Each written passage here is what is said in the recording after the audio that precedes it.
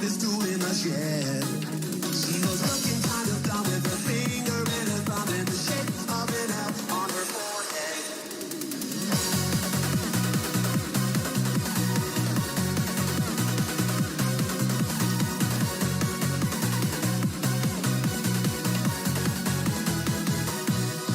Well, the years start coming and they don't stop coming. Back to the rules and I hit the ground running. It makes sense not to live for fun. Your brain gets smart, but your head gets dumb. So much to do, so much to see, so what's wrong with taking the back streets? You'll never know if you don't go. You'll never shine if you don't glow. Hey now, you're an all-star. Get your game on, go play. Hey now, you're a rock star. Get the show on, get paid. Only shooting stars break the mold.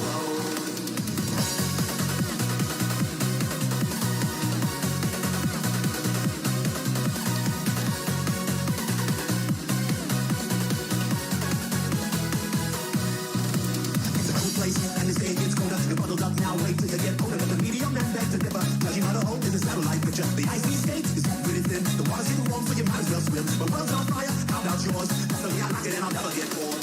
Hey now, you're an all-star, get your game on, go play.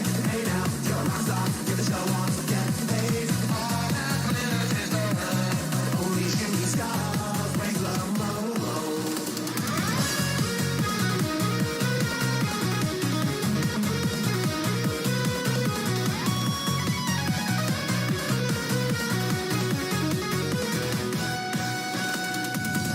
You're an all-star, get your game on, go play. Hey now, you're a rock star, get the show on, get paid. All that glitters is the world. Only shooting stars break the mold.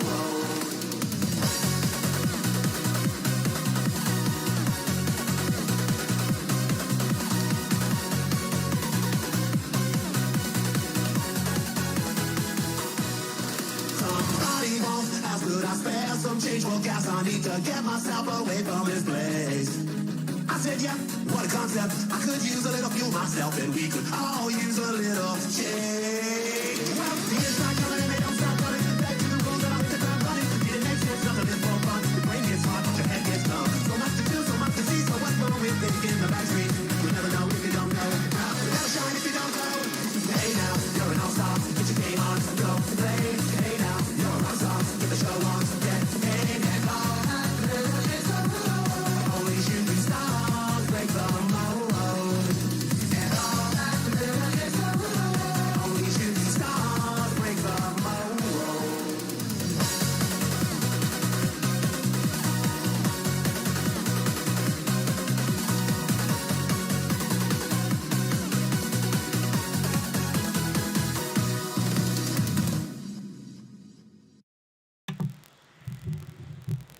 Hello, people.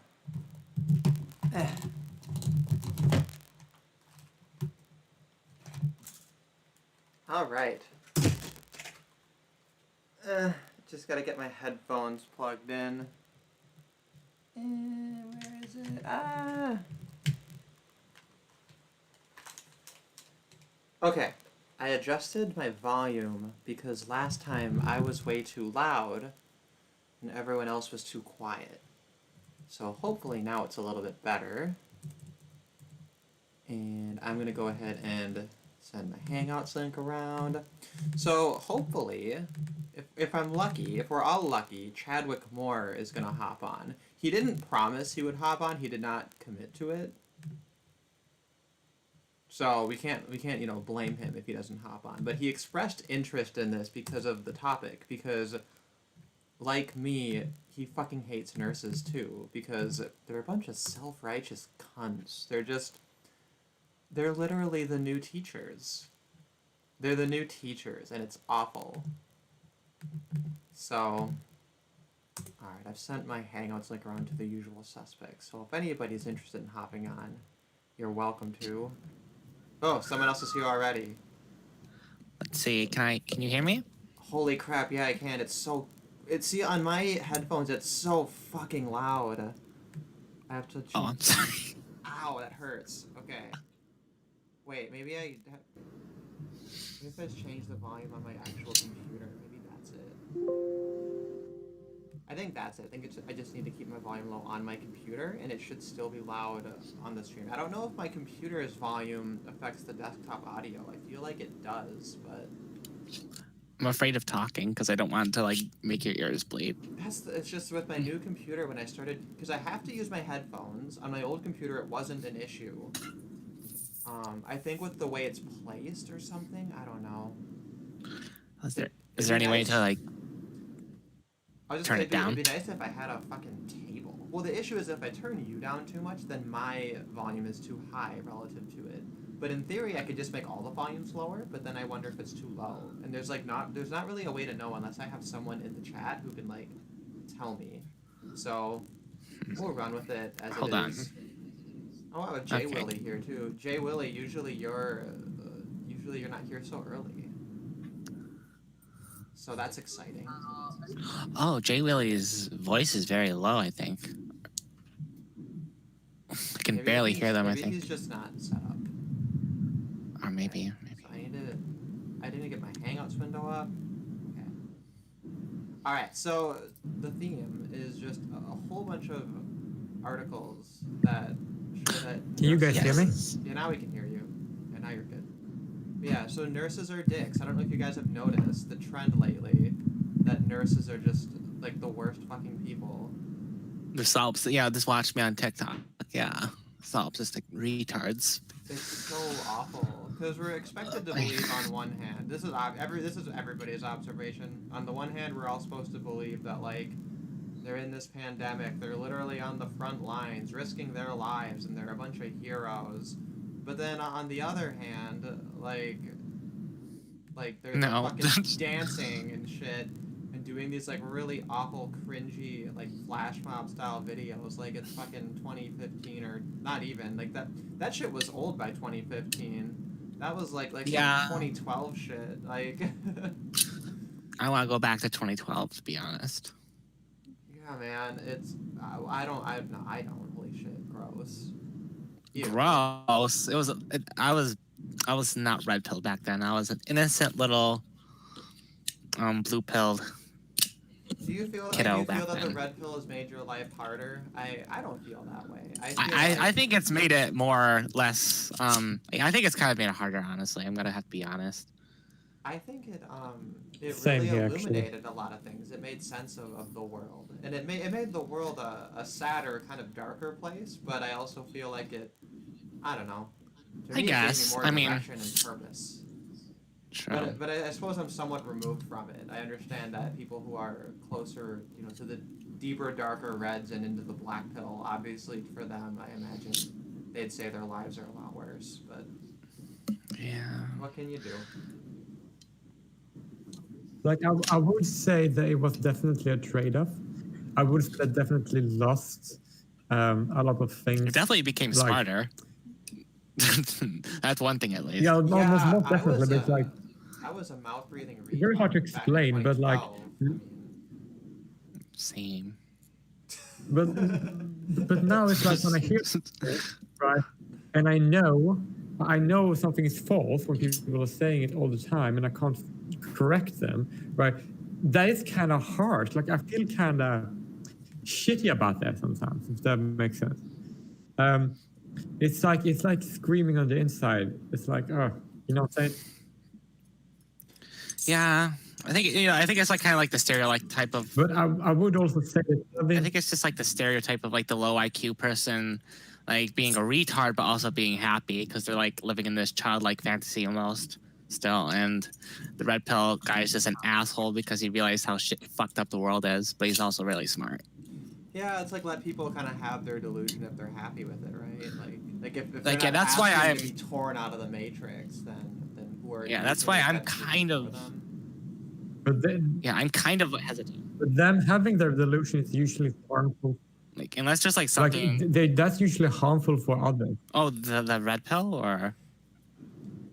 Yeah, no, I agree with that, right? Yeah, Because like if people like. Yeah, I can understand.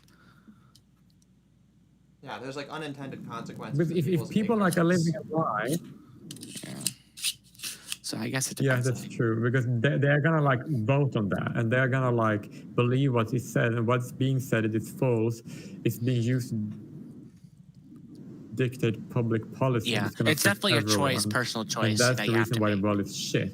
So therefore, letting them just be happy with their, it's not good for anyone. Yeah, but we can force them, but like we should, like them being that way is not good. It's not good for them. It's not good for us. Not good for anyone. It destroys everything. Like I said, I think it's a personal choice. I think you have to make the choice yourself for it to be like ethically or sort of ethical, I guess. I don't know. Like, I know I was happier back then, and I do We can sometimes tell entertain the people thought of. But they can True. still choose to live in a lie. Like, I don't think it's ethical to force them out of the Matrix unless they're like absolutely being a fucking retard. Like, I don't know, for example, like, okay, like say circumcision. Yeah, absolutely fucking red pill them. Like, I'm talking about like the harmless blue pillars. Yeah, I guess a lot of red pill stuff is, like when you go into MGTOW, it's more defense against the dark arts, right? So it's like, really, it's empowering people to avoid a lot of pitfalls that they could avoid. Yeah, that's a good one. Yeah, but also, yeah, there is a crisis in people not caring about men and boys. So I don't really feel bad about wrestling some jimmies, because the time for this shit was yesterday. The time for this shit was yesterday, 100 years ago. Yeah. So speaking of things that are awful, I found this post on Facebook. I remember when I had to red pill my parents. I don't see the original post, but it was this person who set up a queerantine camp. A what? So basically, hold on, I'm looking at them. Yeah. Oh, So I Lord. had the original Google form. It's like closed. I wish I had taken like a screenshot, but this is a screenshot of it. Let's see if this comes up. I hate Facebook links because they're so unreliable. Facebook is the worst. I don't know why Facebook can't just like make things easily like downloadable and accessible, but we can see at least the top part. I agree. Here. It's a boomer shit. So yeah. Yeah. So this guy, he's like part of like a Christian synod, which obviously it's like a fake Christianity, because I don't know if you know this, but the Bible's like not cool with being a homo. Like, sorry if that's a hot take. It's like God wrote a book, and the part about fucking each other in the ass and sucking dick. They missed the part where they said, oh yeah, also we're cool with the homo stuff, right? Like it's so tiresome how all these gay people like will read between the lines and be like, yeah, like of course God says marriage is this way. Doesn't even mention sucking dick. Like, yeah, no, he fucking doesn't. Like, it's like no, it's like it's obviously not. Like the idea that they just like omitted that and that it's like a reasonable thing. Jay Willie, do you have headphones on? Just because I think there's a lot of like, or I don't know which one of you it is, but there's a lot of like air. I think it's thuds. No, but I think can. Wait, maybe it's me. I don't think so. I'm wearing a headset actually, so it shouldn't be me. Oh shit! I tried to. Hey, guys. My But yeah, like, tab and it loaded the thing. Okay. But yeah, this guy Drew I think I Stever, fixed it. a transgender queer ELCA candidate for ordination in the Southwest California Synod. He says, in these times of sheltering in place and social isolation, he's hosting a 6-week virtual LGBTQ interfaith camp for youths aged 13 to 19 beginning May 1st. And they had the whole like sign up form about it and everything. It was, I considered like joining as like a counselor so I could like be like the worst counselor ever and explain to them that Christianity's not cool with being gay and they should all take the red pill and but Get fired. This whole thing though, I don't know.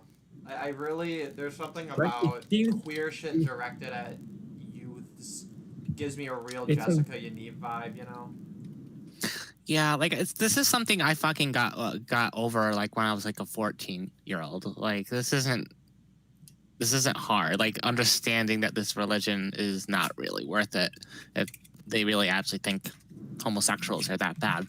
I just went back to being agnostic, or I didn't go back. I went to being an agnostic fairly quickly, So this is like a childish cope almost, like something. But what that if? really should have been. But what if people get confused because of the shit the priests do? Yeah, hi, right. Fleegan. They're the biggest homo advocates ever, aren't they? The biggest homo recruiters in a way too. Sorry, that got dark. The other thing too, though, is this picture here. You can't But see the this whole is something I thing. can't understand. Something I really not. Yeah, go ahead. Jay Willie? I think we have our like Oh, delay it's again, the thing is so the why would they of their specific religion, why would they target people of that specific political views? Like why, like it doesn't make much sense to me. They're targeting people like kids with a certain political mindset, right? I don't understand the motivations. Why would they do that? I don't get it. That's very weird. Do you also understand? You are with me on the same page here? It's very weird for them to just go after that political on specific young people. Like why? From a religious perspective, I guess like it's why because would you do that? it's because Like, they're it's easy, better if you easier want to to teach people. it the might easier be you are that. to indoctrinate. Easy to what? Yeah, they might be easier to indoctrinate. They might be easier targets. But if we're gonna be charitable, I would guess a lot of it is that these are people who they really seek that validation, you know, from like the community, from whatever, from their religion, and rather than like thinking for themselves and saying, you know, maybe I don't need to have this religion. Maybe I, you know, maybe I can assert my own right to existence, you know. And instead of like requiring other people to constantly say, "Oh, you're valid, you're this, you're that," they never outgrew that.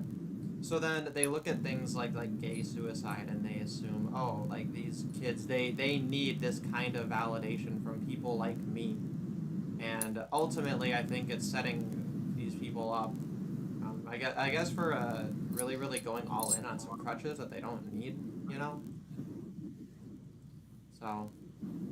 Yeah, Toto, I think it's something in. Let me just double check. Is it me? Yeah, there's Hold like on. it sounds like there's like wind. What? Yeah, it Hold sounds on. like there's Okay, like a I'm fan or like constant wind or something. I don't know. weird. Okay, I'm just going to mute myself while I'm not talking, and that'll probably fix the issue, whatever it is. Yeah, that'll be good. And then that way, when you want to talk, we'll hear the wind, and then we'll know that you you want to talk. But the last thing I wanted to mention about this is like this picture here with these like stupid rainbow streamer things. It has like a dude in a dress with a beard painting rainbows, and then some queer like lesbian rainbow thing or whatever, and it's just like these classic symbols of homosexuality they're so tacky and awful, and I hate it. So anyway, I just wanted to. This was one of the links I had, and I thought I'd throw that out there. Yeah, but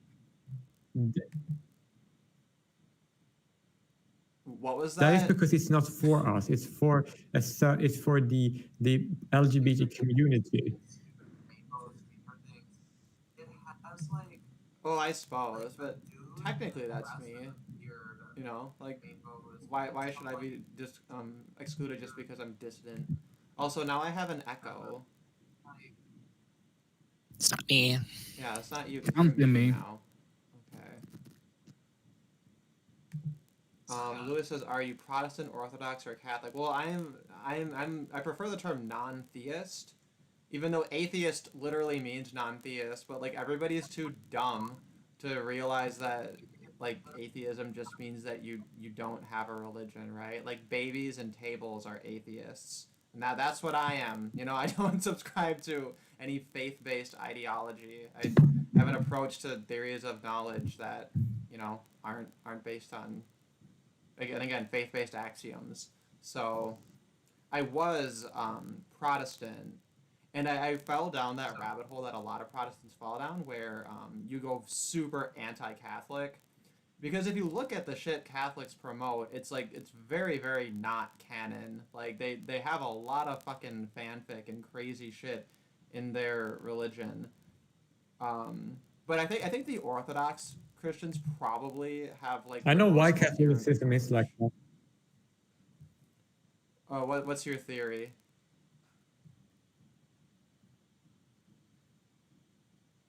It is that when Catholicism was introduced and created, it was created with the mindset of appealing to the Roman citizens, right?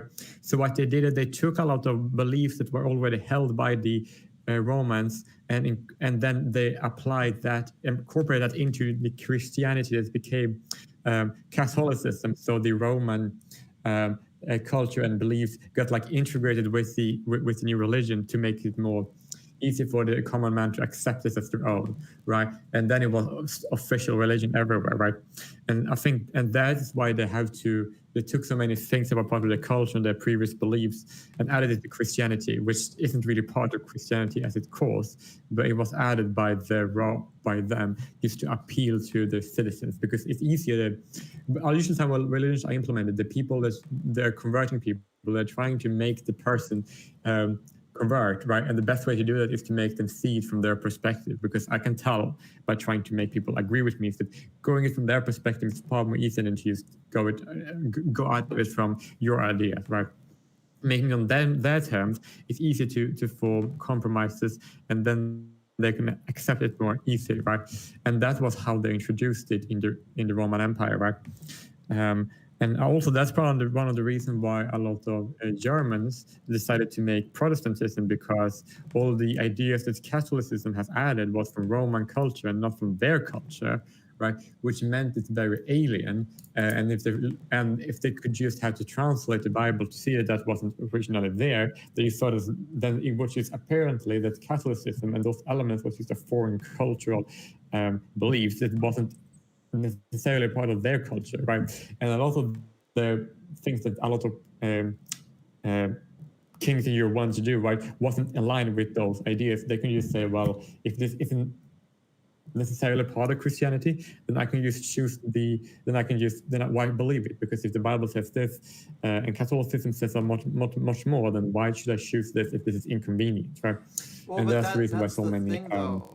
Yeah, I think that's very different, though, don't you think? Because I can see the argument that like they had specific things they were promoting in Catholicism in order to like make it more acceptable to the people they were ruling at the time.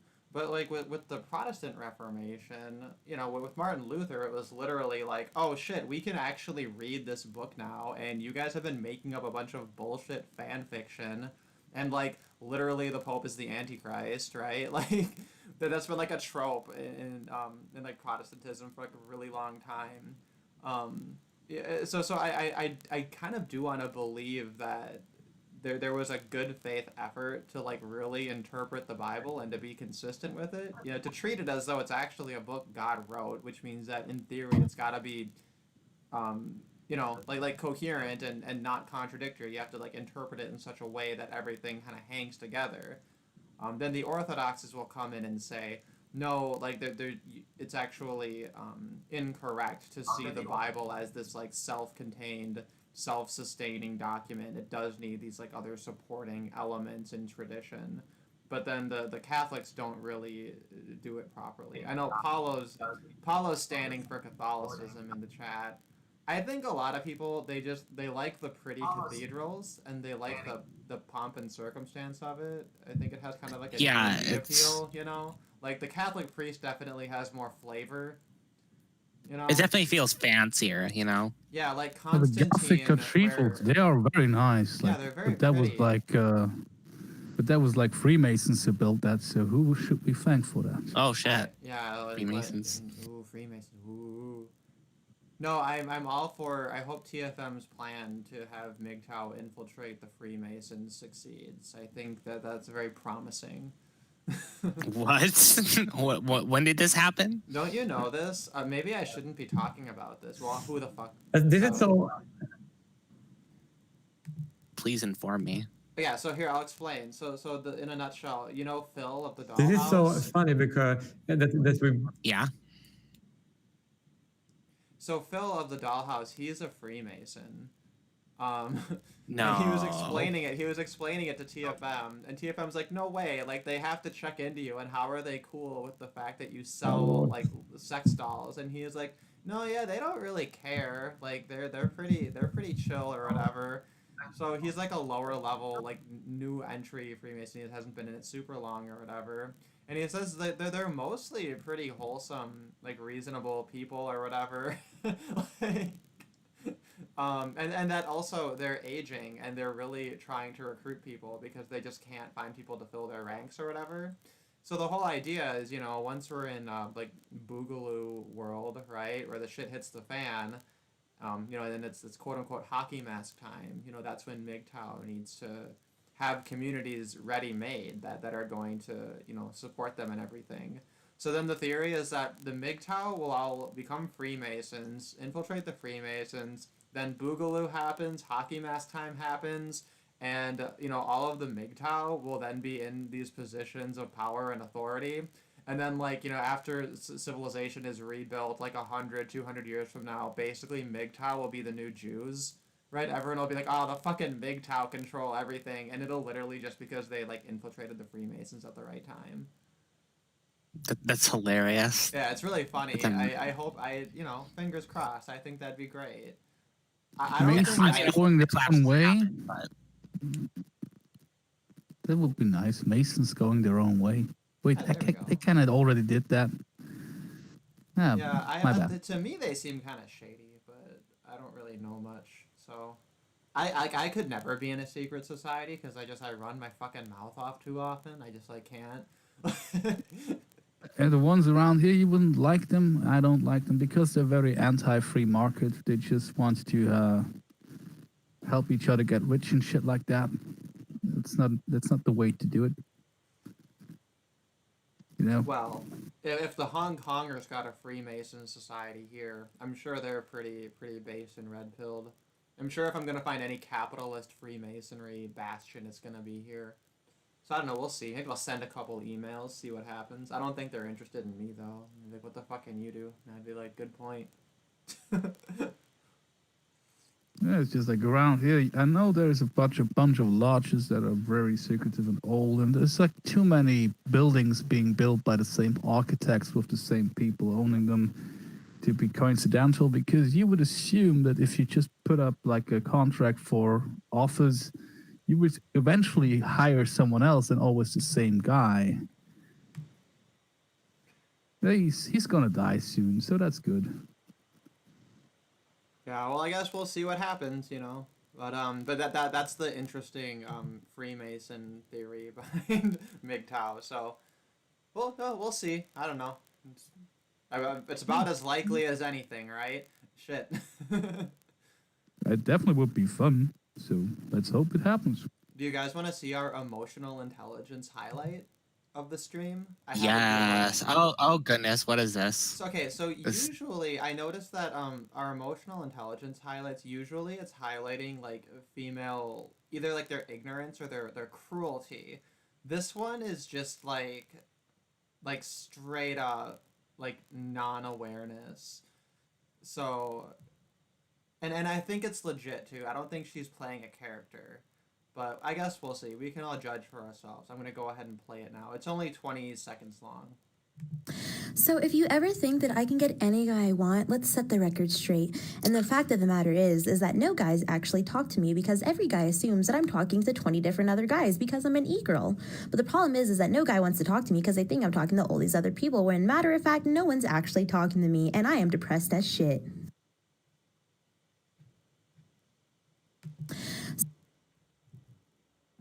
It's so close. She's so close to self-awareness. Like, anyway, I thought that was like a fun little amusing one. Are you guys still listening to it? Oh, you guys probably didn't hear it unless you're actually on the stream. I forgot to remind you. Hey, you fuckers, if you come on the stream, you have to actually open the stream also. Yeah, that's what I'm doing. Okay, good. Actually, But it's like it has like started a, playing when you started talking again. Oh, yeah, shit. it basically it's a what's it called? Delay. The delay is that bad. Oh, I fucked it all up then. Yeah, it's all your fault. You should feel bad. No, Let's play it again really quick. So if you ever think that I can get any guy I want, let's set the record Maybe just straight. give us And the a fact of link the so matter we can is watch that it no guys actually individually talk to me while because the every guy delay assumes plays that I'm out. talking to 20 different other guys because I'm an e-girl. Or we can blame But the problem Google. is that no guy wants to talk to me Yes, because they think it's I'm all talking to all Google's these fault. other people, when matter of fact, no one's actually talking to me, and I am depressed as shit.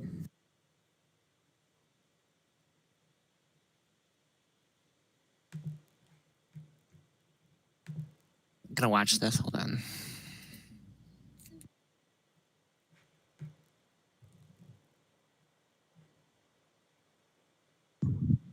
So she's just complaining that nobody wants to talk to her because she's an e-girl. Because as an e-girl, lots of people talk to her, and since she's an e-girl, no one will talk to her, and it makes her super depressed. It's hard being an e-girl. Hard being an e-girl. What the fuck? It's Is she you that know, Then retarded? don't be an I e-girl. think she's that retarded. I really do. Oh goodness. So too bad. But I thought that Yeah. was a nice, light little emotional intelligence highlight. We'll let her square that circle. But yeah, so that was a quick thing I wanted to remind people. So I have those silly chat commands, right? Where you can have a link pop up that gives you a random Quran verse or a random Bible verse or says all the Noahide laws. It only works if you subscribe. That's why it doesn't work when some people try to use it, is because they haven't subscribed. And I'm literally 5 people away from having 500 subscriptions. And that'd be really nice to have that milestone. But Oh, good news is that I've gotten more It looks like you actually have than 4 last time we subscribers to 500 because you're 496. oh, good. Well, it's been fluctuating a little bit. What I find is usually whenever I upload a video, I immediately lose a subscriber. And I used to think that was just because like someone sees it and they're like, "Oh God, this is garbage. Why did I subscribe?" Which is fine, you know. Like I do that sometimes too. It's fair game. Especially because I make like all kinds of different shit. So like obviously people subscribe for one thing and I do something that's like different than, you know, it's like any like whenever like a singer does like a new album, like they have to do something different. So like their old fans always going, "Oh, the first album was better," right? Oh my goodness, what are you gonna do when you get 1,000? That's gonna be fucking scary for you. Well, I'm pretty sure once I'm at 1,000, the channel gets nuked. That's what happened. Oh to, yeah, probably. That's what happened to Anna. And I miss Anna every day, and I want her to come back, and I have no idea where she went or how to find her. So she's just. Wasn't she gone. the transgender girl? No. Or what? Her name. Oh, was, that one. I don't, Okay. I don't know anything about her except that her YouTube channel was called Anna, and she made a lot of Sandy Hook videos, and I liked them a lot. But dude, don't assume that people intentionally unsubscribe because there's like a bunch of channels that say check if you're still subscribed because the algorithm, for some reason, unsubscribes people from channels. And the people at Google, when questioned about it, said they actually don't know why the algorithm does that. And I don't trust their statement that they don't know, but I trust the fact that it does unsubscribe people from channels without them knowing. Yeah, no, and I think you're right. I think I know how it works. Well, here's the thing. It- I remember Melissa Carley told me that she had been unsubscribed from me, but I kind of don't believe her. I think that instead she just knew that if she resubscribed that I would notice and then be like, "Oh, fuck you, bitch, you unsubscribed from me." Right? I think she was just trying to like avoid any. She didn't want to hurt my feelings, I think. And now she's a communist. Melissa Damn. Carley. Yeah. I've gotten more subscribers than last time. Wait, I was who's there. Melissa Carley? What the fuck? You remember Melissa Carley was the transgender woman who Wait. did a show with Kevin. Okay, wait, wasn't that the one that her like Discord just like fucking disappeared? Yeah, and then I thought that it was because she had banned me specifically, and then I realized like, oh no, like why she? There's no reason she would ban me specifically. I just like assumed it was all about me. Does she have a new does she have a new YouTube channel? Yeah, she does. What's it called? What the fuck? I forgot. I'll find the link for you and send it to you. But it's Okay. not good. She makes like videos defending the minimum wage and shit. Oh, which is, no. like literally the worst thing ever. I literally every single day I dream about going back in time so I can push FDR down the stairs and creating death camps for everybody who thinks we need minimum wage. Those are like my top 2 on a good day. I'm disappointed in you. In text, you wrote, push his crippled ass down the stairs. You're self-censoring. You're not the Derek I knew. Oh, I'm sorry. Well, I mean, it's assumed he is crippled. Because I want to make sure because the whole point of the joke is I'm pushing him down the stairs like when he's in his wheelchair. Because he wasn't always in the wheelchair, so if you say, like, how come you're going to push a guy down the stairs, it's like I have to specify at a point in his life when he's decrepit enough to be in his goddamn wheelchair, right? Fuck him, that's what he did to the economy.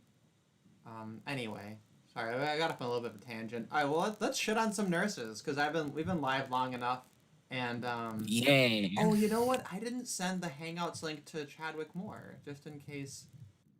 I don't think he's probably busy doing his journalism or whatever. He hasn't responded to my message. That's so gay. It's super gay. Notice me, Chad. I'll send him the Hangouts link just in case. But again, he technically didn't commit. But, you know, just in case. I would send it to Jen too. I think that Jen. I was so annoyed by died. something nurses did once. They did a stupid mistake. Sorry, by something who did?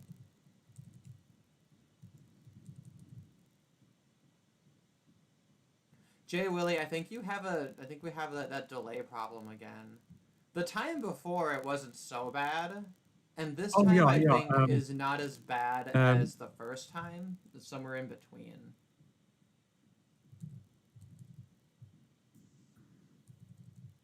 Yeah, the thing I wanted to say is a story about a nurse that's fucked up is that they told me I had an open wound that had stopped bleeding, and they said, like, no, you don't have to shut it closed, right? Because if we do that, then the plaster is going to prevent it from healing, right? You need to leave it open, and then it will close itself. You know, and you know what happened? Because I listened to them, because I was dumb and listened to them rather than to close it myself.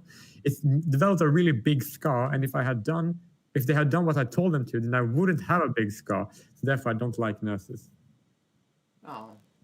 Okay. They fucked that up then. Well, yeah, like, that's kind of incompetent of them. Like, I know it. It's super stupid. Like, why do you leave a wound open? Isn't it better to close it? They're like, no, it's better to let it heal. Like, but if they would have closed it, they wouldn't have a big ass scar. It's so fucking retarded. well, I think, yeah, there needs to be a higher standards for nurses, because, like, they're taking care of sick people and wounded people. Like, they shouldn't be fucking dancing on TikTok like retards. Sorry.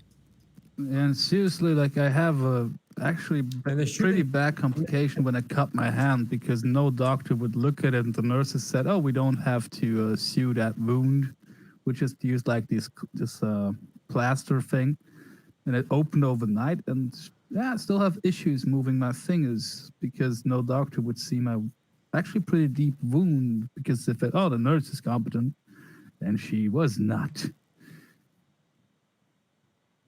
Fucking nurses. I guess okay, I'm that's very really fortunate. stupid, because they actually looked at my wound very, very thoroughly. Yeah, I guess I've been pretty lucky that I guess pretty lucky that I haven't really had many like serious medical issues ever. I think the worst I had was I used to have asthma. And like one time I had a really bad asthma attack, and it was like the only time this ever happened was right after they gave me like an albuterol nebulizer treatment, and then when I was walking like with my mom back to the parking lot, I think I was like 8 or 9 years old. I just like started having like a fucking asthma attack, and I was just like, they gave me medicine, and now I can't fucking breathe. So I don't really know. I don't understand why giving someone an albuterol treatment would lead to that. I don't know. It's because they're trying to kill you, because, you know. Anyhow, They knew. But yeah, but I guess with asthma you can just like outgrow it or something, because I haven't had any issues since then. So, well, I don't know. it seems that if you get like this inhaler and overuse that, it makes sure that you keep having asthma for the rest of your life. Like with multiple sclerosis or Parkinson's, the medication can make it worse. That's a hot take right there. It's how they get you hooked. Oh, I actually have a story here that's semi-related to this. Because I was collecting stories for the stream, and I realized I just have this theme of like kind of medical related things and like doctors and nurses being douches, and I thought that should just be the whole theme of the stream. So have you guys heard about this rumor that hospitals get paid more if the patients are listed as having the beer virus? I have not. So that's Neither have I. yeah. So it was a doctor who made the claim on Laura Ingram's show, and people have been trying to kind of fact check it, and it turns out that there's not nothing to it, but it's also not really confirmed. It's kind of in like a dubious place. But let's see. Here's a quote he said on his Facebook. I think that clarifies it. He said, "How can anyone not believe that increasing the number of beer virus deaths may create an avenue for states to receive a larger portion of federal dollars? Already, some states are complaining that they are not getting enough of the CARES Act dollars because they are having significantly more proportional beer virus deaths." So basically, the idea is this CARES Act, it has like a special fund for places when they have confirmed um, deaths from this, right? And basically, places in like New York and other states, they're putting down potential cases, right? They're making sure they document the potential cases when people are, sort of like discharged or if they're dead. And the idea is that they're going to use this to inflate the numbers so they can get more of that government money. Whereas states like Minnesota, where they're not doing that, they're only putting the confirmed cases down. They're going to be looking at having less of that money. So it's kind of like all of the incentives were set up by a government program, and anybody who knows anything about government knows that that which you subsidize you get more of.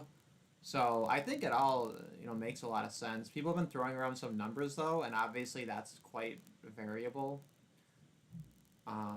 But yeah, so that's the idea, is that basically hospitals are going to lie about their numbers or try to inflate it because now they have a financial incentive to do so. And I guess specifically, Or you just make sure people die. I don't know. Well, that was, people were arguing that about Italy. They were saying that, in Italy they have all of these like old and sick people, and their healthcare system can't take it, so they're just going to use this as an excuse to basically genocide off all the old people. I think like Bill Mitchell had a tweet kind of promoting that theory, and I think he deleted it because a lot of people were like, "Dude, like, calm the fuck down." I don't know. Yeah. That doesn't seem that unthinkable to me. Like, I think, yeah, if you have a socialist medical system, like that should just be logical. I don't even see. This is horrible. Not only do I not even think that that's unrealistic, I think that if you're in a society where people chose to have government healthcare, like, yeah, that's what you do. Yeah, I wonder if we're ever gonna get to the bottom of what really happened in northern Italy, because that shit is so insane. The numbers. Yeah, I don't know why it blew up so badly there. Like, what the fuck? Well, they do have What even are the textile numbers? industry. They have 50,000 Chinese workers in northern Italy that returned from China. So it might have something to do with the virus spreading, but still, the number of deaths. Well, I remember WHO saying, the organization WHO, World Health Organization, fucking brain fart, being against banning travel due to the coronavirus, and this is why Trump actually defunded them, because they thought they were going to say that it was basically racist to fucking ban travel from China, and turns out, fucking blew up. So that might have something to do with it. I don't know. Oh yeah, well, and I'm sure. Like, who every one even of cares if those- it's racist or not? Like, I just don't want to get sick. There's nothing wrong with racism. Holy fuck, what's wrong with people in society? Why do they believe that racism is like the devil? Like, they think it's like the worst thing ever. They think it's like the worst thing of all things that could possibly happen. They put it like on the anti-pedestal. It's like, it's insane how people are so insanely obsessed It's about because it's too being spicy for about white what people. race- So No, you guys, your priorities are all shit because every single one of those 50,000 Chinese workers, they came back to Italy from Chinese New Year, and they all needed a hug. Okay, they needed hugs. They were not viruses. Yeah, they are not the virus. Okay, they need hugs. And how dare they're how many- literally the virus yeah, vector. right? I mean, How many hugs are you willing to sacrifice just to save your old people? Okay, get your priorities straight. Come on. Also, yeah, Jen's in the chat. Nice to see you, buddy. Hey, Jen, if your computer is up and running, I don't know what your setup is, but if you wanted to hop on too, I can toss you the link on Twitter. But yeah, so that was, I don't know how deep. My volume's a little low. Oh, thanks for letting me know, Jen. That was the opposite problem I had last time, so I probably overcompensated. Where's my OBS window? Oh, here it is. Professional stream. Okay, I think that should be a little better. Actually, I can make my desktop volume louder in OBS, and then it won't kill my ears. Yeah. All right, now everything's louder. Now we're a loud stream. But yeah, this article is like. Let me know if I'm still like. If you're still what? If I'm still like after, if I'm still lagging after, like if my response comes far later than how it should be, if that makes sense. Yeah, well, I think there's just always a little bit of a delay, so I'm not sure there's much we can do about it. But I think it's okay. I think it's doable. But I'm gonna go ahead and close out this one and move on to some like. Okay, this post on Facebook here is like. It's just awful. So look at the photo. The photo is gonna tell us everything about the tone of this. Here he is, Mr. Doctor Man, Mr. Nurse Man in his gear. He's staring into our eyes so sternly, right? His eyes are tearing up. And he has a serious, heartfelt message for us, and it's he says, It's not funny. "Did you wake up and cry because you have to stay home another day? I woke up and cried because it was my turn to float to the positive floor. Are you bored? Come hang out with me for 5 minutes. I promise you'll be so scared, you'll forget you were ever bored. Do you miss your friends? Imagine how much more you would miss them if you were isolated and alone in a hospital bed. Imagine wearing masks so tight that your face that it hurts after 1 hour, but you still have 7 more to work. Imagine not being able to have a drink of water because you can't take your mask off because they only give you one. Imagine being so scared to walk into a room only to find out the patient is just as scared as you are. Imagine moving out from your home to protect your loved ones so you can keep going to work only to take care of complete strangers. Imagine crying your eyes out and having a panic attack at work because everything and everyone is so uncertain. Stay the F at home. # Queens Medical Center, Nottingham." That was extremely fucking cringy. What a little pussy. God, he's such a fucking pussy. That was a bit much. Oh my god, I know. Imagine losing your job and having no prospect of ever finding one again. Oh wait, that's the other people. Yeah, right? That's most people everywhere in the world. Also, welcome to Jen on here. I see you're muted right now. I don't know if you're... At least here, oh my god. Hey, friends. Oh my god, did you see the one? Hey, did you see the one where the doctors and nurses are literally at a table sitting in the same way as like the Last Supper? Yeah, no, that was the one I had. I have that tab right. Where I actually haven't seen that one yet, but that sounds so bad. That was the climax of the whole thing I was saving. So yeah, let's get rid of this faggot and grab my other tab. Where is my other tab? I had it through like a Paul Joseph Watson. I'm just gonna search for it. Nurses Last Supper. Yeah, no, because I saw his tweet, right, and I was like reading through it, and I thought, oh, he's making a funny joke, and I scrolled down and I see the goddamn photo, and I was like, no fucking way is that real.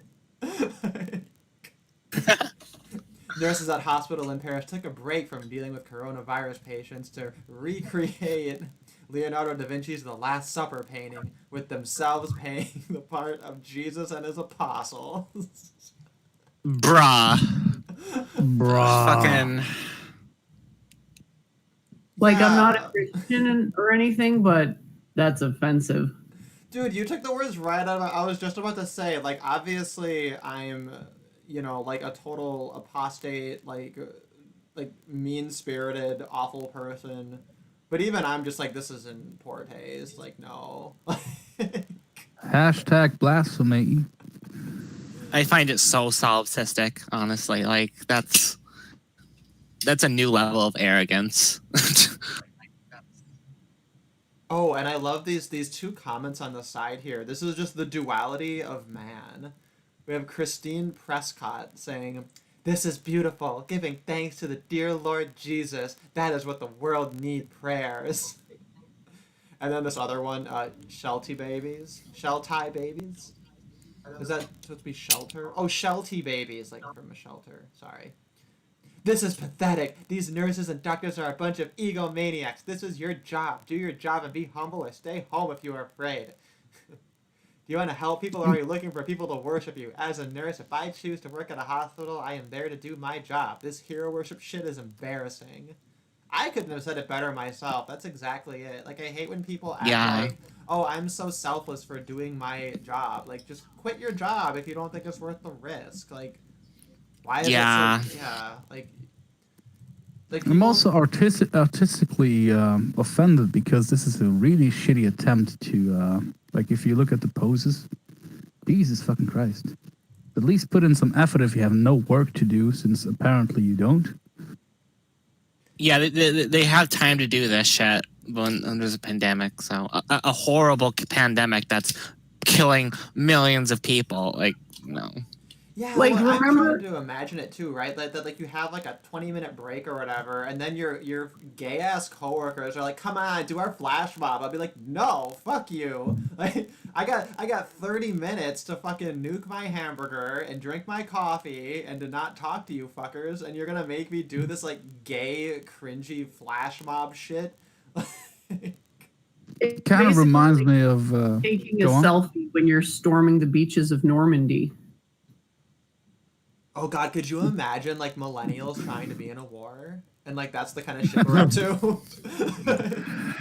This Oh my God, also man. kind of reminds me of this when what was it about, like with impeachment, where Nancy Pelosi was trying to keep a straight face. I was like, this is a very solemn moment.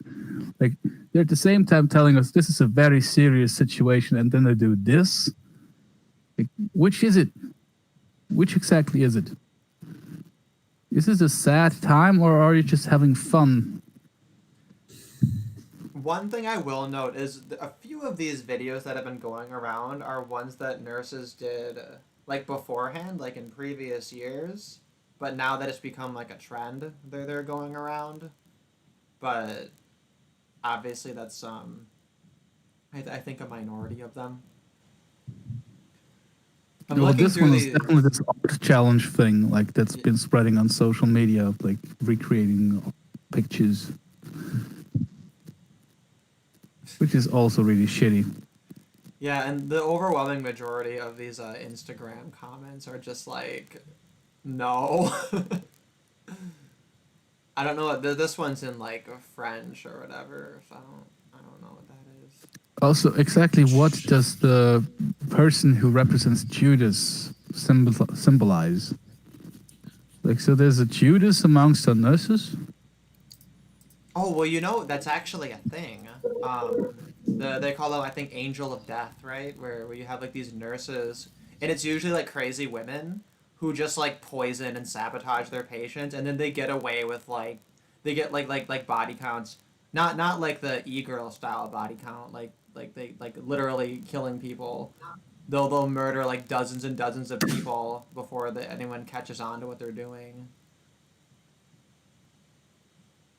Yeah, that's fucking crazy. So Yeah. like Yeah. I don't think that. I think that there needs to be higher standards for nurses, honestly. Yeah, if there were, they wouldn't be circumcising boys, would they? I agree, but There wouldn't be what? Circumcising little boys, would they?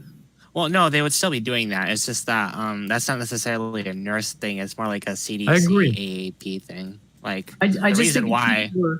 if people were moral, they would oppose it. It's more like an evil thing. Yeah, that's true, but like, I wouldn't count on it to stop circumcision. Like there needs to be. There's an argument, right? Because what would happen is instead of having more centralized forms of regulating the nurses, we wouldn't have a fucking CDC, right? I don't know if that would necessarily though result in. I guess it would kind of depend on the culture, but maybe. I mean, because you probably have like organizations throughout the world that are highly esteemed, and then you have all these American nurses who like want to be recognized by them, and they're just like, "You, no, like you're a baby cutter, like go fuck yourself."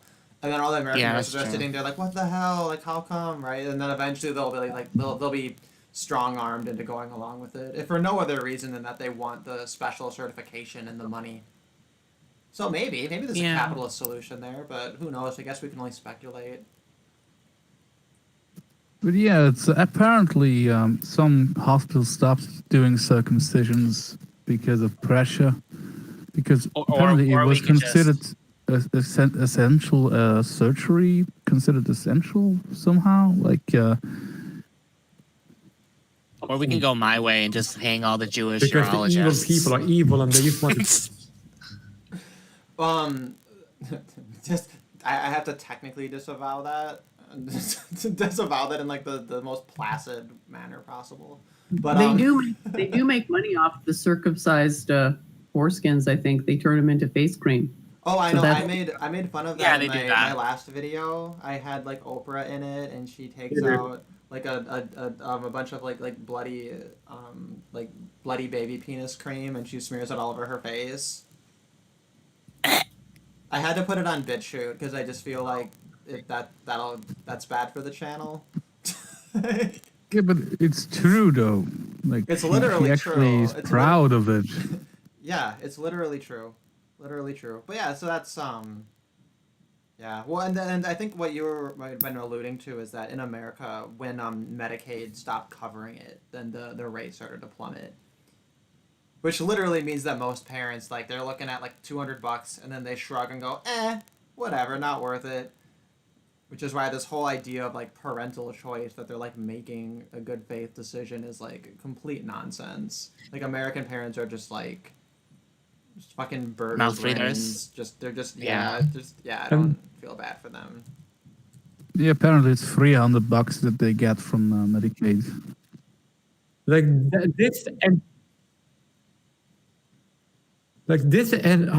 this topic in itself is the main reason as to why I frankly does not care about United States as a country. I think it's a shit country because it allows horrible things like that to be so prevalent, and they are like falling backwards just to appease it, and all the people who have these horrible backwards ideas who justify it. It's like, it's horrible. Like, that's the reason why I don't fuck with United States. Like, I don't like the country as a whole because of it. That alone is like enough for me to like, yeah, fuck, I don't care about the country.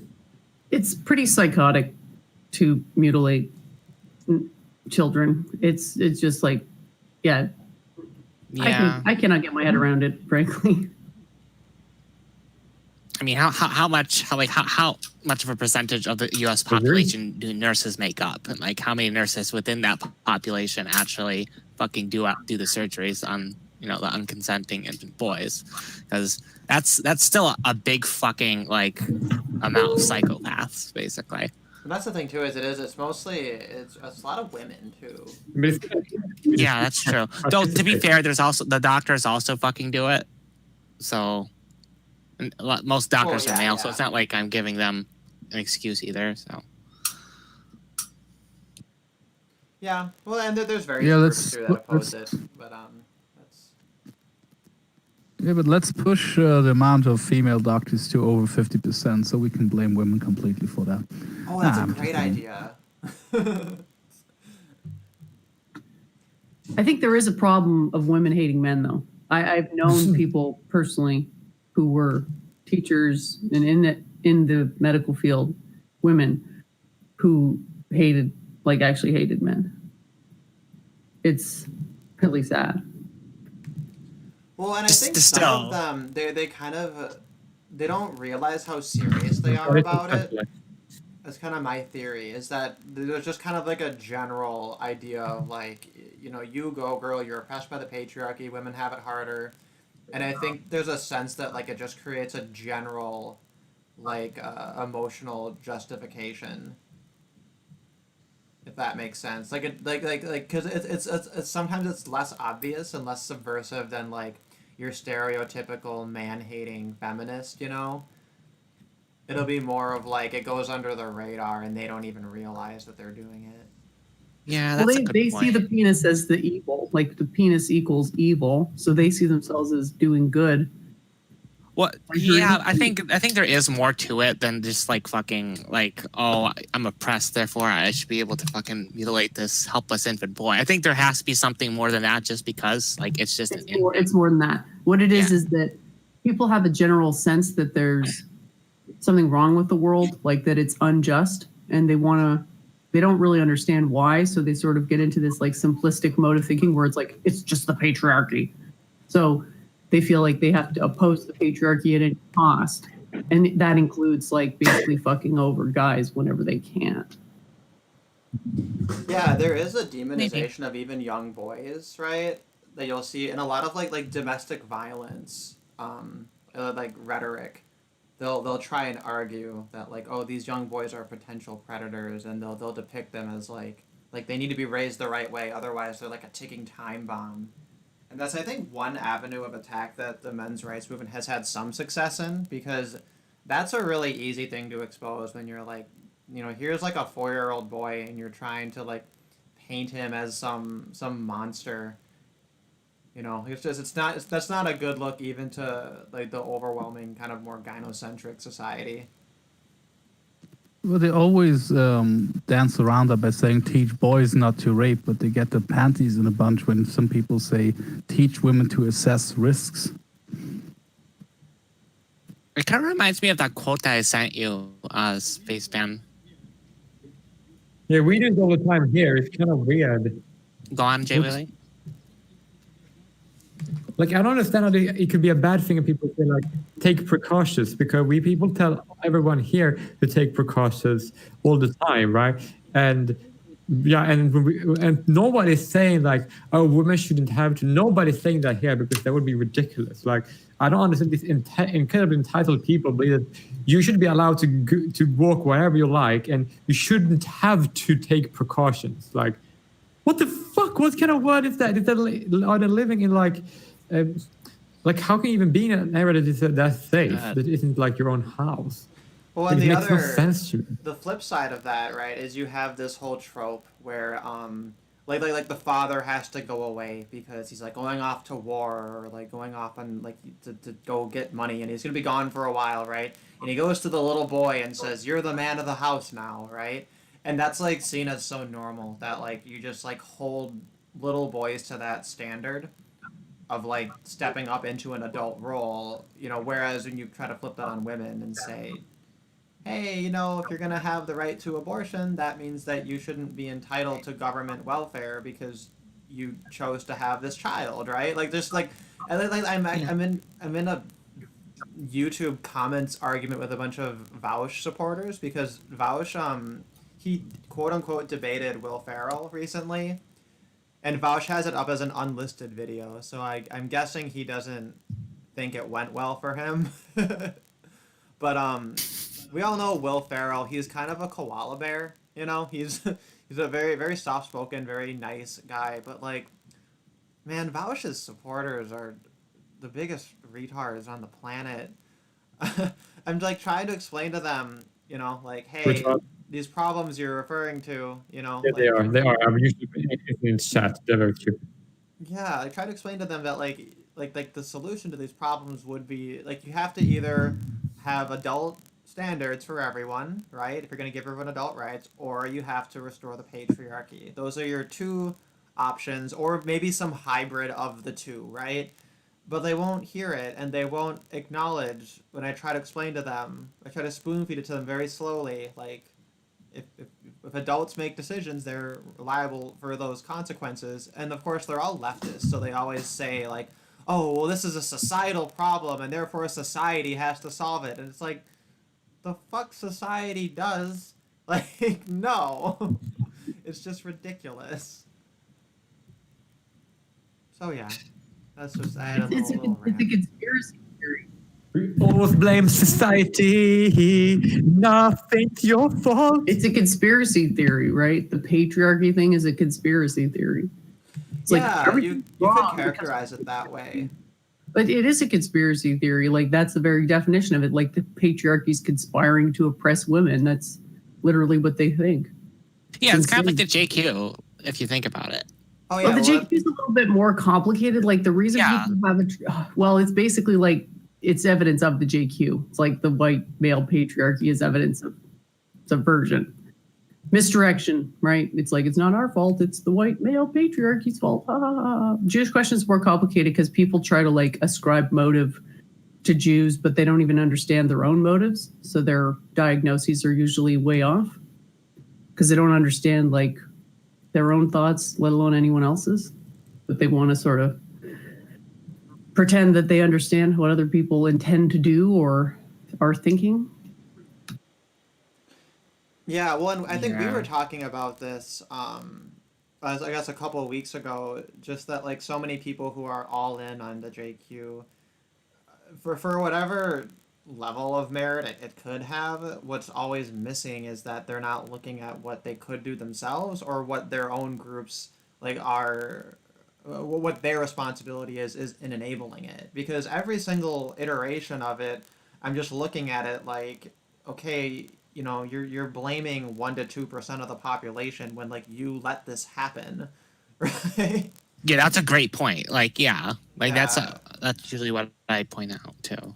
It's kind of it's a similar argument that Tree of Logic made. I think she was debating I think it was when she was debating Mike Enoch. She's sitting there like, okay, let's say that all that's true. You're fucking pathetic. Like, how did you let them do that? How did you let them get away with that if you actually believe this happened? Like, you're inferior. If you're objectively inferior if you let them take over everything.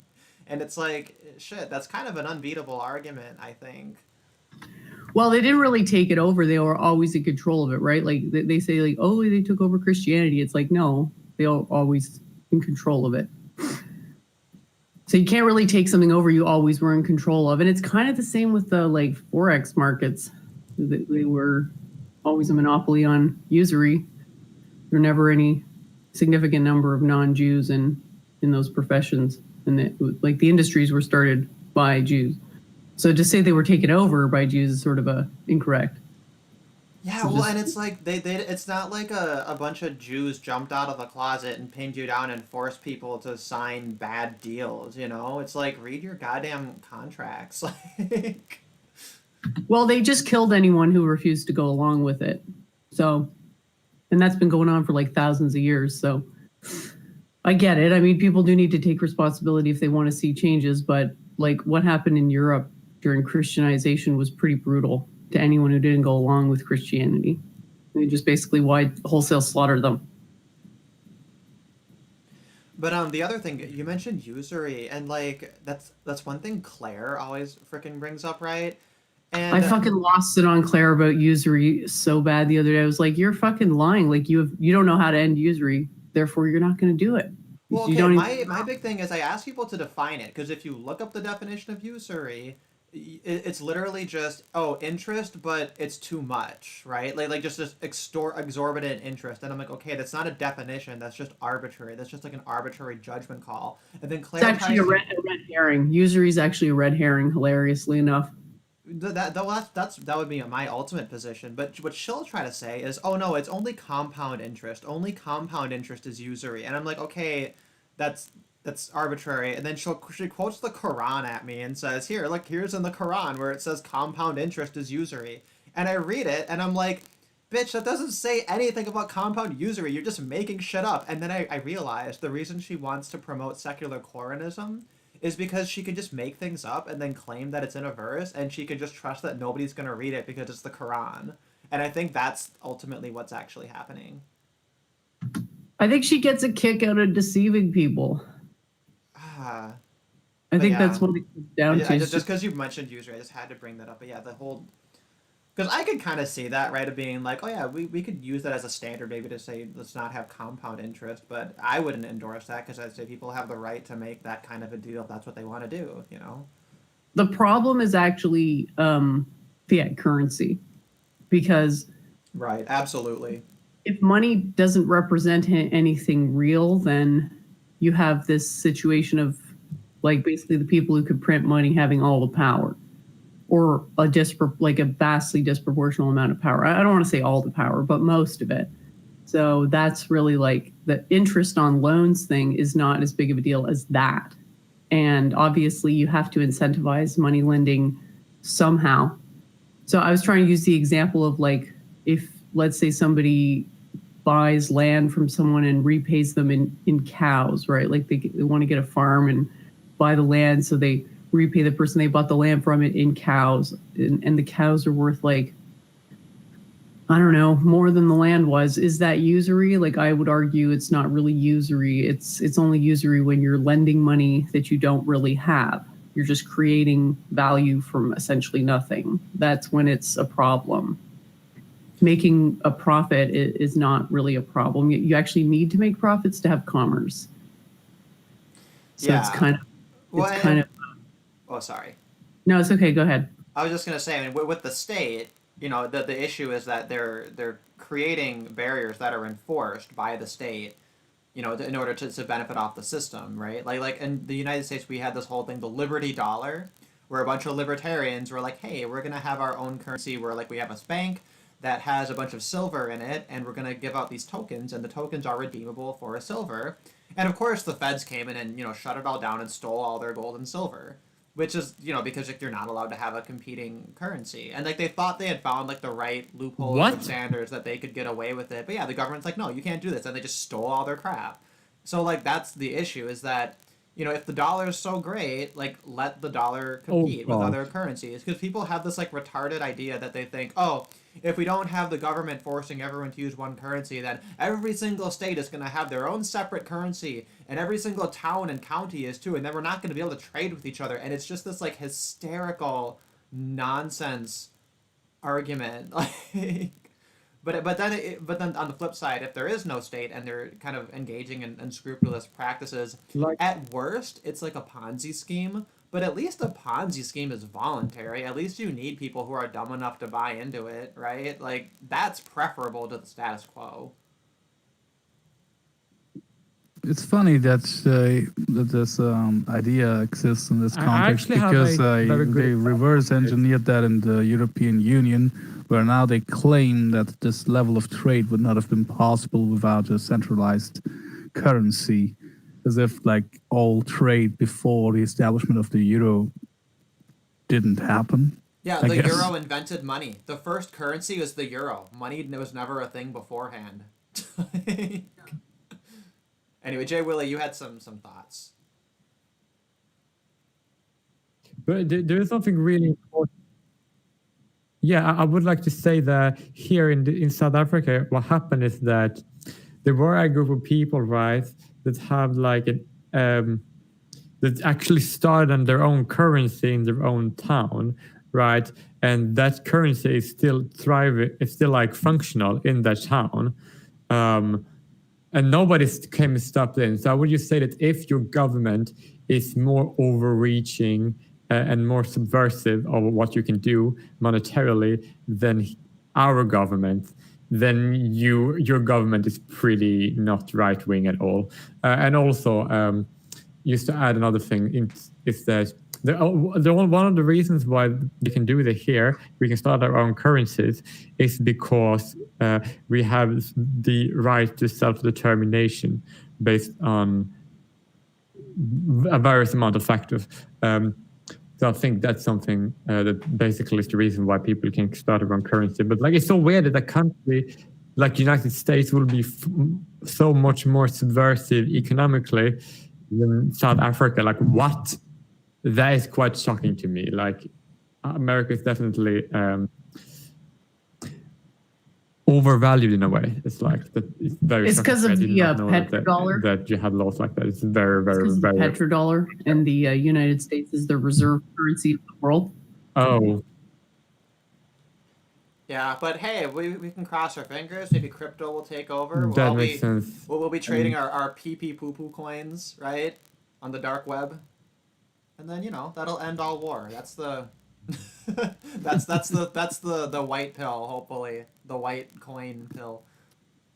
But yeah, I mean that's the thing is stupid communists. They will literally. But if it's petrodollar, I was just gonna say they'll maintain that it's capitalism as we are like if the marching petrodollar off is to the war in the Middle East, gulags. And like as we're in the gulags, they will literally say that we have capitalism as long as the communist overlords let us choose the color of our fucking toothbrush. Like as long as you have any choice whatsoever, that's capitalism by their standard.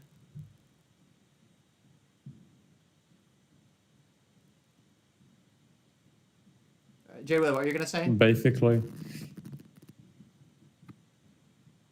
But like, if it's connected to the petrodollar, right? If have the petrodollar something to do with Yeah, I wars can in the Middle explain East it. or something like that? Yeah, I I'm- can I'm explain not it for you. Why entirely don't you click on my knowledgeable why don't you about click that. on my screen there? Yeah, I clicked on your screen. You're showing us the reserve status over time, which So- we have Portugal from the 1400s into the 1500s, then Spain for a couple hundred years, then the Netherlands, then France, then Britain, and now the U.S. And it's roughly, I guess, very roughly about the same time period. It looks like France and Spain had it for longer. And maybe if this is a consistent trend, the U.S. is looking at, you know, another couple of decades or so, assuming that this trend's gonna last. But Trump's already gonna make sure trended. Trump's gonna make sure it ends. Trump is. That's why I vote Hillary Clinton in 2020. You want It's this is a already game of hot potato. You need to pass that shit to the Democrats before it all hits the fan. If you look into Venezuela, they've been trading in yuan for oil. So China's already trying to establish itself as the currency reserve. That's Yeah, what the most petro people yuan, yeah. the next one is, but that's going to be difficult because it's different. I wouldn't want China It's a to little be well, I don't think anyone would, but it's a little different with China because China's economy is sort of heavily based on US exports.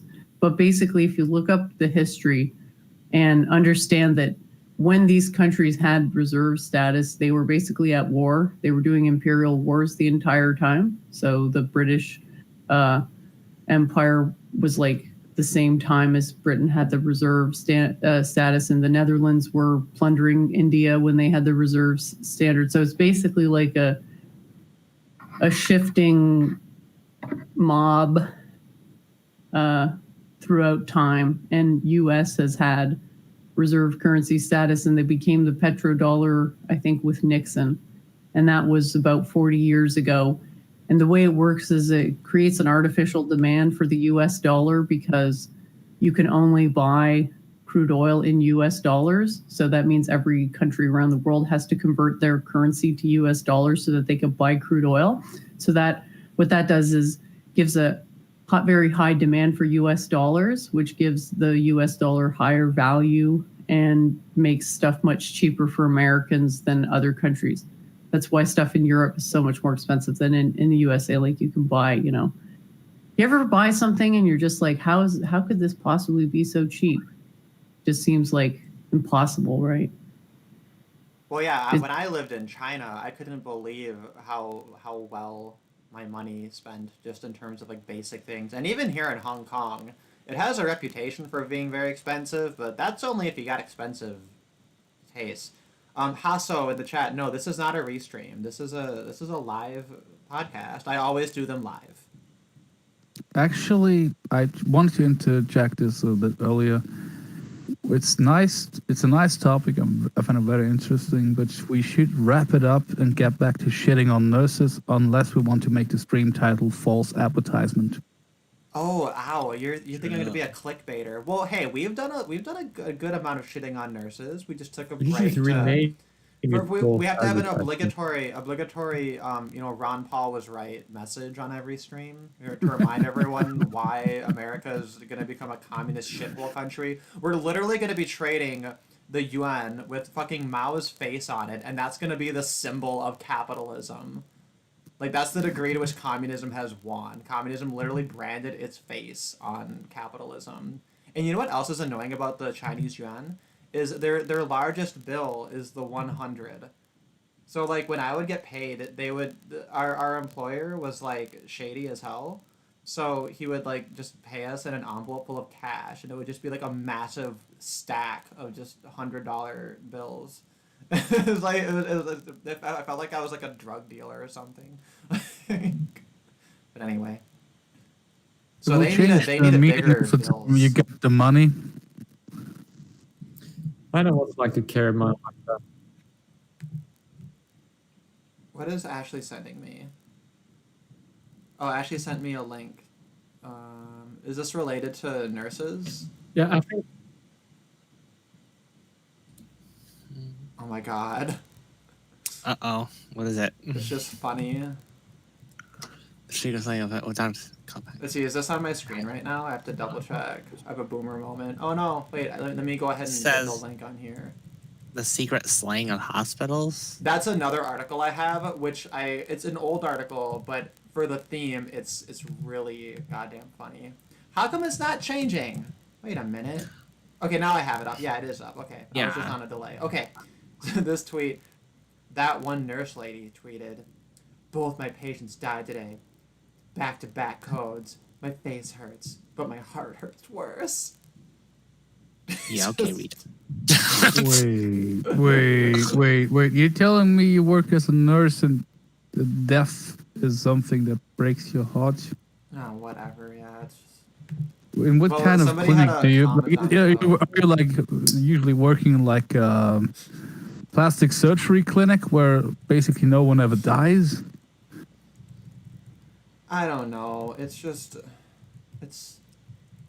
I mean, I guess I'm being a little bit heartless, but they've exhausted my, what's the word? Empathy? I have a, what is it? Empathy fatigue? Yeah. What, was that the word? No, it's compassion fatigue think is it the was. term. That's the term, compassion fatigue.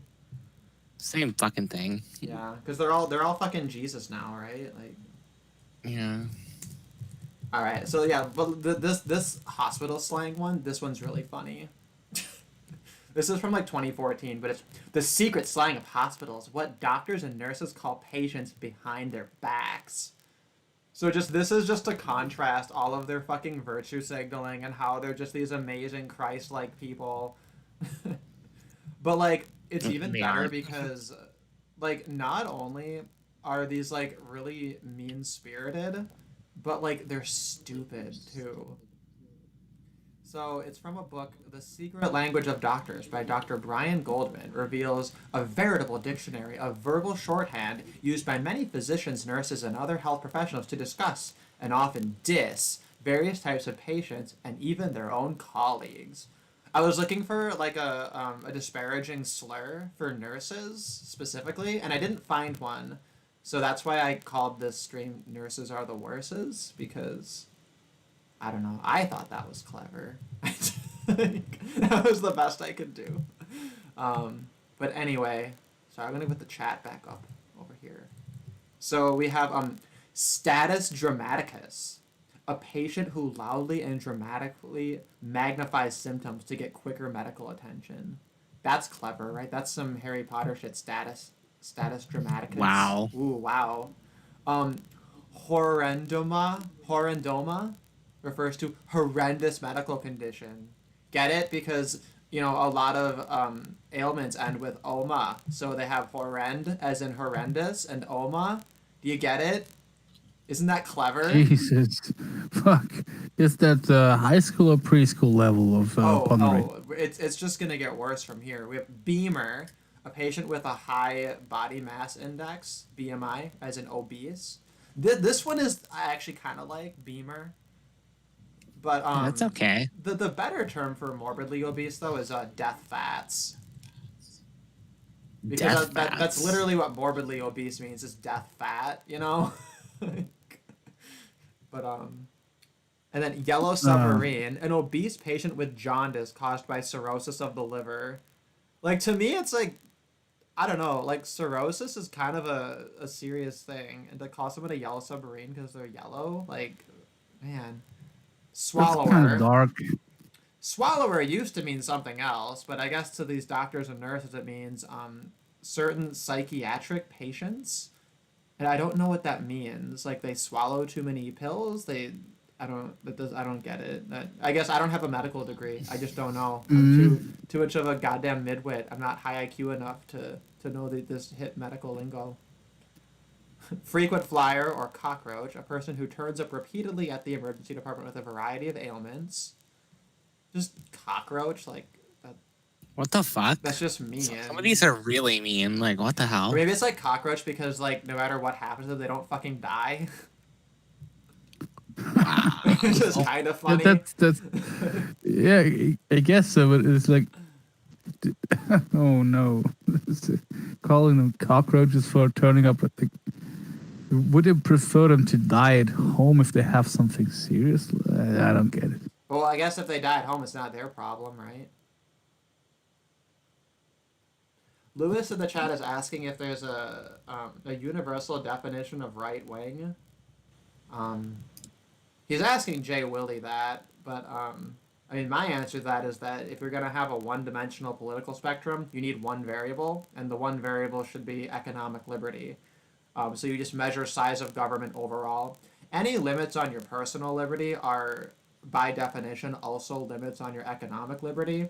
Therefore, it's only measuring size of government. So the smaller the government, the further to the right you are. And then it's a cone shape because as you move to the left, you can grow the government in infinite different directions. Whereas when you're reducing government, you can only reduce what's already there.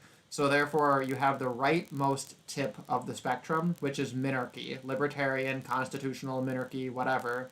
Directly to the right of that is to the right of the entire political spectrum. You're literally off of the political spectrum when you go anarcho-capitalist. And then as you move to the left from minarchism, it's all left-wing no matter which direction or what you add to your state. So most of that which is called right-wing is actually left-wing. It's just a different part of the cone. So yeah. That's my whole shtick on that. People would call that reductionist, and I would call them pedantic cunts. Fuba, found on Orthopedics Barely Alive. A patient who has had a joint operation but has developed heart failure or another critical internal condition not recognized by the orthopedic surgeon. That's like weirdly specific. Gomer, get out of my emergency room. Orthopedics so incompetent that this happens often enough to get a name? Well, I guess so, because a lot of joint issues, it's like, it's incurable chronic shit. So, yeah, you know, like I can kind of see how once you have older people, especially, they're always on those orthopedics, right? And then their orthopedic surgeon, right, is probably only focusing on like their joints and their pain management, things like that. So then they're not gonna notice like all these other issues. And of course, when you have a chronic condition that's gonna cause a lot of pain, I imagine that those side effects are eventually gonna catch up with you. So I can see that one, but again, Fuba doesn't seem like a very flattering or optimistic. I guess there's kind of a reminds me of this. Fuba, like fucked up beyond any recognition. You know, like why would you allude to that? Oh yeah. Yeah, this one, the next one is like very mean. Like what's circling the drain? Gomer, get out of my emergency room. A patient frequently admitted to the hospital with incurable conditions. Which that's funny. Like they're in the emergency room, but it's like, yeah, we can't do anything for you, and like it's less awkward if you just get out of here instead of us having to kick you out. Just go die. Yeah, just die. Circling the drain, PBAB, Pine Box at bedside, a patient who can't be saved and death is imminent. Oh my goodness. That's dark as hell. Yeah, what the fuck? Are nurses like sociopaths? Like, imagine like you're I imagine they get that moribund humor, right? Or the gallows humor, right? Like I developed a little bit of that when I was taking disability claims. Because you start to see these patterns and you're kind of rolling your eyes. Like, oh, the truck driver has sunburns on his left arm. Imagine that. Like, you have skin cancer literally on your left arm. Yeah, but it's still like, oh my god, this person's gonna die, LOL. Yeah, well, and just stuff like that, or it's like, oh, you're an older woman with fibromyalgia and anxiety, and it's undiagnosed, and you're not treating for it. Like, huh? Like you just see these types like all the time. But yeah, Yeah, that's. I Could guess. you could imagine though? You're like in a coma, and you begin to wake up, and the first thing you hear is your nurse referring to you as circling the drain. Like, fuck you! I was Don't awake. even. Hanging crep. Preparing family that patient is dying and cannot be saved. Why is that a crepe? A crepe. I don't get it. Crepe? It's CREPE, like the French pancake Yeah, like the French knockoffs. pancake. Like what? How is that maybe they refer to like when people try to flip it and it sticks to the ceiling, but that's a very weird way to allude to that. Like it's gonna fall down eventually. Is this like a style of cooking them where like you know the whole Why- the theory behind pretzels that like they threw the dough onto the ceiling and it created the pretzels or something? I don't know. Well, no, when we make pancakes or crap around here, we just flip them in this completely insane way. I think Americans do that as well. Like you take your chance, you throw it in the air and try to catch it. But anyways, the hanging crab, I don't think that makes sense. Yeah, that one some just of doesn't these make might be sense. made up.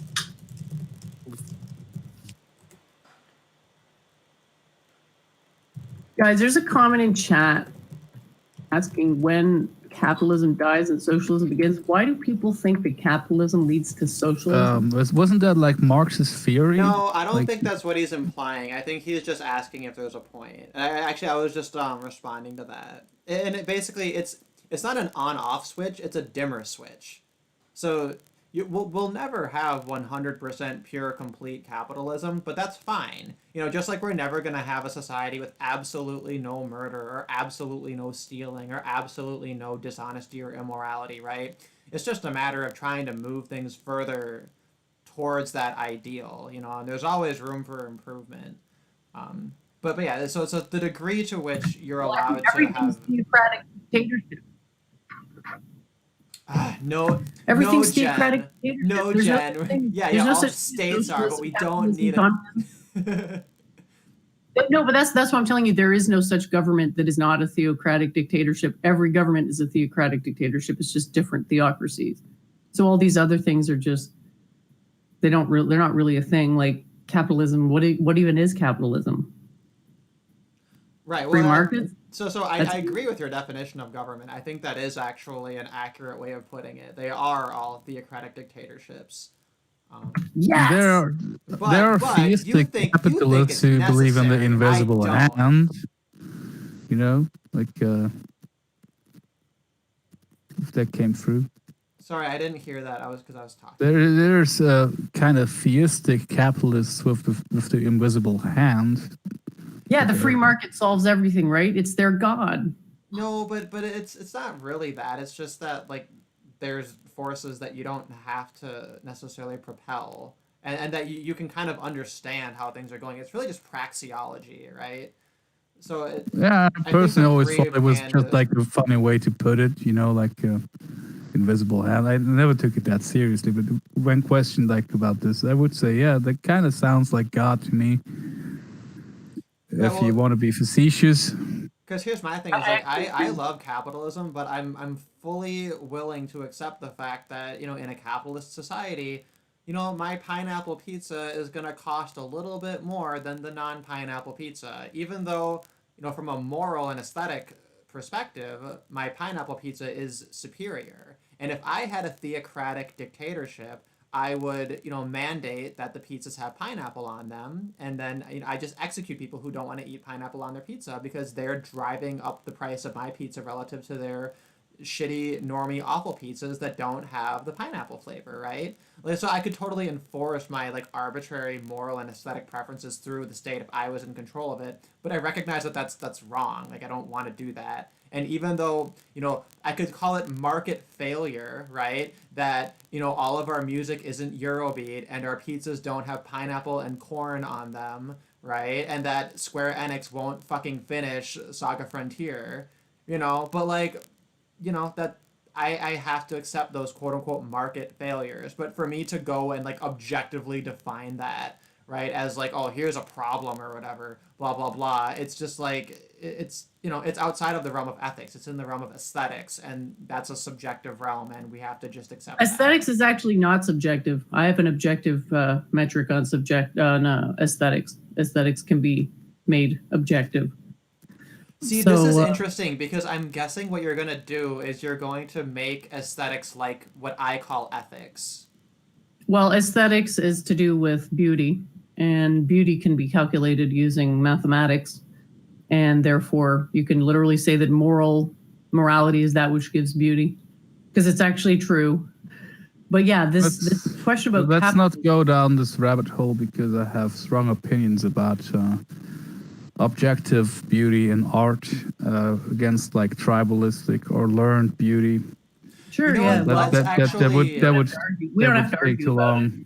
But No, I just that- want to talk about the capitalist thing because there's truth to these ideas about market forces and incentives, right? There's just a limit to what you can apply this free market idea to, because not everything is you can't subject everything to free market, otherwise everyone ends up in jails with RFID chips in their hands because someone could make money off that venture, right? Like you basically you I do not follow. No, sorry, I don't follow that. it does actually follow, because it's like, oh look, I can make all this money off this prison, so let's put everybody in jail. Like that type of short-sighted capitalist thinking is causative of a lot of modern day problems. So there's just certain markets that shouldn't be subject to profiting from.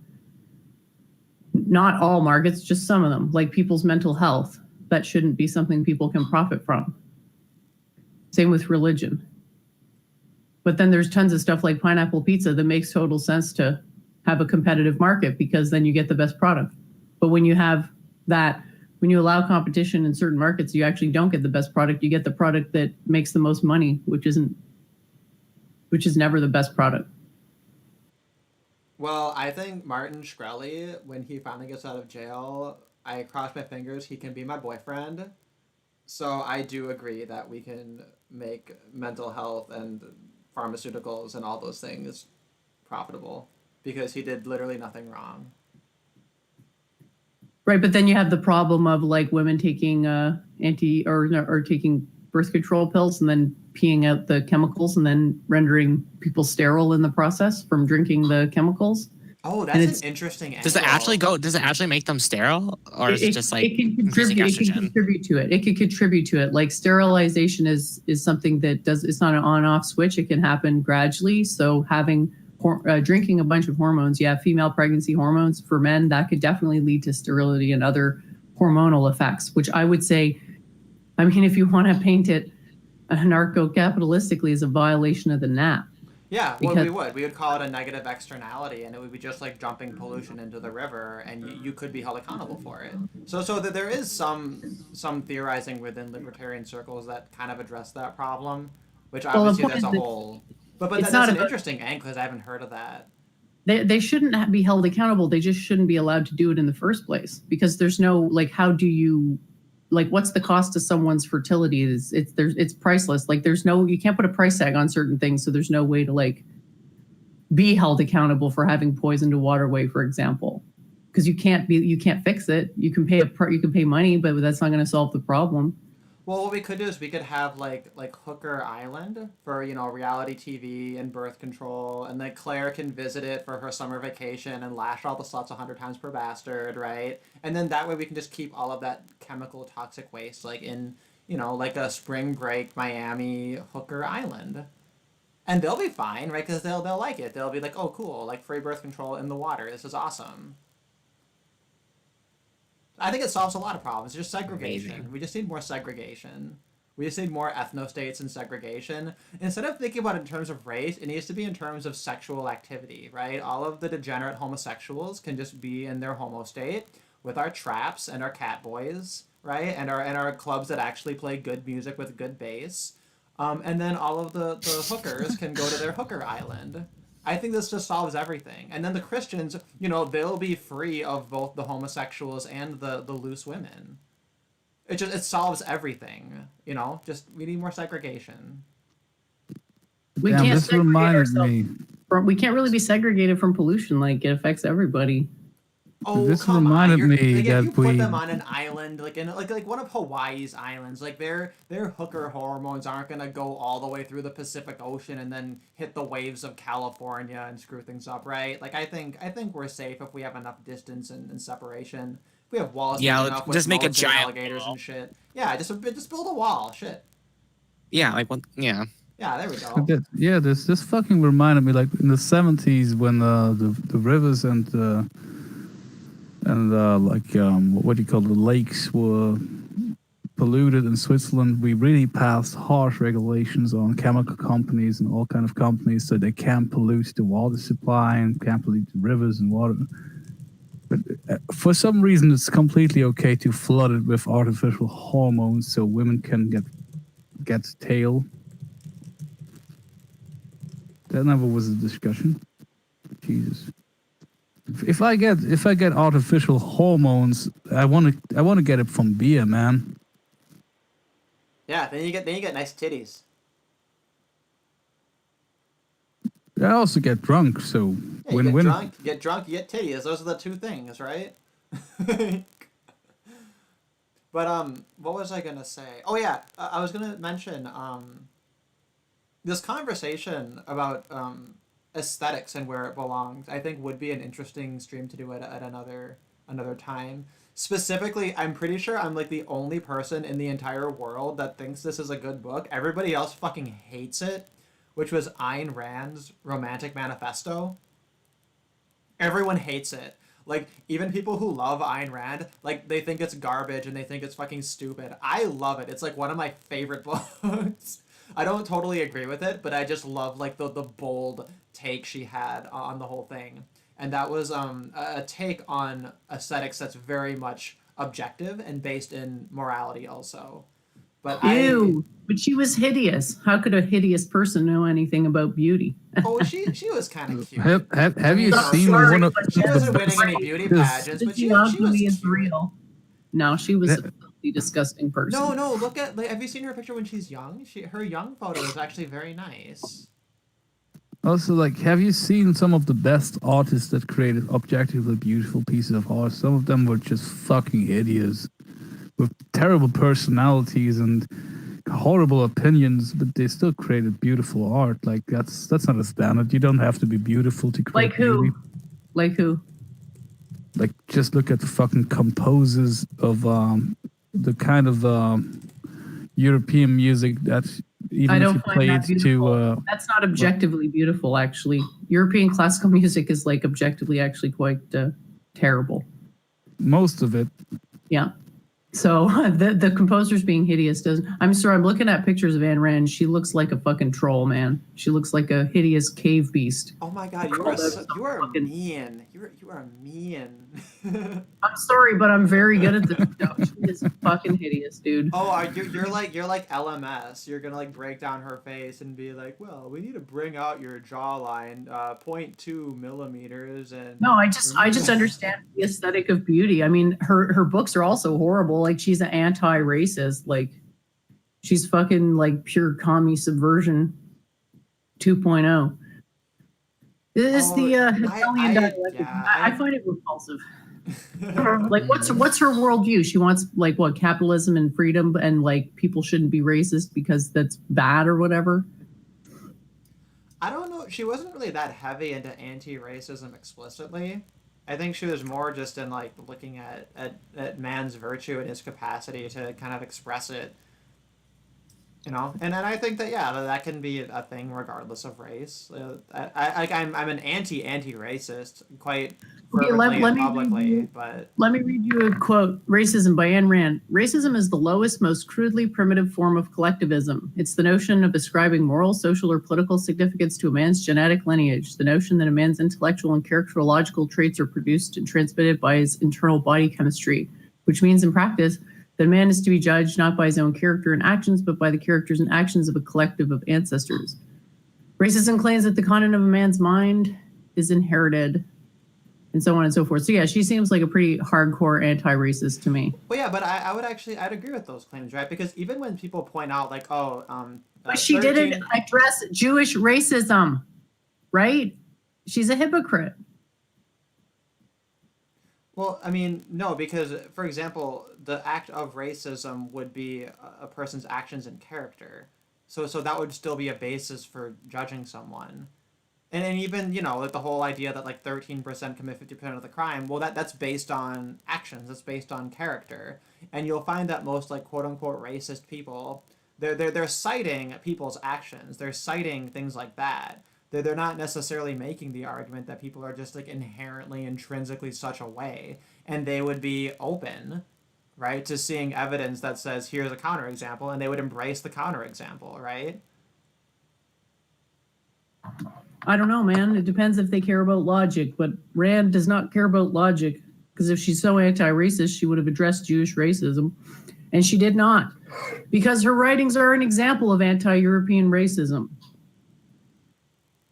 Was it? I imagine she went kind of hard on like the Russians. But what was Well, she? sure, of course she's going to be hard on non-Jews. She's a goddamn fucking racist Jew. Well, I Well, meant more just the isn't fact that that because she fled Russian communism. Yeah, like didn't the Russians like fuck over her father's business or something as like a child or Yeah, something? yeah. Oh, boo-hoo. Like I don't think it's Boo-hoo. necessarily Boo-hoo. because they're Boo-hoo. Russian. Boo-hoo. I was treated so bad in Russia. I had to leave Russia. Boo-hoo. I just sucked the United States dry. I feel really sorry for her. Not. Damn, Jen. Jeez. Man, you're dishing out some hot takes. No, I'll stand for Ayn Rand, so we can have a fight about that. I despise hypocrisy. I despise the moral high ground that these filthy animals try to take. It's like, where do you? Look how big Atlas Shrugged is, though. Like it makes me look smart. I have to bring it around with me everywhere I go. No, I listened to the All of Atlas Shrugged on audiobook when I was living in China. And that was like 50 plus hours of listening to it, and it was a great book. I liked it a lot. But yeah, the John Galt speech I think is like just a timeless classic. I don't know, it's a little bit like libertarian boner power fantasy, right? But whatever. I liked it actually, it. too. Yeah. I don't get why people hate it so much, honestly. Well, they hate They think it's the worst thing ever. They hate it because they're goddamn commies and they don't want to take any responsibility for their action. Unless you're Jen, then you hate it because you think it's like Jewish hypocritical racism or something. Useless statement of the day. Ayn Rand in German means an edge. An edge? Well, she was a pretty edgy lady.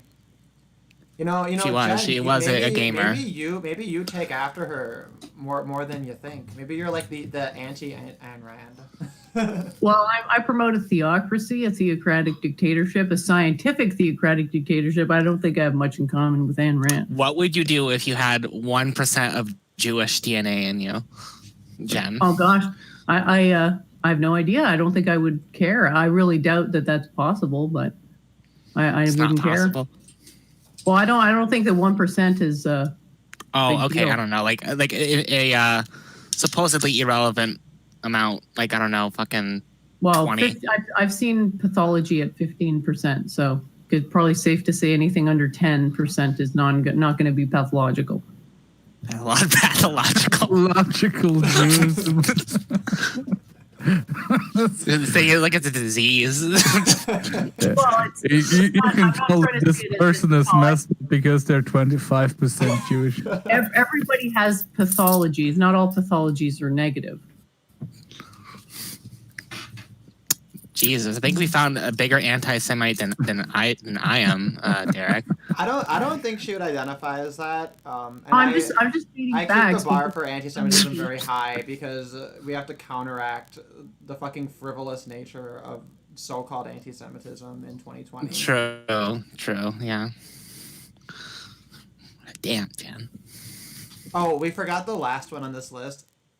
When a patient has died, these very, very clever nurses call it discharged to God.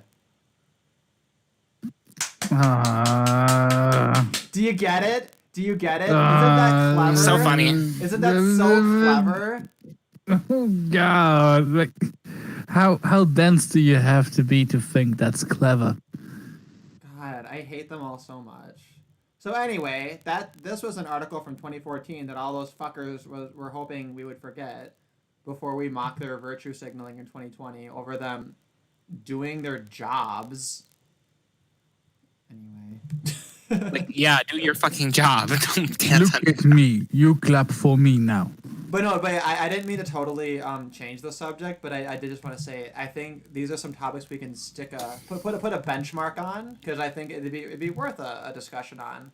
I'll look into Ayn Rand through the lens of like, is she a Jewish hypocrite or whatever, because I've never really given it that much thought in that way.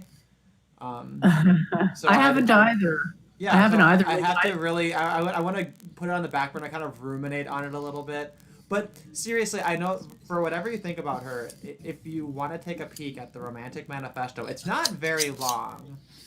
But it's there's no other book like it, and it's bad and it's good. It's, I don't know. Anybody? Honestly, man, I haven't even read any Ayn Rand, except I read like a couple pages of The Fountainhead and thought this is stupid and never read it. And when I heard people talk about it, I just Googled Ayn Rand racism, and I found exactly what I thought I would find, because I'm just that good at science. Like I'm coming at this from a purely scientific, objective perspective. Like, my theory is so accurate that I can literally predict what people are going to say, even if I have no like idea anything about them other than like passing familiarity. It's awesome. Oh my God! Now I think of you like if a progressive Marvel character. You're into the science. Yeah, I'm science girl. You love the science. Actually, I love the Veda, and science comes from the Veda. So I want to make people appreciate the Veda again, and I do that by being good at science, because people respect science in the modern day more than they respect religion. You know, that is actually a good point, because a lot of people, when they're promoting their theocracies and their religions for a moral code, I just point to, like, okay, here's all the denominations of each of these religions. Like, clearly it's not definitive if we're having this much argument about it. You know, we have this omnipotent being who writes a book, and, like, I guess we're all too stupid to interpret it. So even this supposed claim that it solves all these problems is a little bit ludicrous, right? So I do think that, yeah, if we have a basis in science, right, that's at least, you know, digestible to, you know, if not low IQ, at least the midwits, if most people can kind of get it, and then you can kind of create a culture around that, you know, yeah, I think that makes sense. I think that libertarian ethics is like even simpler and like easier to understand than science, right? But the libertarian ethic is kind of part of the theology, because the non-aggression, like that, we have a version of the non-aggression principle.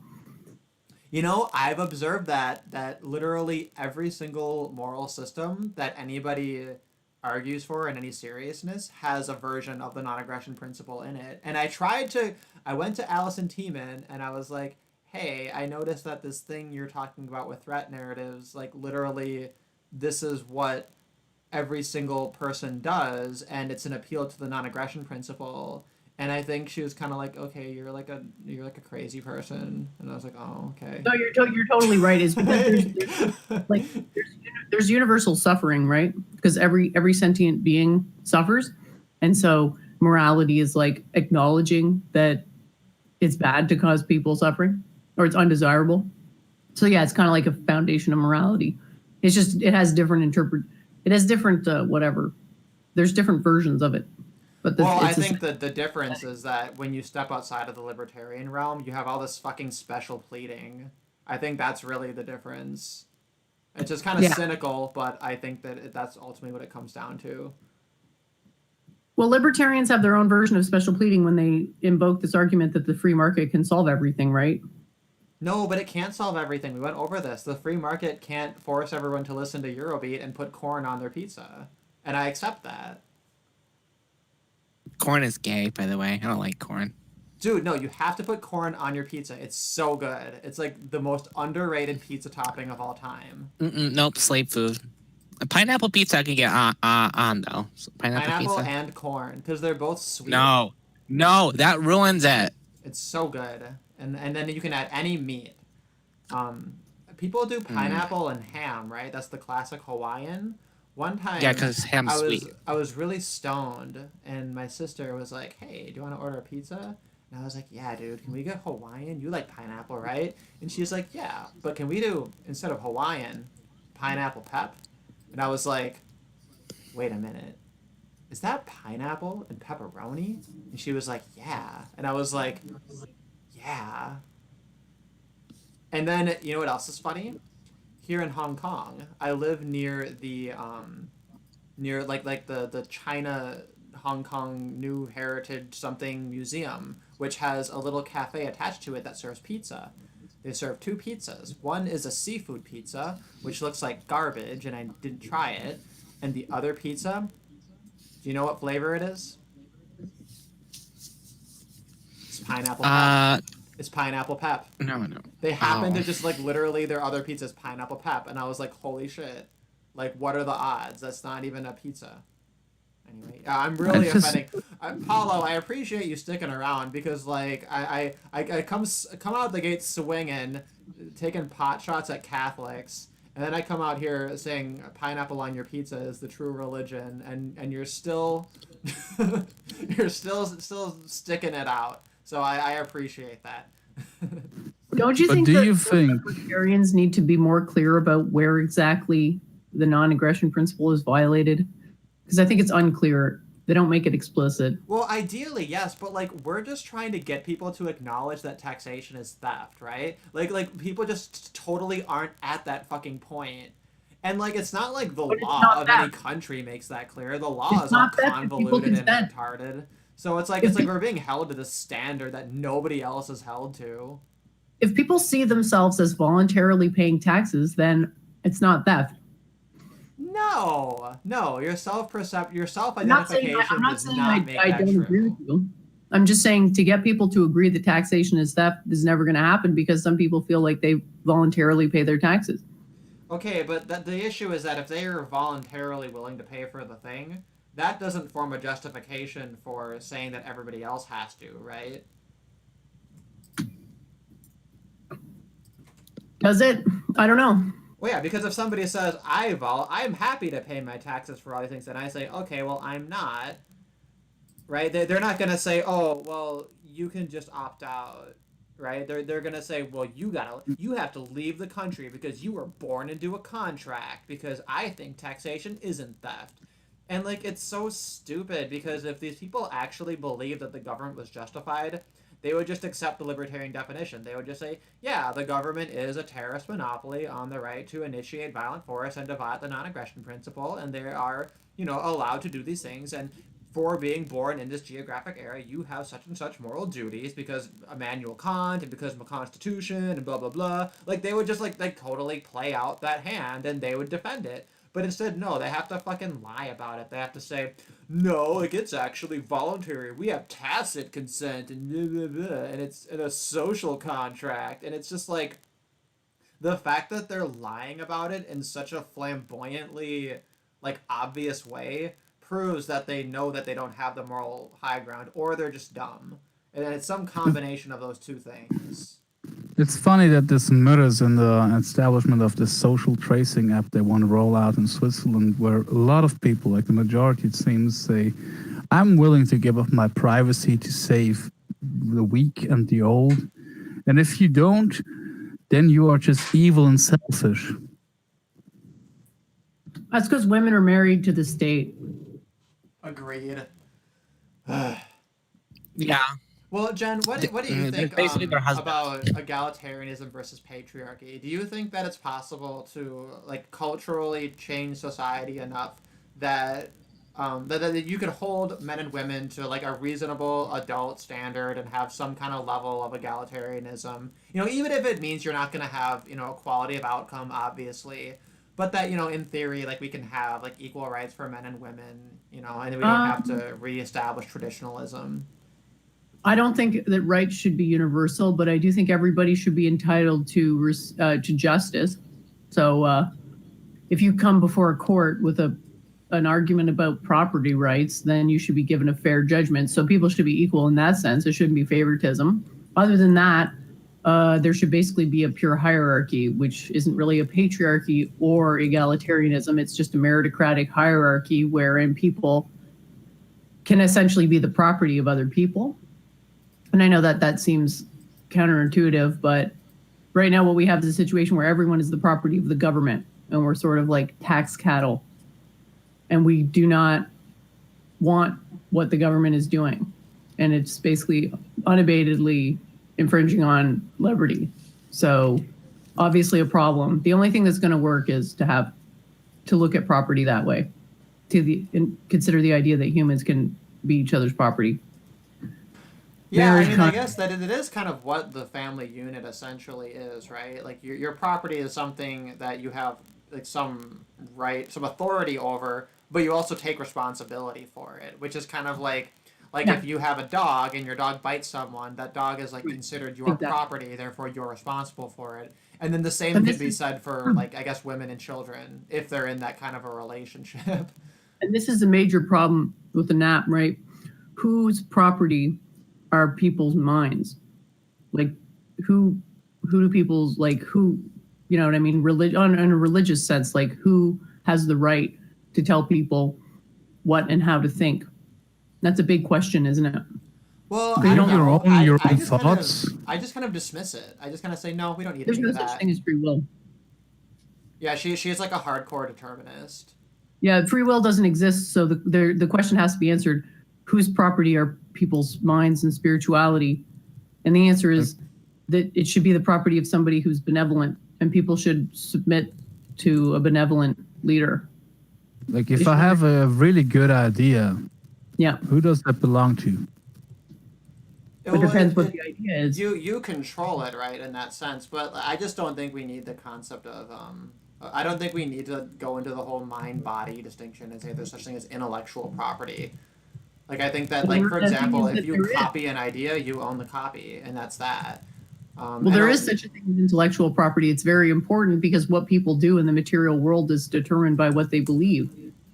And if people can be made to believe things that are terrible and self-destructive, well, that's going to have bad effects on everybody. There's another violation of the NAP, right? It's like people are not actually free to think what they want because what they think affects other people and violates the NAP. Like you can argue that somebody having a different belief system than you is actually a violation of the NAP. It's just that general. I don't think so. I think we'd need literal psychic powers for someone's thoughts alone to be an NAP violation. I'm not sure I follow. But I do have psychic powers, and people's thoughts do violate my inner peace, and they violate yours too. You just don't feel it, but it still affects you.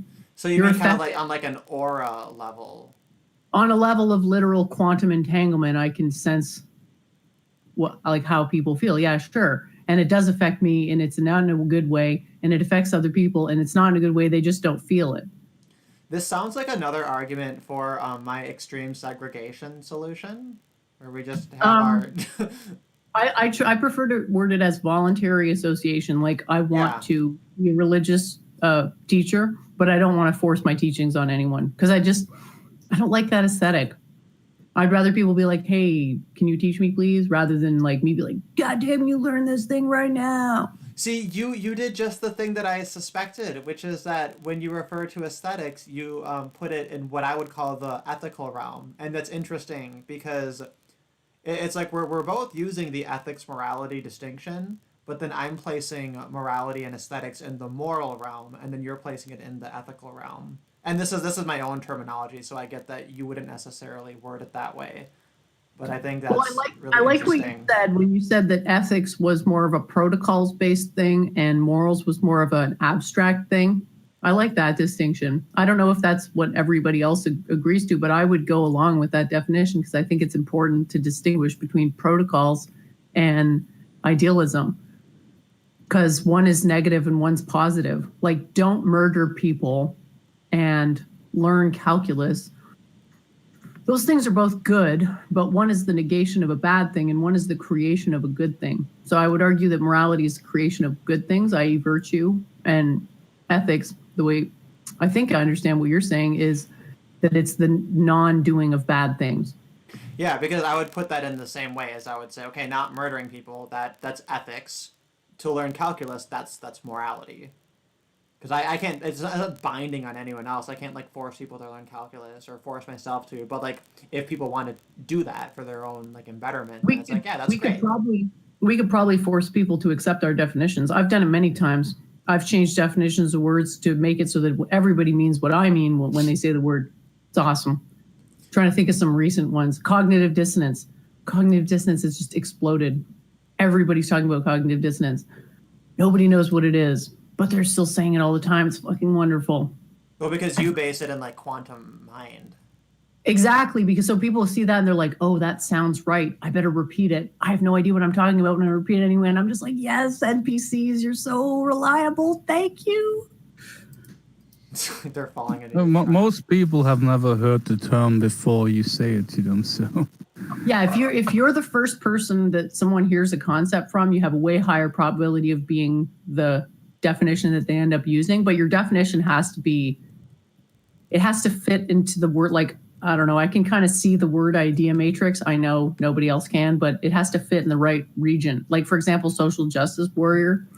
When I got famous, I made it like I meme that shit so hard that literally everybody took my definition of social justice warrior over the pre-existing one.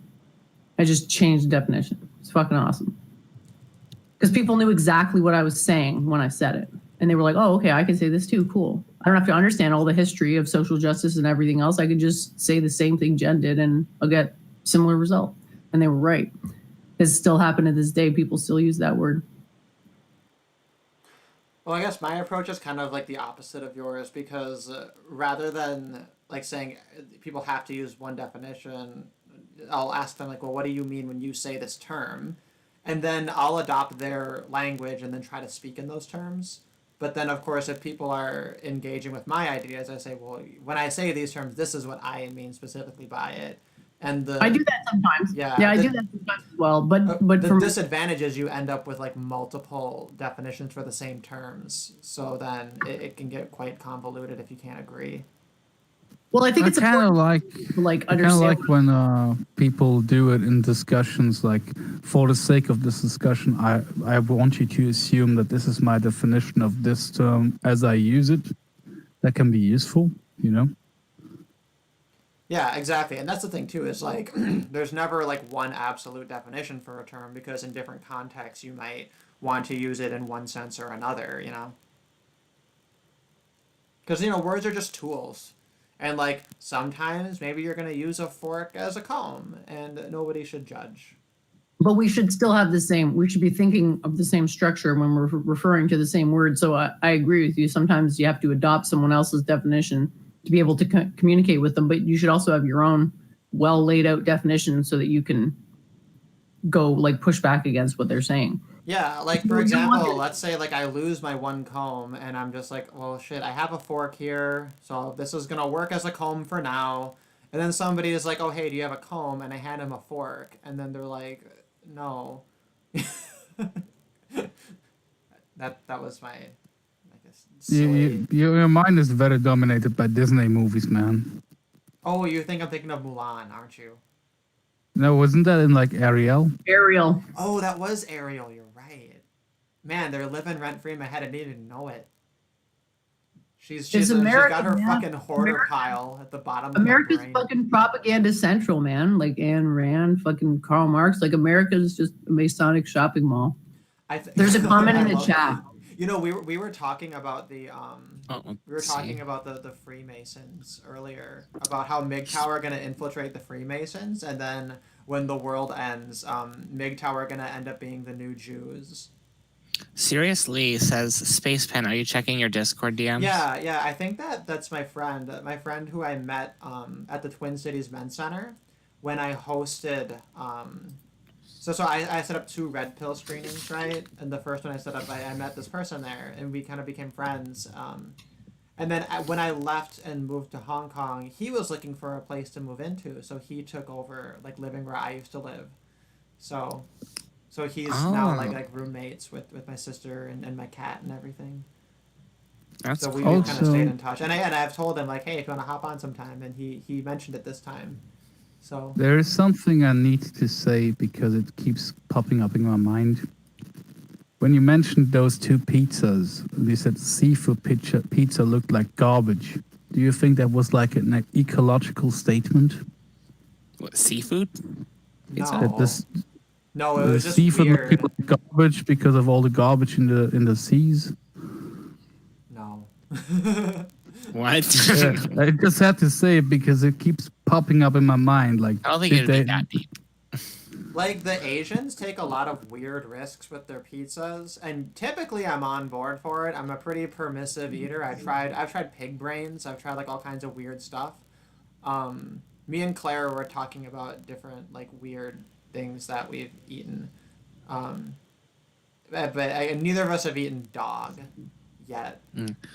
Koreans eat like squid Yes. like raw and shit. Oh yeah, you know or like that? the weird ones where like you pour the sauce on the Yeah. the octopus or the squid or whatever, and all of its legs start to move because the nerves are still firing off or whatever.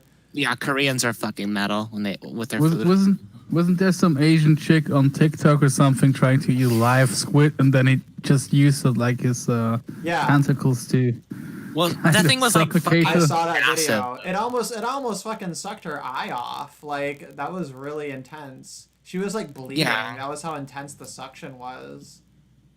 Hard to feel bad for her though. Like, yeah, Jesus, you could literally- never eat a live animal like that's so fucking evil. Yeah, the Like- one Noahide law I'll get behind is like, yeah, don't eat the flesh of living animals. Like, kill the fucking animal first before you eat it. Like, that's literally the only Noahide law that's not completely retarded. Yeah. Does my bot I work would if agree. I say Noahide? I have a bot set up that tells you all the Noahide laws if you say exclamation point Noahide. But it doesn't seem to work. But the one for the Quran and the Bible works. Yeah, I think the Freemasonic connection with Noahide laws is that when they kick it into high gear, they actually are going to start executing people because there's like executioners in Mason, in like the Mason levels or whatever, the degrees or whatever. There's like an executioner level, plus a bunch of what are they called? Those things that chop your head off. Those things that chop your Guillotine? guillotine. Yeah, a bunch of guillotines were supposedly bought somewhere in the United States or something. I don't know. I Who think knows it's if they're guillotine, gonna do that, but guillotine. You, I don't know. New That's guillotines or like historic guillotines because they like to collect items that were used to kill important people. So our daily Quran verse. This is chapter 27, verse 67. Yet those who disbelieved say, "When we have become dust like our fathers, shall we verily be brought forth again?" So I'm a disbeliever. I've just said that. I say, no, don't bring me forth again. When I die, I want oblivion. Because why would I want to keep existing? That's like ridiculous. Like, Sounds is like- it specifies if you could come back like a zombie or something, or what kind of coming back? sounds like reincarnation, doesn't it? Honestly, if I get reincarnated, I definitely want to be a Hong Kong doggo. I think that they're like an Hong evolution. Kong doggo. They are the purse dog alpha. They are the pinnacle of evolution and an absolute dead end. I feel that all of evolution culminates in just being a little Pomeranian that's super fluffy with a big dumb happy smile, right? You're wearing a little sweater, strutting around, and then when you get tired, your owner picks you up and puts you in a little baby prom and then continues to push you around so that the wind can flow in your hair and you just smile at everyone and you're so happy and you're wagging your tail. They're just like the most like evolutionarily like worthless creatures, and they're just all in charisma, all in being super cute, and they live the most pampered, luxurious lifestyle of anyone.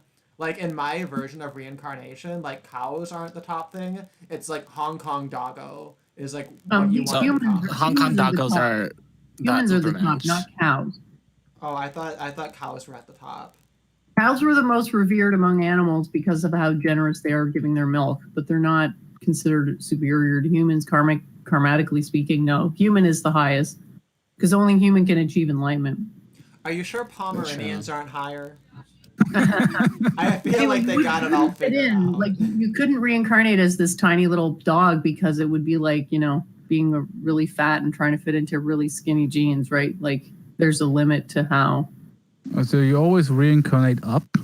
you reincarnate into, basically it's like a magnetism question. It's like whatever life is most similar to your current life, you'll go to that one. It's a question of like what's available and what your karma is, right? So you're attracted to a life that is most similar to your previous life. I think if there is a reincarnation, I mean, like, I don't know what's above a human in terms of like, I don't know, maybe like an extended human, ascendant, yeah. A sadhu, a yogi.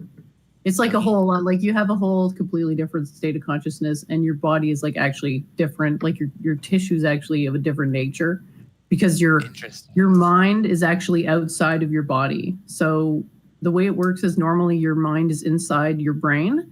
And so when you're thinking, there's a tremendous amount of energy shifting or energy moving throughout your brain, which like burns out your brain.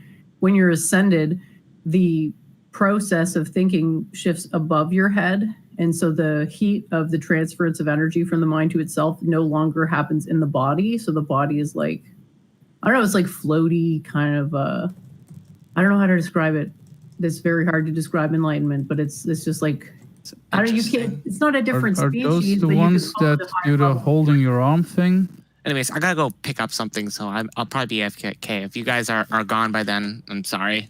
I'll see ya. Well, I just hope that we're all enlightened enough to be reincarnated as nurses, because clearly that's the form of the ascendant, right?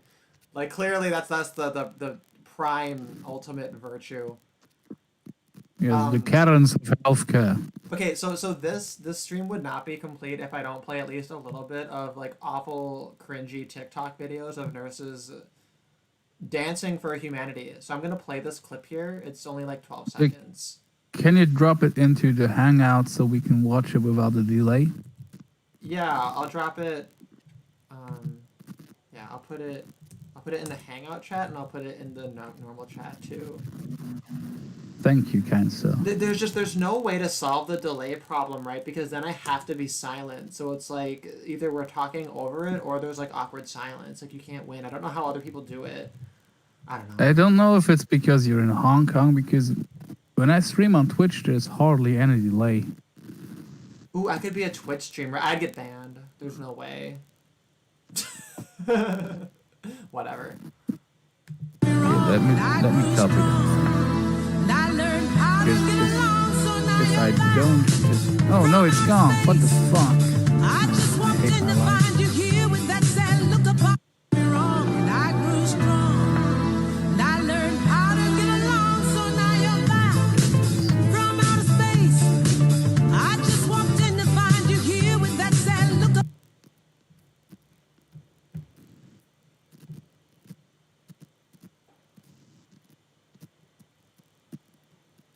So that was that one. I'm gonna play this one. This one's even worse. In the clinic, the busy clinic, the virus sneaks around. Ooh, we all wipe away. Ooh, we all wipe away. Wipe away, wipe away, wipe away, wipe away, wipe away, wipe away, wipe away. Wipe away, wipe away, wipe away, wipe away. We all wipe away. I'll just start.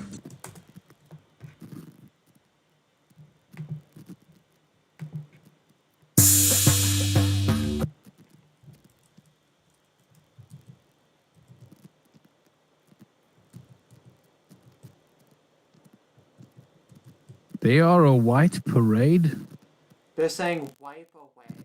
I know, it just sounds like we are white parade. Oh my god, let's just spread that rumor and then say that they're a bunch of wig gnats or whatever. That'd be great. I want to start doing that. I'm going to start just finding like random people and I'm going to accuse them of being neo-Nazis and spreading it among leftists and seeing if like how many of them listen and believe. Has anyone done that? I don't think anyone's like done that. I mean, I feel like it can't have not been totally done before, but you know what I mean? Like they do it on accident often enough, but I wonder if people are just like on purpose. I mean, I get there's like the stuff we all know about, like the OK sign, and what was the other one? Islam is right about women, etc. Like Milk. milk, yeah, milk was a big one. Yeah, I think those are the two biggest ones. It was the OK sign and milk. But yeah. I don't know how many of these videos I want to play because then I feel like I'm just torturing everyone. But But yeah, definitely do We Are White Parade one on that one. Because they're all white. Like, they can't defend themselves against the SJWs. and they're white in every sense of the word. The next one, they got a black guy though too, so we'll be equal opportunity racists. Oh, I guess my friend is gonna hop on, but I guess he needs to download. Is my mic on? Oh yeah, you're here. Yeah, we hear you. Hey, how you doing? Doing good. Nice to talk to you again. It's been a minute. It is. Well, it's been since you came in. Oh, what month was that? I want to say March. Huh? When I came to visit? I came to visit. Yeah. I was visiting in like the end of February. So Oh, whoa. yeah, even longer. I got my months out of order. No, me too. Sometimes I forget what day it is these days. It's awful. Oh, I have no clue. I mean, I've had no clue. Yeah, Well, it's like you get totally your irrelevant. fucking your unemployment and your fucking Trump neat bucks and everything. Oh, Which you I won't think believe this, but I'm supposed to be getting my neat bucks today apparently. So we'll see what happens. I don't qualify for unemployment for a very interesting reason. I don't think you'll even believe it. Because my employer is continuing to pay the entire staff while we're closed. Based. Well, that's good. Then you're technically employed. So that means on your resume you get to say that you're Yeah. still employed. So I'm just, at home earning my money for counting dots on the ceiling. It's not ideal, but here we are. See, I have the shittiest situation because I'm still technically employed, but like we were on no paid leave for many months, and then they switched it to like tiny bit part-time, and now it's like a little bit part-time, and they're like slowly creeping up more of it. So by like not firing us or whatever, or not breaking everything, like they like avoided having to pay anything basically. Which is like, it has to be illegal, but I feel like there's nothing I can do about it because if I do anything, it'll just bankrupt the company or whatever, and like I can't get any money from them because I don't have any money. Yeah, I'm just serious. Is your employer laundering money, or is it just a really nice person? It's a nationwide corporation. They're big. They've got coffers, I guess. Yeah, well, I mean, in theory, That's you save I mean, up that's money not for all this kind of thing, so. Yeah. But that is uncharacteristic, especially for Americans. Oh, it's incredibly strange and rare for anybody to receive this kind of thing. Where like the whole staff is still getting paid while they're not pulling in any income and still paying rent too. I mean, it's fucking insane. How's my is. cat? Is my cat still fat and demanding? Oh, dude, I just fed him for the second time today before I got on. That's good. Yeah. And now he's just laying down, sleepy cat, afternoon nap. Yeah, What time is it over there? His favorite window. Over here, it's 6:43 a.m. So did you pull an all-nighter or did you set an extra early alarm? Yeah, I usually wake up this early every day, but then I go back to sleep. Okay. But I only work like 3 days a week, so it's kind of just ebb and flow. But yeah, today I only slept for about an hour.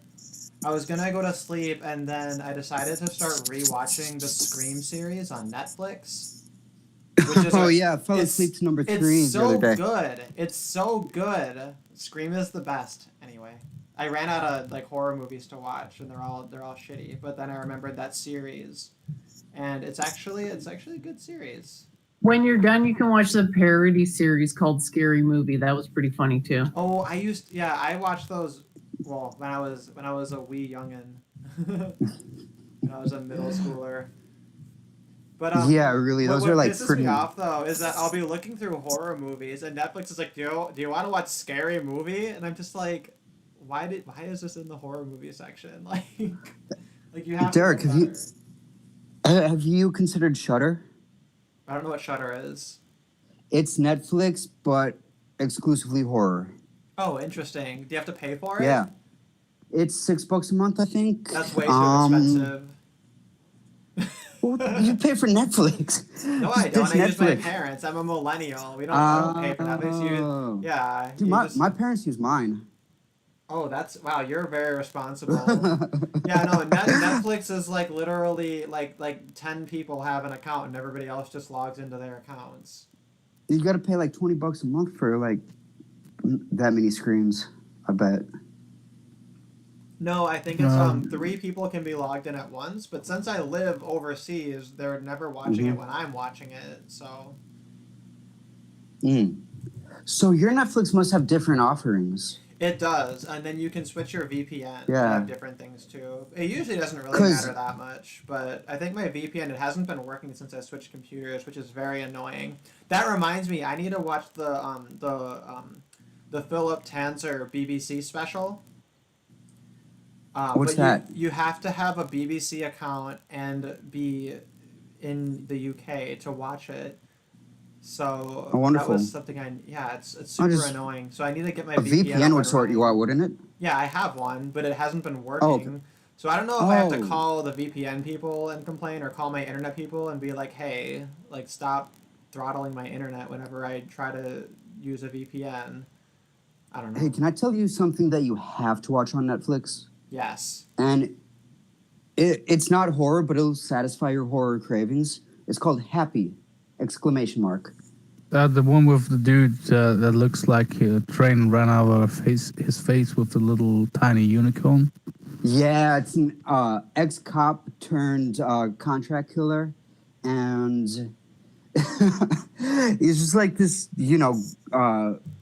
gritty, like worn down, kind of seen it all, had enough character. And then he gets joined by his daughters, who he didn't know existed, imaginary friend, who's this, how do I describe it? Tiny unicorn thingy, I guess. It's like the most saccharine cartoon character from the depths of Disney hell.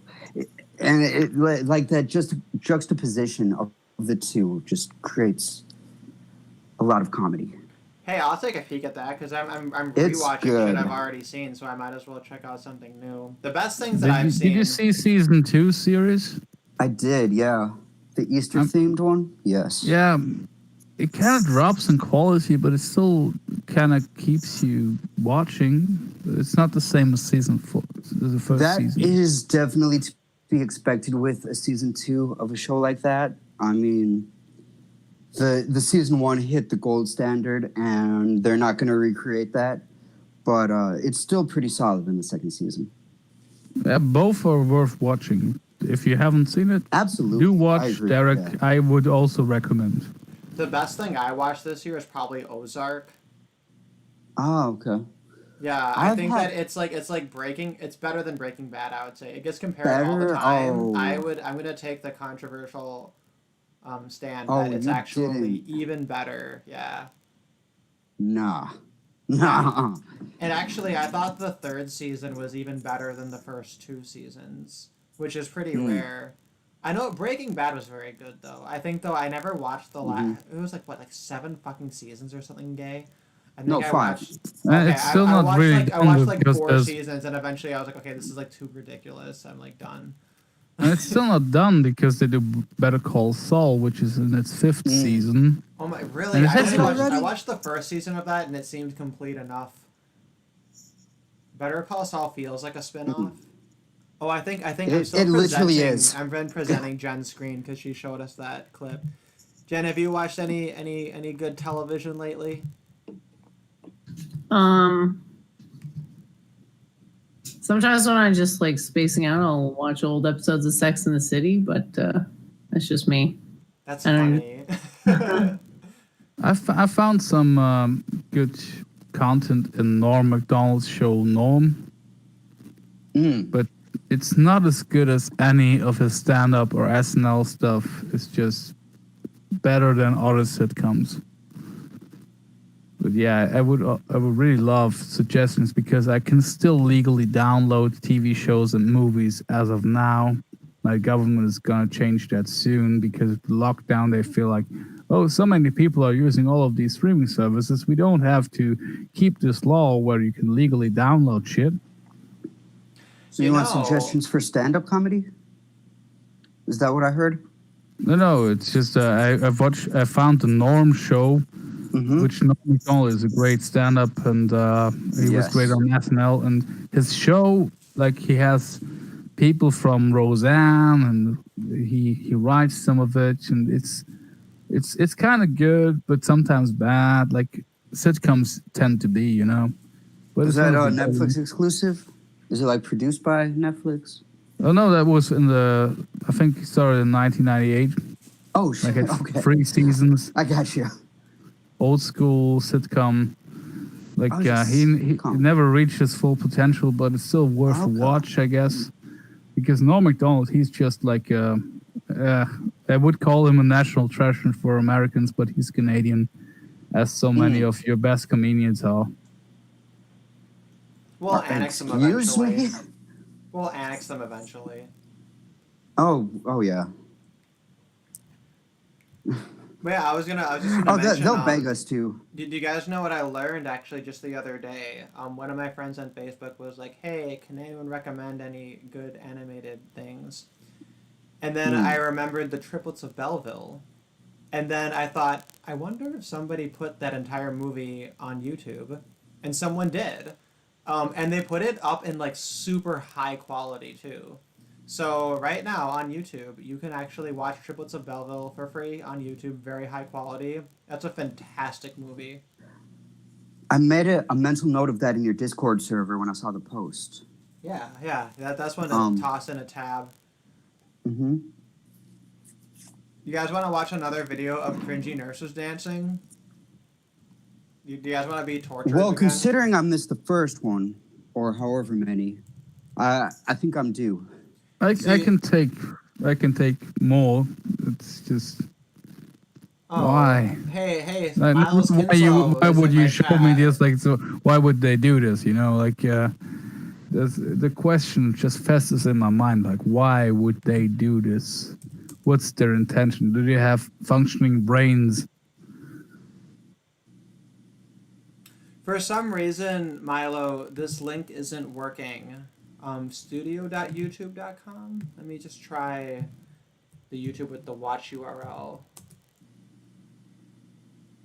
Okay, yeah, now it's loading. What is this? X porn star and X. Oh, is this? Oh, so this is the Philip Tanzer thing. Is this the whole documentary? This 24-minute one?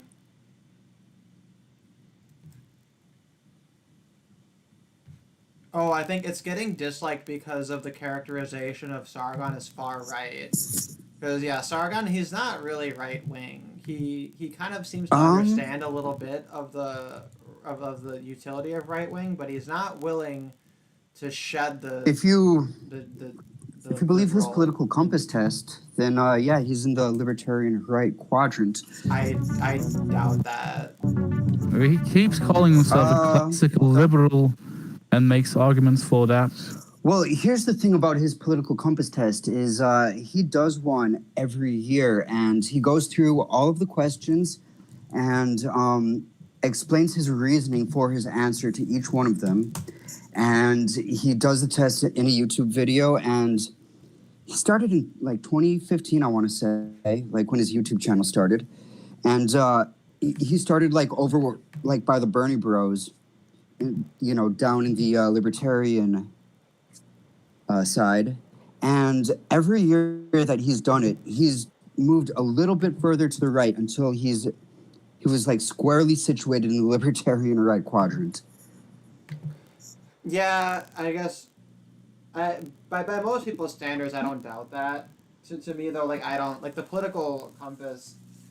For starters, Did it change? Was there a change in the tests though? Like No, accommodating it's the for same. current? It's bullshit though. It's all bullshit because the first error they make is I made a video about this called Starting It, where I have a version of the political compass where I cut off the lower left and upper right corners. And that's because when you limit economic freedom, you limit personal freedom and vice versa. So therefore, this whole concept of like having someone being at the extreme like left-wing libertarian end or being on the extreme right-wing authoritarian end, those are oxymoronic. Not only do they not exist in practice and have never existed in practice, they literally don't make sense in theory. Like if somebody says, "Oh, my religion is square circle," Left-wing libertarian. Oh yeah, left-wing What? libertarians are a thing. There's a lot of bread tubers and retards. It's completely stupid. I'm not even being unfair. Like I'm giving them exactly what they deserve by characterizing them that way. They're like just the scum of the earth.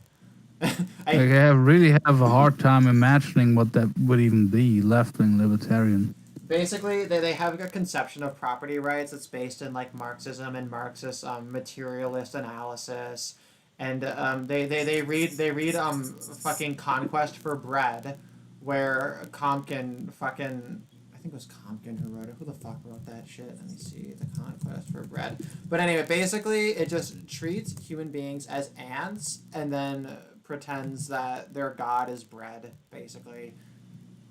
I'm like being a cunt.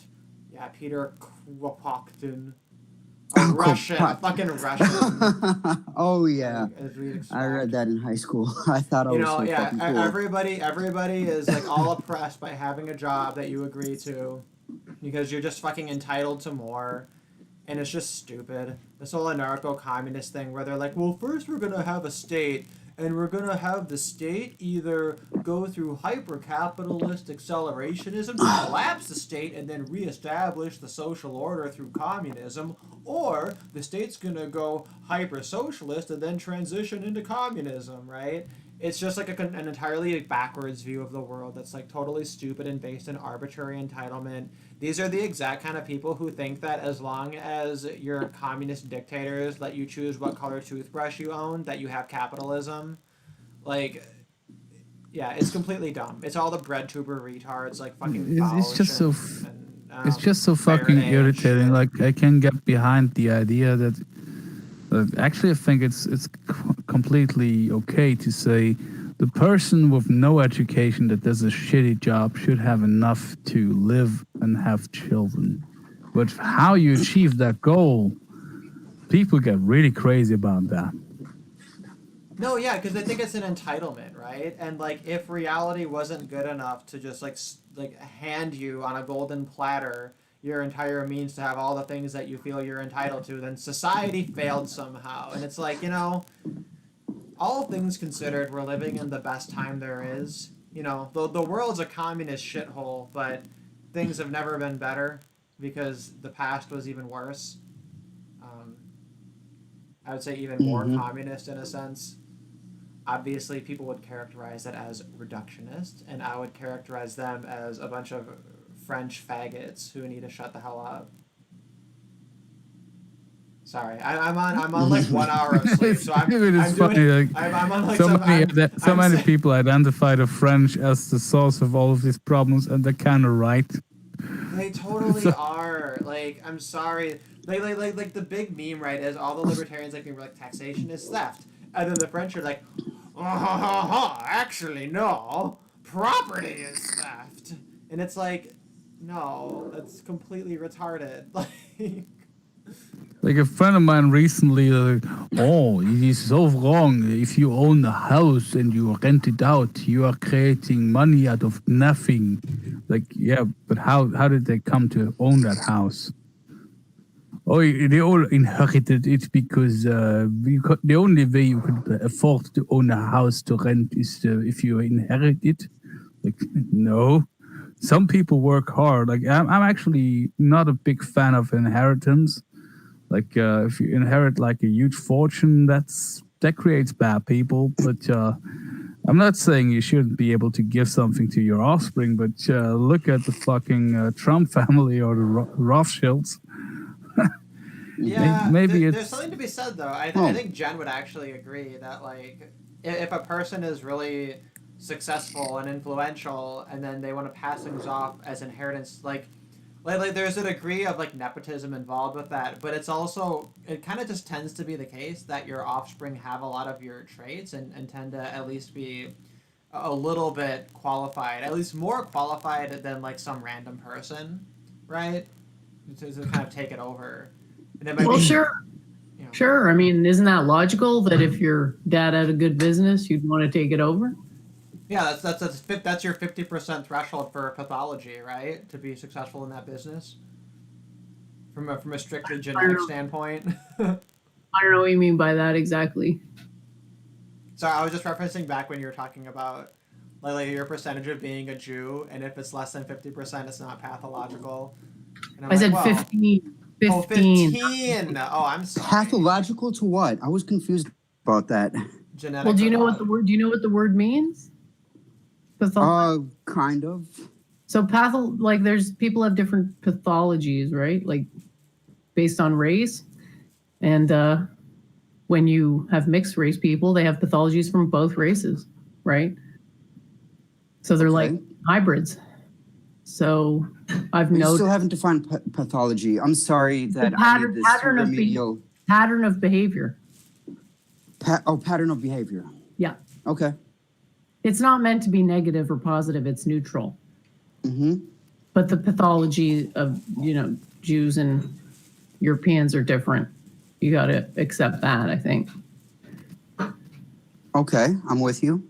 Okay. Yeah, that was what I was saying. And I've seen Jewish pathology in people who are only 15% Jewish. So that's what I'm saying is sub 10%, you probably. Well, how do you know the are you percentage of just Jewish doing the ancestry? thing you said earlier, like about defining words, Jen? Because pathology is a pathogen, like it's negative.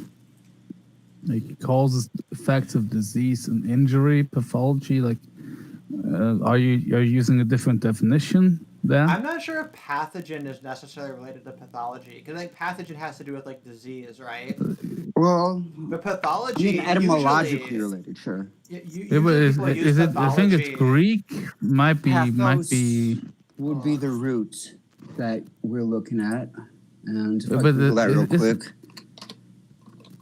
But isn't it logi is usually is Greek? I think. You know what? What's really ironic is this was the one stream when Ashley didn't hop on, and he would be face palming and then like parsing all this out, because he's like, oh hey, it's a day I learned all these new like ancient Greek words and translated 15 pages of this bullshit, and I know all this stuff, and I'm just like, why do you do this for fun? You're like a fucking freak. And he's like, thanks, I think. It's like amazing. Yeah, it seems like he'd be able to parse this out for us. I'll take a note for this and send it off to him, and then maybe we'll update on this. But that idea of pathos, right? That's clearly related to pathology. I'm not sure how that's related to pathogen, right? The problem is that pathos Pathogen. in Latin is a different word than pathology No, in we're looking Greek. at Greek right now. So in Greek, Pathos. You know what it is? Is pathogen is the path of Jen, and she's enlightened. oh, Right? And that's what it I'm is. an infection and I'm a deadly. yeah, but the Greek definition is like Okay, yeah, sorry. sickness or Feeling, suffering. emotion. I'm literally just thinking like I'm literally just saying like it's a neutral, but I understand that that's probably not the word I should have used. I don't know what word I should use. I'm thinking like behavior characteristics. Of course, I'm just saying like I always like that the German version of the internet is more scientific. Like it's the science of suffering is pathology. Mm-hmm. That's interesting. Well, but it's not I don't know if suffering per is se. that It's more about scientific? I don't know if that's illnesses and shit scientific. like that.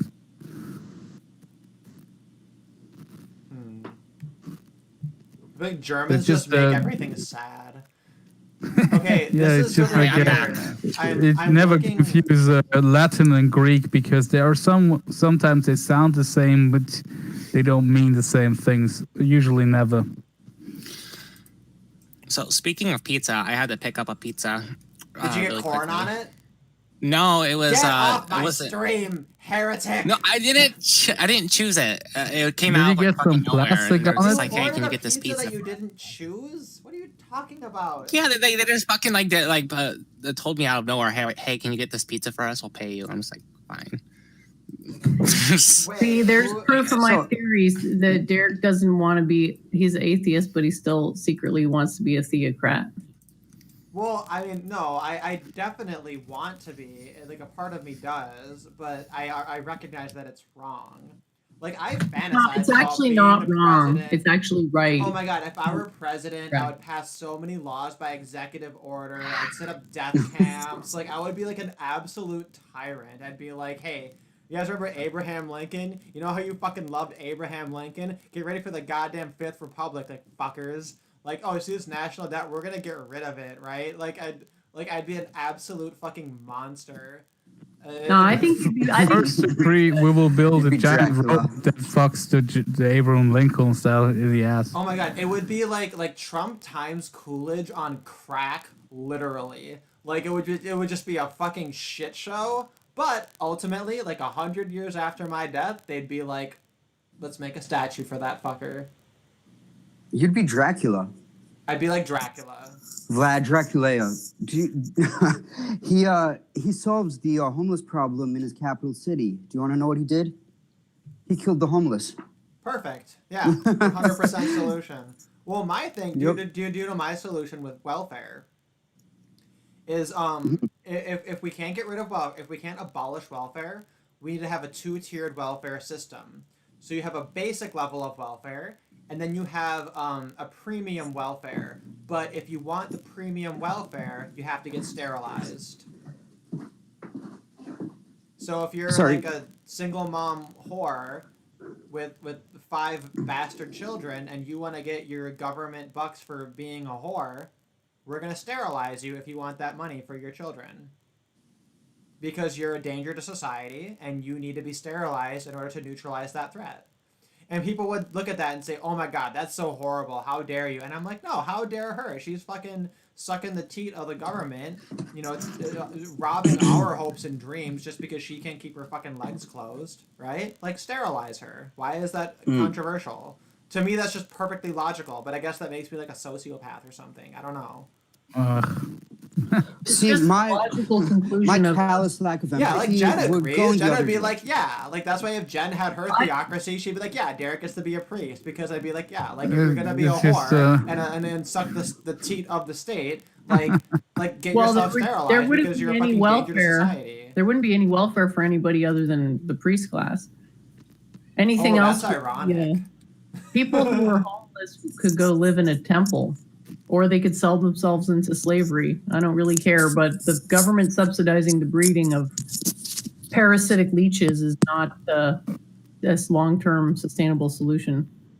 It's something I found very weird in the covering of the situation right now when people were really opposed to, and I myself as well, were opposed to giving people who have kids money for their childcare, but at the same time they aired like a documentary about this Afghani woman who is a single mother with 5 kids who all get government subsidized childcare.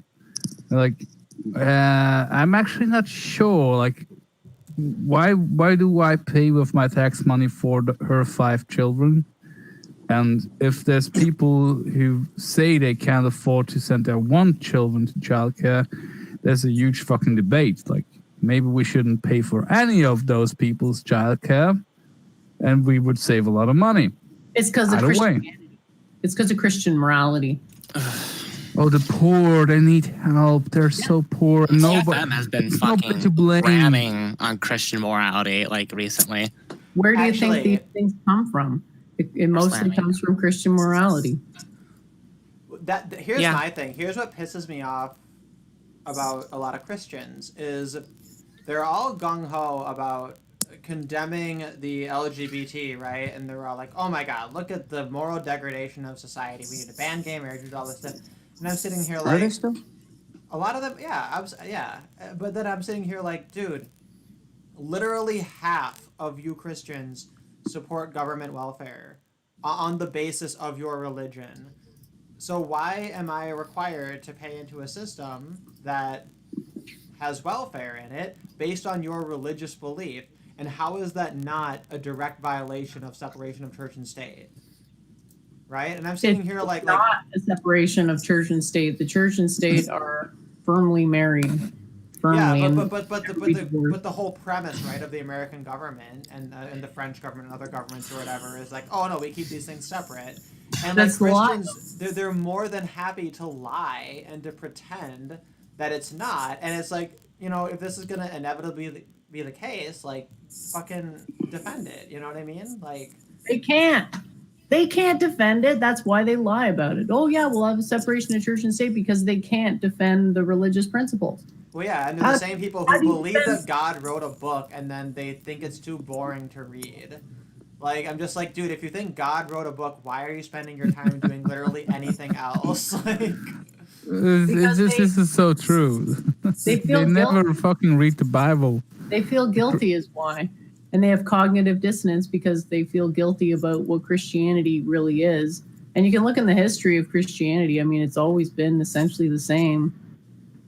It's always been violent. It's always been very oppressive. And these, you know, social justice warriors are the newest sort of incarnation of that same type of finger wagging morality. It's the whole LARPing as being morally superior when you're actually in reality a complete degenerate. It's a projection. It's like if I accuse these people over here of what I'm doing, then people won't think that I'm guilty of it. honestly, Karen is hold the up. one. Except for The one true prophet in Christianity is the Karen.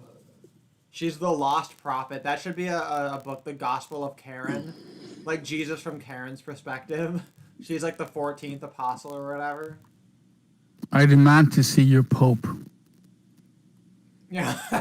Hey, Jen, can I ask you something about your assertion of the entire history of Christianity being violent? I'm just wondering, when has Christian-based violence ever not been backed by government force, except in, you know, extreme cases of individuals? Well, you're misunderstanding the distinction, right? So the reason, no, it's okay. The reason most people don't know this. The reason we have the governments we have today is because of Christianity. It all started back during the Bar Kokhba revolt, and then it culminated in what was called the Nicene Creed, where the Christians Jewish alliance. Because remember, Christianity's always been run by Jews. Same with Islam. Most people will deny this. It's undeniable. Well, obvious fact. yeah. So Okay. what people will do is say, well, because there were these occasional pogroms, that means Christianity is anti-Semitic. It's actually like not true at all, because Christians and Jews were like teamed up and basically went to war against pagan Europe. And they solidified their power base in Rome. And they had total control at the time of the Nicene Creed, which is 300 AD. Okay? And it's just basically been a slaughter fest ever since. Wasn't that 395? Yep, it was around there. Good knowledge of history there. So so basically there's been punctuated bouts of, quote, peace, but really all that was like gearing up for the next war. Like, yeah, we you know, turned all these pagans Christian, and then we had like this peace, but then it just sort of like, Christianity is intrinsically globalist because they want to convert the world, right, to save everyone from hell and everything else. That's what they say. I mean, it's just, to me, in my eyes, it's a pretext for war. That never occurred to me. That proselytization is globalism. But I mean, it makes sense, right, from their perspective. That's- Like, you think you have this idea that's like gonna have eternal salvation, and like, of course, you want to convert the world. That's one thing I never understood about Judaism, that they don't want to evangelize or proselytize. But I know they that, do. that gay They do, dude though. Vincent, the gay dude Vincent, he maintains that Jews do want to. I think that was. They do. I think he was. They the one who said fund that. Christianity. They fund Christian and Islamic expansionism. That's how they proselytize. They do it through Christianity and Islam. The offshoots. Oh, Yeah. so they want people to be part of like accepting God, but they Abrahamic want it to be, religions. Like they want to be on terms that they're still subservient to the Jews. Yep. Well, the purpose of those religions, and notice how both of those Spicy. religions ban usury. Notice how they both say it's bad to do usury. Well, what ends up happening is that they are, superstitiously paranoid about usury. Oh, and then only the Jews get to do it because that's the What funny a thing. coincidence! What a coincidence! We Okay, have these. now I get it because I remember, Wow. for example, like What a coincidence! Oh my God, I'm Yeah. blown away. I got. So this is it's so obvious in hindsight, right? But what TFM will say is like his big counter argument to like JQ arguments is he'll say, the reason that the Jews are all the bankers is because Christians said that only the Jews could be bankers. And it's like, That's just so funny. the Jews said only the Jews could be bankers because they control Christianity to their own benefit. Holy shit. That's fucking That was brilliant. the I think that funniest makes a thing. lot of sense, honestly. It was the Yeah. funniest thing to me when I learned about this history. Was like, oh, the Jews were oppressed in Europe because they were forced to only be bankers and traders. Like, how the fuck was- is that oppression? Like, that's the most profitable trades you can think of. Well, that was generated out of them being not allowed to join trade guilds. That's No, actually a so- myth. Oh, well, okay. Apparently my education's wrong. Enlighten me. No, it's how I was taught. I just when I learned it, I thought this is a very advantageous position to force someone into out of spite. Like if you are to believe that they were forced to do it to punish them, why would they end up in the most profitable position that you could end up? Well, this is You sort of have to be kings and high priests and lawyers and bankers, you slaves. Well, that's another thing. Like they'll say they were treated badly by Christians. It's like no, they were given a privileged position. I can literally find you Wikipedia articles that go into all the privileges Jews had under Christianity. It's baked into the cake of Christianity. Like that's where Christian laws come from. They come from essentially Noahide laws. Like we already live in a Noahide type system. You mean God, I should be taking Judeo-Christian? notes. I need to look Judeo-Christian, at your you mean? YouTube I mean, channel. doesn't it seem just look at the Noahide laws. Don't they seem kind of weird? But look at number 7, establish courts of justice. If you control the courts of justice, that's quite a bit of control, isn't it? If you can make Yes. all the laws, that's quite a bit of control, isn't it? If you can print all the money and make Noahide laws, laws, what I hate about them quite a is bit of control. they're so broad and arbitrary and stupid and leave so much room for interpretation. They only work when you prop them up with like 700 fucking books of Talmudic bullshit, which is all Jews arguing with each other, right? So like That's how what do they you, want. Yeah, That's how what do they you go want. into that and then say, okay, this is definitely what it means? And it's like, no, like one of you is gonna be like, well, Ezekiel says this for 4,000 pages, and I'm like, well, Isaiah says this for 6,000 pages, and it's like, how do people actually think these are like actionable? Yeah, It's just belief. It's like a contest of wills. It's basically Dharma versus Abrahamic religion. That's like the big war. Dharma is natural law, justice, righteousness, knowledge, and Abrahamic is like this sort of ethno-supremacist, superstitious, like usurious thing. And it's just one versus the other, and it's been going on for thousands of years. It's So just this is- taken different forms. Well, it's funny because I've recently realized, like, more than identifying as an atheist, I'm an anti-Abrahamic. And then to me, it was just because I looked at each of these 3 religions independently, and I was like, no, no, no. And then the idea that they're all fucking working together, and that they're No, all I awful, totally get it. is I'm just like, And oh what my god, like I was criticizing Voltron's arm, and then his other arm, and then one of his legs. And I was like, holy shit! It's fucking Voltron! Like, It's all Voltron. No, this is what I say to people who are in your position. I say, like, I understand that you identify as an atheist because you don't like these religions, but don't let the Abrahamists steal your love of God from you, because it's your birthright to love God, and what they think is God is not at all what God is. So another way of putting it is that because even though I'm very anti-Abrahamic, I'm very anti-satanic in some senses. I'm all for like the Levian Satanism, which is just libertarianism with a show floor, you know, just like a dressed up fake version of Satanism that's not even real. But like the quote unquote authentic Satanism is like some dark, sadistic, weird, creepy shit that needs to be condemned. And just like spiritually empty, totally, right? Isn't it just like ego worship?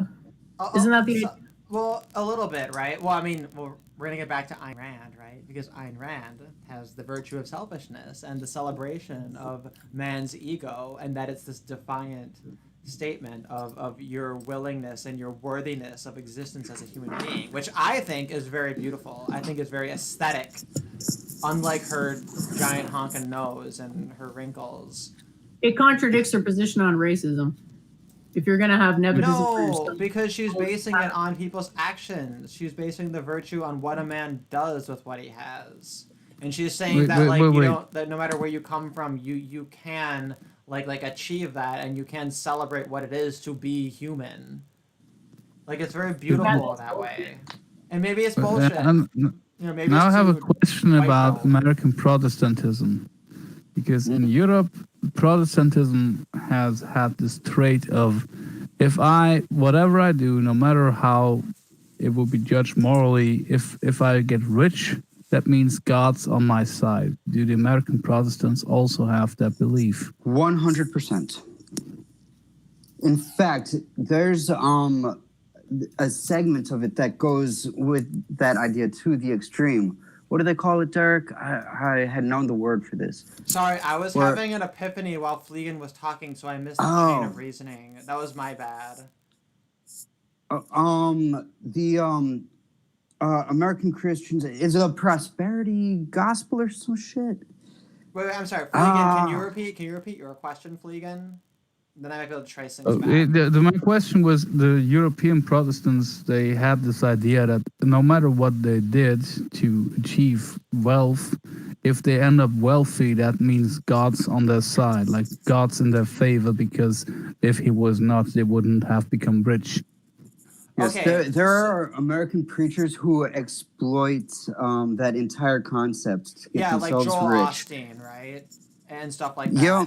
Actually, you know what? I had an article I was going to consider talking about before I decided the theme of the stream was going to be shitting on nurses. Which, by the way, we totally shat on nurses for like at least a solid hour. So this title is hashtag not clickbait. Anybody who's going to call it clickbait, I'm sorry. If you're in the chat and you want us to shit on nurses more, you can go ahead and voice your concerns. I think this is a more interesting conversation. I mean, honestly, the one thing for my streams is like we kind of go with the flow. I'm an anarcho-capitalist, which means I'm not authoritarian. I don't like to control or censor or manipulate the conversation. I like to kind of let it evolve naturally, and that's how I teach, and that's how I do everything. For better or for worse. We'll find more time to shit on nurses later. There's still some time to shit on nurses. They're gonna give us enough excuses, aren't they? That can be a reoccurring theme, just like on my emotional intelligence theme. But what I wanted to say is that what you mentioned reminds me of the idea of divine right, especially when it's validated through war, right? This idea that like, well, if we got what we wanted, then like my God is correct and your God is wrong. And I think that wealth kind of just became like filled the vacuum for that, Didn't Jesus say that it's easier for a camel to pass through the eye of a needle than for a rich man to pass? Yeah, that was the point. And I've heard people, spot on.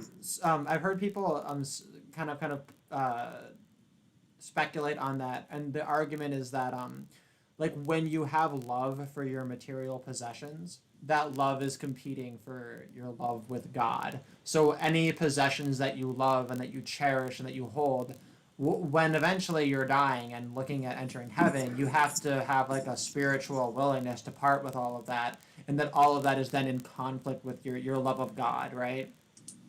And then I suppose that goes even deeper too, because you might be willing to compromise your spiritual values in order to pursue even more of the kind of this material wealth. I get it. It's just a contradiction of the whole Protestant belief about wealth justifying belligerence. Literally a contradiction.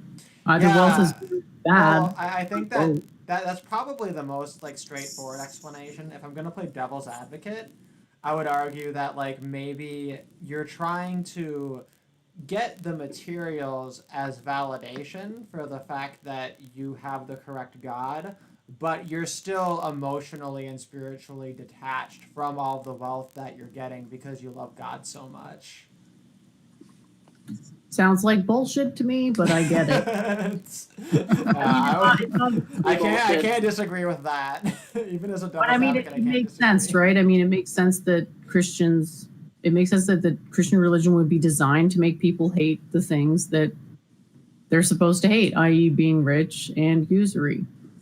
So that other people actually come in. It's almost like people are just using it to justify the narratives that are the most materially and emotionally convenient in the moment, and then just making shit up as they go along.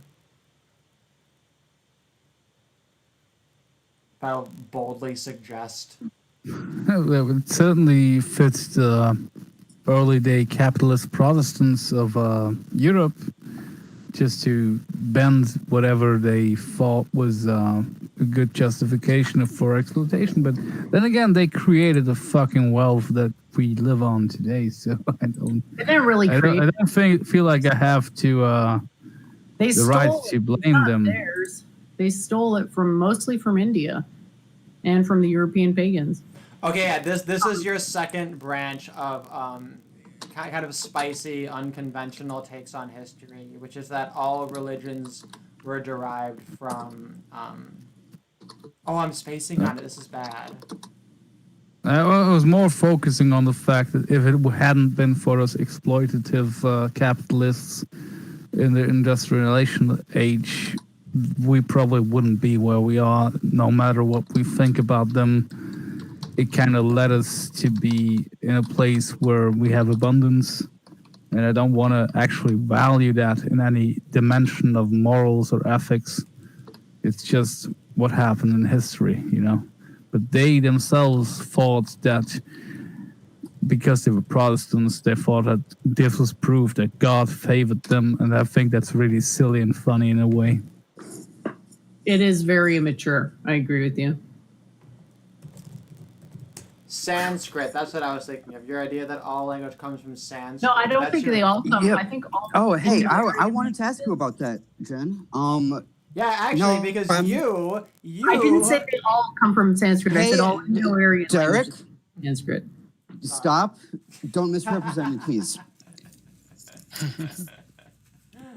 Now, Okay, Jen, can you repeat that? I have a question for Jen. And so I might be completely incorrect about what I understood from a previous live stream that you were in, but I thought that you were asserting that Sanskrit is the mother of PIE, or excuse me, the mother of Indo-European. Sanskrit is the oldest Indo-Aryan language. Yeah, that's true. It's not it's not necessarily the oldest language, period, because there's other language families. No, but how could it be the oldest of this language family when there had to have been something prior that it derived from? Well, there might have been, but we don't have any evidence of it. We have circumstantial evidence, which is all we can. We don't have any actual evidence. If you go on Proto-Indo-European language on Wikipedia, it says there's no evidence for this language existing. So it's the evidence is circumstantial. It's the fact that we have Indo-European languages that are all clearly related to each other. Right, because they all come from Sanskrit. Like there's literally a word. No, they don't. There's a word, yeah, but you don't know that. Why then would Sanskrit Germany in Sanskrit?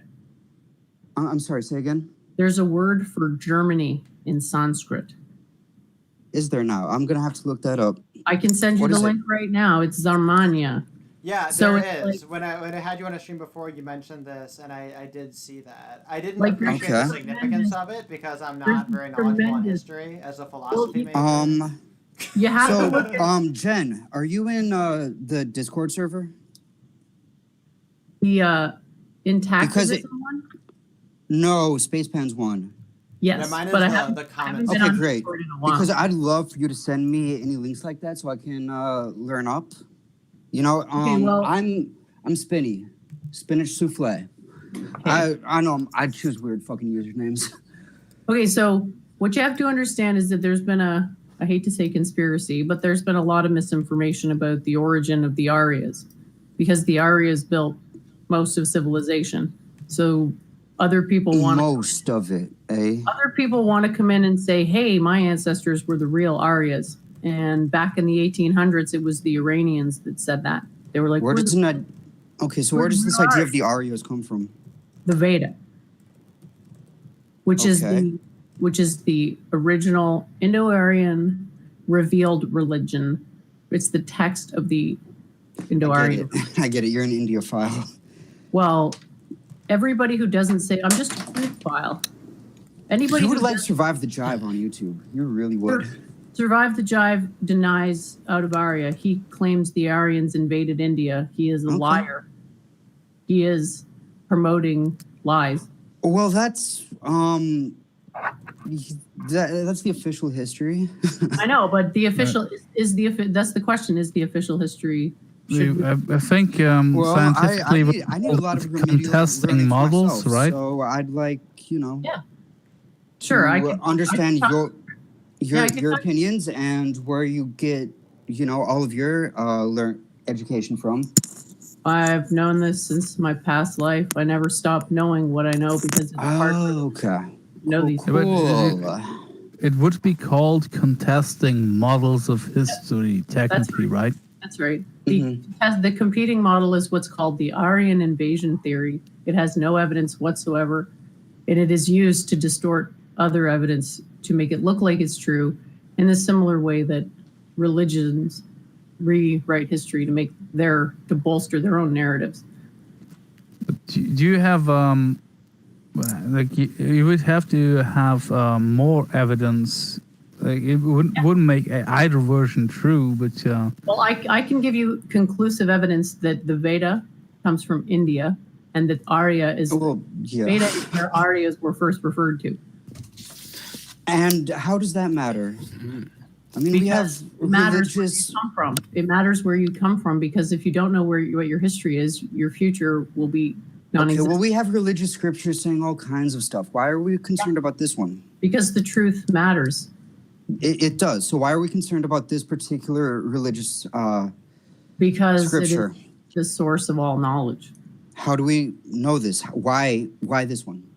Because Well, I guess, wait, point of clarification, is this, are you reciting this as like a faith-based religious like prophecy or as like a historical Yeah. record? both. It does kind of sound like that space, the former. Well, sure, it sounds like a myth, right? But it's also It does, yes. can myths. Okay. So how is this different than Christianity's circular logic, where the Bible claims to Not prove circular itself? logic.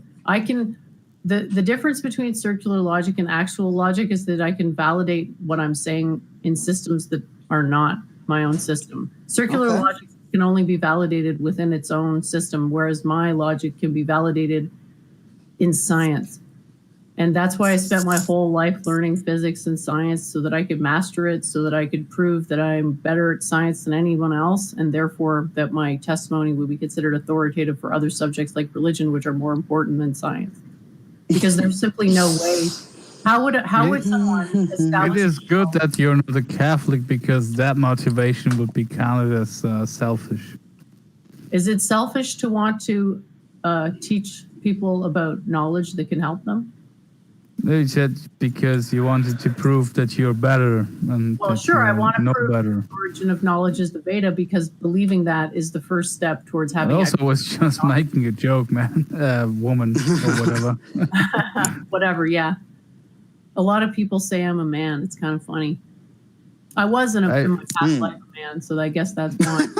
You're I hilarious. just use man and dude Oh, like man. this person, but no. Like, Are you playing a character? I mean, the thing you have Like, to look honestly? at with the Aryan invasion theory is that nobody in India believes it, so that should be very suspicious. And there's not a lot of evidence. There's no Nobody in India believes the Arya. the Aryan invasion theory, which is Aryan invasion theory. which is the idea that Aryas came from what's called the Caucasus Okay. steppe and invaded. Well, I'm definitely going to need some remedial learning on this subject. Sure. having Yeah, all this the is definitely information is always good. And Like- no, I'm sorry, I don't mean to interrupt. Yeah, no, I was just gonna say I'm definitely gonna look more into Entropy's YouTube channel. Oh, It thanks. sounds like it's a very interesting.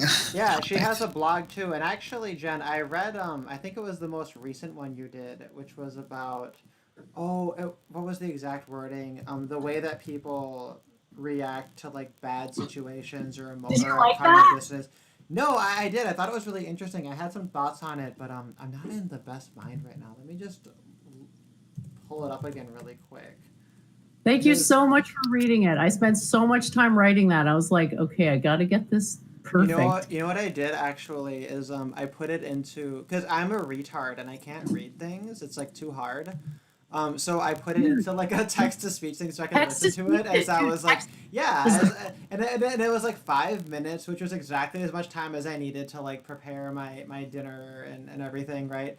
So it actually worked out really nice. So I'm gonna make a habit of that now that I have a good text to speech program. Oh my God, Let's text to see. speech is the future. It's What fucking is awesome. what is your blog's URL?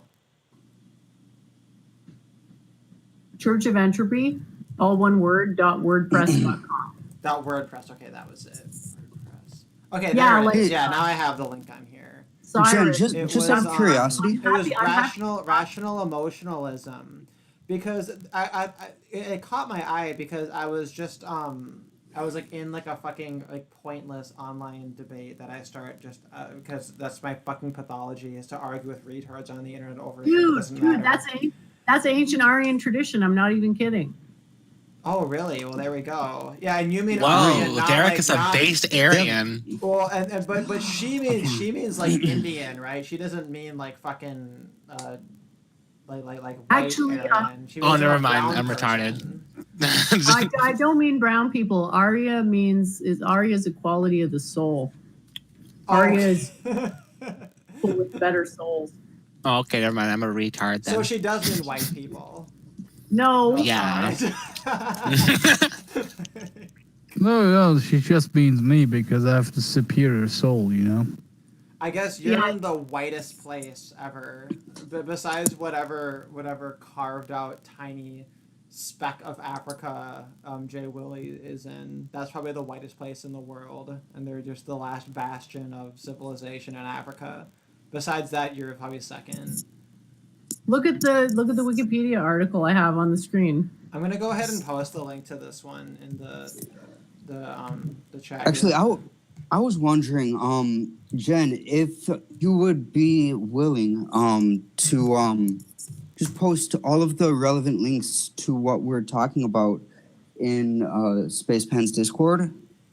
Yeah, And post it then- in the. You can post it in Yeah. the drawing room. Because I have basically I That'd have be like super two helpful. I have two like main chats, and the idea is that like if someone like let's say people are talking in the lobby, and then you want to bring something up that's like totally off topic, well there's a second channel. And if people are talking in the drawing room and you want to bring up something totally different, you can post it in the other one, right? So it's like there's two different like conversation strains is the idea. And then if you need a tiebreaker, the drawing room is considered more safe for work and the lobby is more general. But if it's totally not safe for work, like if it's porn, Black Knight posting or black Black porn. Knight posting in his diary about how the lesbians are taking everything over, those things go in the basement, So I have like a whole archive of just Black Knight Fool talking about how the lesbians are taking everything over. And honestly, people like look at him as like a crazy person or whatever, and like I think he's at least like 70% right. Like I'm actually more or less on board with a lot of what he's saying. I just think that maybe No, I he understand. overstates his I agree conclusions. with him mostly. You know what I It's mean? just that Yeah. So He maybe gets a I'm lot also a of crazy stuff person, right. but I don't give a shit. And like other people say like, "Oh my God, stop bringing up the lesbians," and I'm like, "No, man. If you want to bring up the lesbians and question them, like speak truth to power because nobody else is doing it. Like you do you, bro." So yeah. He gets a lot of things right. It's just like he posts like his Posts stream black consciousness. porn and cringy shit like that sometimes. It's all like him masturbating mentally into that channel. So Yeah, but you know we all love. there's a lot of truth to what he's posting. It's just spattered between like, black men and white women. yeah, but he's not wrong. He's not wrong about a lot of this shit. There is like some No, really, like I was listening to Rakita Law talking about statistics regarding black women and how like black American women, they're like some like 80% of them are obese and like 70% of them are single moms that are never gonna get married, right? And it's just like, dude, they're fucking like over. And he's a black guy, and he is like, yeah, I'm gonna fucking accelerate that shit because they need to get fucking canceled and replaced by African black women because they're fucking superior, right? And he's just like straight up fucking dishing it out, and it's like these statistics are like insane, like shit, like 70-80% of anything, right? Like that's a pretty big, irreversible yeah. trend. That's like that is a statistic that we should consider. You know, like and there's a lot of black women that I have a lot of respect for. I'm an absolute simp for Tree of Logic. You know, if like she's my dom mommy. You know, she can Your choke dom me. mommy. She can choke me. Call me racist, inbred, slap my face. I'm like, okay, mommy. Oh my okay, goodness. please arrest me, please. Like she's great. You know. I'm gonna go libertarian, but I'm like, yeah, my dominatrix ex-cop mommy. I'm just like, yes, please. Here's money. I'm like the pay pig, right? I love her. She's hilarious. I just like she's that fucking funny. I just like can't look. Wait, away. who is this person's called again? Tree of Logic. Oh, Tree of Logic. Okay. Yeah. She's basically I'm Candace Owens done right. But she'd take out her ass baton and fucking beat my ass with it for even saying that. So don't tell her. Please don't tattle to the mommy on me for that. And Desiree, just thinking out I was loud. gonna say her. I'm Yeah, still a little I Desiree met her. fan. I know here. you're jealous I of me know you because I did, got and to meet her and That talk to her and take a is selfie God's with her. sense of humor right there. That I you know, met her, and she's so and I'm just pretty, sitting here at home. and she's so smart. I love her. Yeah, rub it in. Yeah, I'll rub it in good. I know, cause you like the black woman. You got that jungle fever. Dude, she's she's fucking gorgeous, and she's a libertarian. She's great, I and she will- has I like a will be secret back. channel about crypto that I haven't looked up yet. I will be back. I just gotta feed my fucking cat. Be right back. Yeah, your cat's probably your cat and my cat, who is my friend's cat. Oh, by the way, I was gonna I'm say eating get bacon along, but my pizza. cat's a fucking cunt. He just like scream at him and beat him up or whatever because he has to be king of the jungle. I love him. Am I a heretic if I'm eating bacon pizza, or is that like not No, good bacon enough? is good. And Yeah, I mean, like bacon. I think virtually good. all pizza toppings are good. I've actually had anchovies on pizza and it was pretty good, Mm-hmm. but anchovies, it's kind of like having your salt in fish form. And I never felt like Mm-hmm. pizza like needed salt on it. So like anchovies are kind of a scam. I don't get it. I don't really like anchovies. I think. Well, I like went to a pizza Sir, do you place. like Chinese cuisine? Are you familiar with fish sauce? Oh yeah, Because of fish sauce is course. basically anchovies in liquid form. Yeah, basically. and fish sauce I always thought was kind of bland and retarded. Like I was never that into it, but I never hated Really? it. I only like I it think because it that shit maybe is for intense. example, if I have like if I have some rice and the rice is a little bit too dry, adding the fish sauce to it gives it that moisture that makes it a little bit easier Mm-hmm. to put down. But I don't really like rice because it's too many carbs, and I get my carbs from beer and wine. You know, There you go. and lately I've been eating bread and noodles like a fucking pleb Mm-hmm. because I'm poor. And Carb talk. I need my goddamn Trump bucks to pay for my fucking rent. Wait, are they gonna mail it to you in Hong Kong? No, they're Or sending it to what? my How does that work? parents' address because the fucking person at the IRS that I gave my Hong Kong address to, she was like too confused and input it wrong because our addresses in Hong Kong are like retarded. Like Okay. Hong Kong addresses are super confusing because like we start with like your room number and then it adds your flat, right? And then the apartment number and then your floor and then the name of your building and then it's your street. And like if you try to translate that into how What? Americans would do it, then you're gonna confuse all the Hong Kongers, so you can't win. Like the address is like how Chinese language works, where you start like small and then kind of like, or you start big and kind of hone in. I guess it's the opposite. It's the inverse of that. And then America, everything's like fucking arbitrary and retarded, just like how you do your dates. Yeah. So it's whatever. Oh, you gotta love the imperial system, though. It's beautiful. No, the proper thing is that when it comes to temperature, you should use Fahrenheit, and then for everything else, you should use the English system. When you say English system, you mean imperial, Like right? the metric system, yeah. Well, that's not English. That's the global metric system. No, because that's what the fucking Brits use. No, the Brits use the imperial system too. The Brits don't use feet. Yes, they do. They often do. Yeah, that's where it comes from. Feet, pounds. I mean, these are like measured off. Oh my god, that's why Ashley always tells me heights of people in feet and inches. I thought he was just being nice. That blows my fucking mind. Oh my god. Yeah, they measure their body weight in stone too. You know that, What like a bunch of retards. a stone is What a failed 14 state. pounds. They can't get raped by Muslims soon enough. What the fuck, Eric? Like that, you're an American. That's literally where we derive like our system. Who cares? Like, No, the UK is I am 0%. Oh, I'm so bewildered. Well, it's because people don't understand history, right? That they can have these contradictory positions on things. Once people understand history correctly, they won't have the contradictory. Yeah, they need to know that the Excuse Jews. me, Yeah. I'm right here. I can hear you. I understand why echoing? it's not contradictory to you, but I understand why it's universally not a self-consistent position. But I get why you feel that way, because it's American propaganda is all like we're the best country, and like the Americans don't learn anything about what happened before America. It's the same in Canada. So why would you like the British? I mean, they didn't run their empire very well. Oh yeah, no, I still white knight for the my British Empire. My British, But they coworker, produce I the give best him shit bands. all the Come on time. now.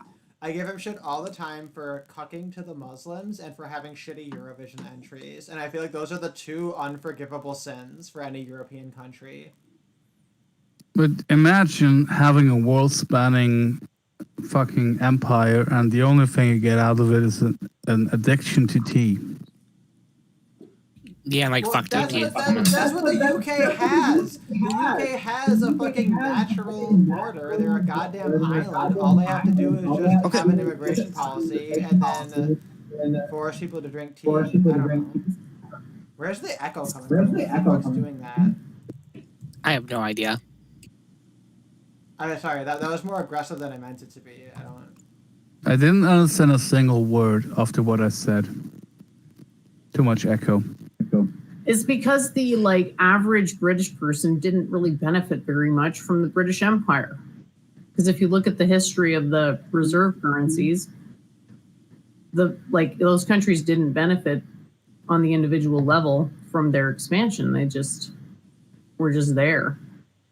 And their military got used for expansion. They didn't really benefit from it very much, though. Well, Yeah, but they forced the benefited brown their people to economy. It modernize, brought not in. savages. But they weren't. The thing is that they weren't savages, and even if they were, they're kind of entitled to run their societies however they want. Yeah. It was a pretext. It was a pretext for looting. That's what it was. They came into different countries, subjugated them via the Jewish Christianity, and then stole all their stuff, basically. Serious spinach souffle. Did you take your headphones off? Did you unplug your headphones? No, I haven't changed anything. Oh, sorry. I was just blaming you, and I was wrong. Well, that's fine. So No that skin off means my it was back. Jen. By deduction, it was Jen. She was the culprit causing the echo. But I have no idea. I'm sorry if no. it's me. I can rejoin course if my it's audio. Jen. No, it's okay because I think as long as your headphones in, there shouldn't be an echo.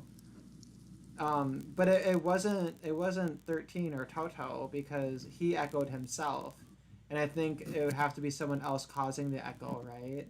So It can't be me because I'm a sound engineer. and I have my headphones on, but anyway, it's not important. But I was Also, I my was argument scanning from over. a is invalid, but I actually have no speakers.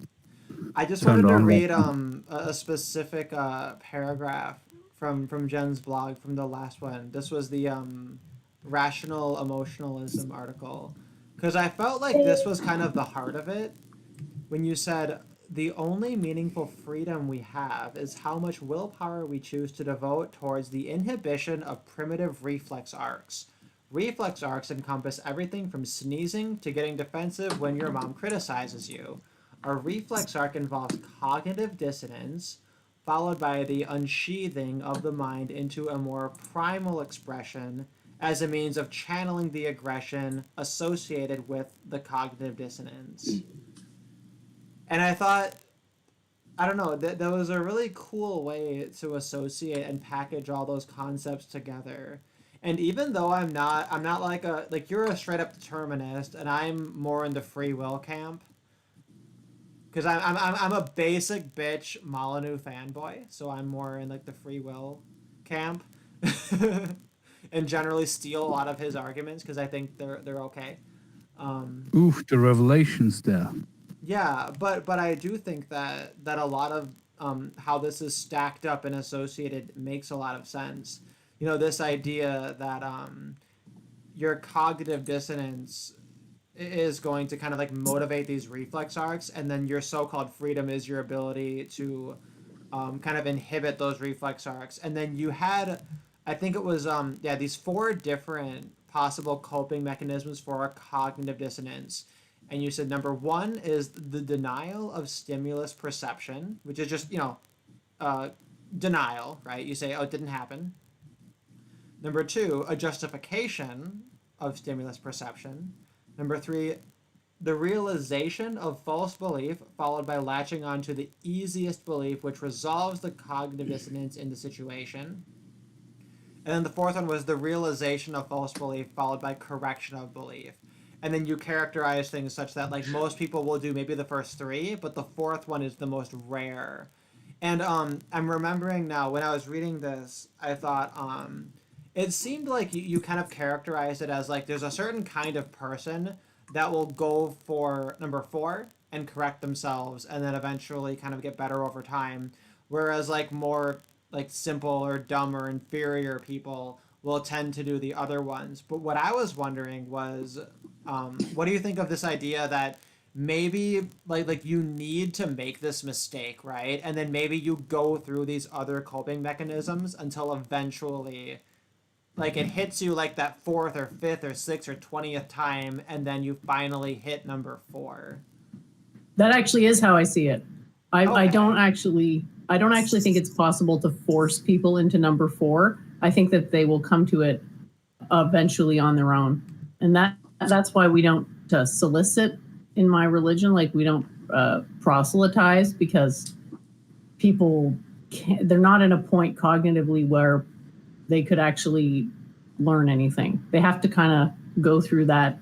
They basically have to go through one, two, and three enough times that they kind of get sick of it. That's basically how it happens. It's like you try and try and try and try and try, and then you're just like, oh, I'm just tired of failing. I don't want to make this mistake again, kind of thing. But that takes a lot of time for a lot of people to get to that point. Okay, yeah, You can't because really force I think that people. makes a lot of sense. Because I was looking at it and I thought, oh, is she saying that there's like a kind of person that kind of skews more towards the four, whereas other people just get trapped in the other ones? And I like this idea that you know, even if maybe you take the wrong coping mechanism, eventually it's going to kind of ramp up to or lead to you eventually being in the situation where you might realize that you need to, I guess have like a deeper realization. Exactly. And that's what people like me are around for, is when people get to that point. And in the meantime, my only purpose is like correcting like gross misapprehensions, right? Like terrible mistakes, right? Like the Big Bang is just false and it just needs to be discarded. That has nothing to do with enlightenment. It's just like you're not even be able to think clearly if you believe stuff like that. But yeah, it's I'm kind of like there when someone's fallen, like for the millionth time, reaching out my hand to help them stand up. But they have to reach out their hand first, you know. Actually, here's something I wanted to ask you about. Have you heard this?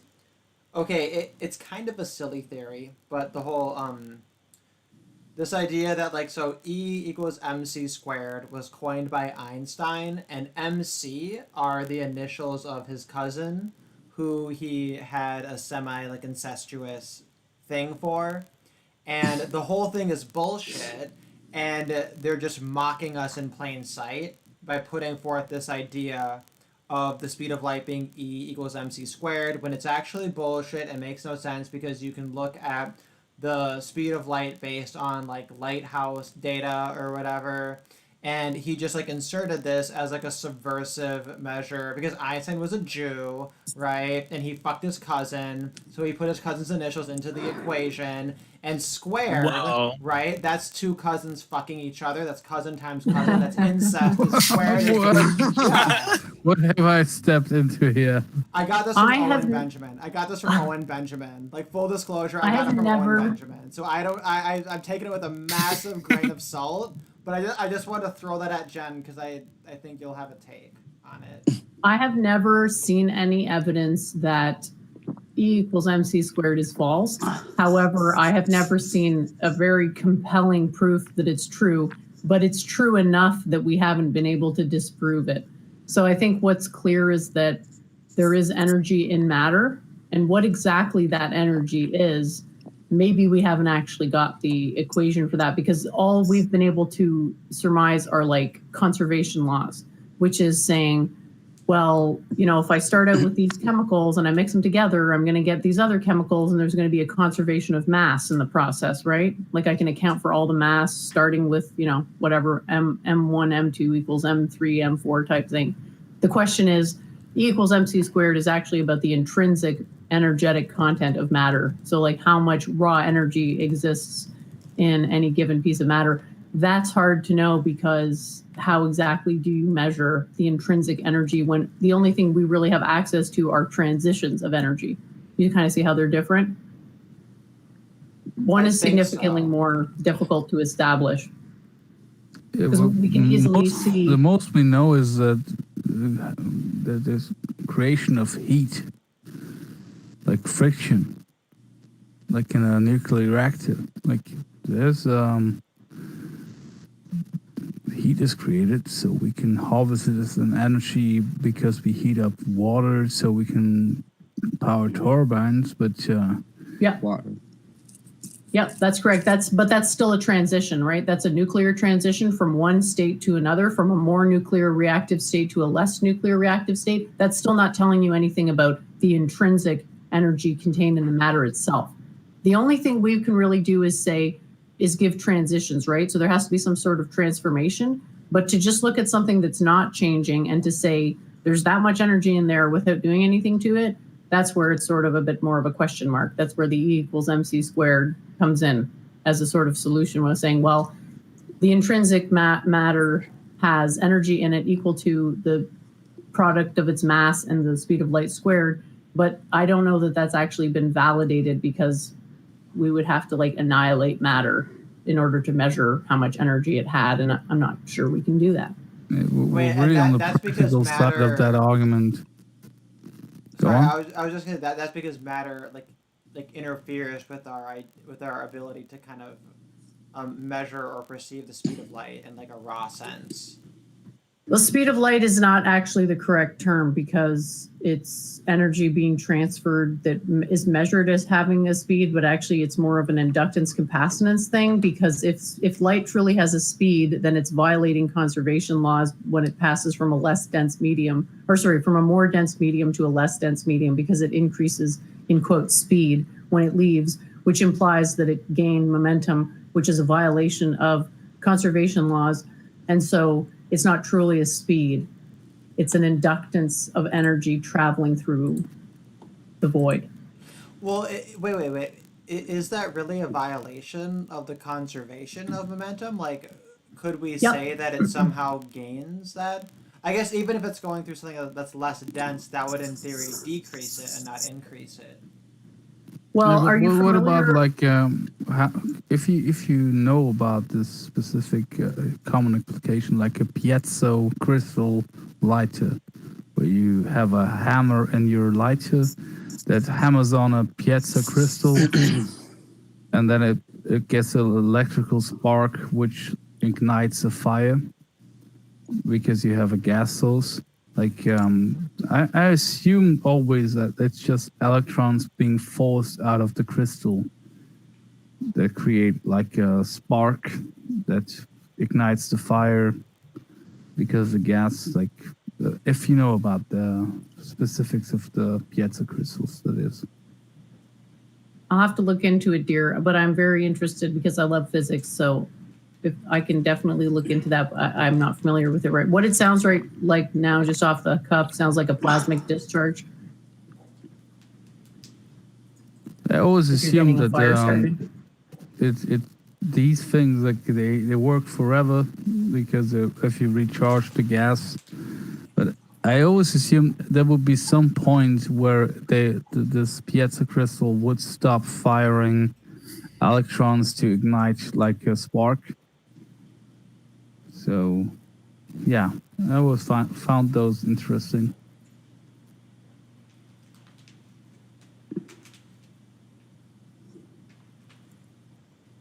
I want to find the exact Owen Benjamin clip. I know that he got purged off of YouTube for, being too spicy, which is bullshit. Because now I'm sitting here like, maybe he was fucking onto something. But this idea that like speed of light is a misnomer, that might have been kind of deceiving him in how he thought about it.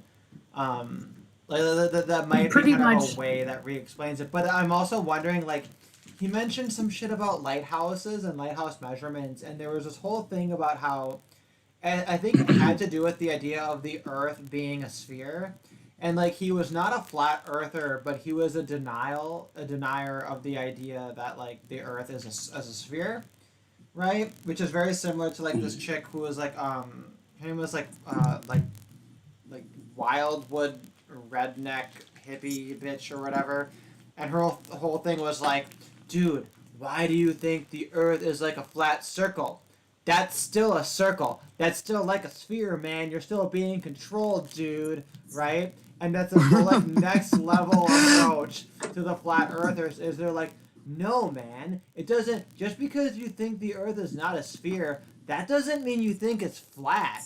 Don't let them fucking straw man you. Maybe it's a rectangular prism. Maybe it's a fucking pyramid. I don't fucking know, right? And it's like insane, but like really fascinating because like it opens That's up a lot of- obviously satire, right? No, she was for real. She was talking about how she was taking drugs to make her poop not smell bad anymore. Okay. And everything. What?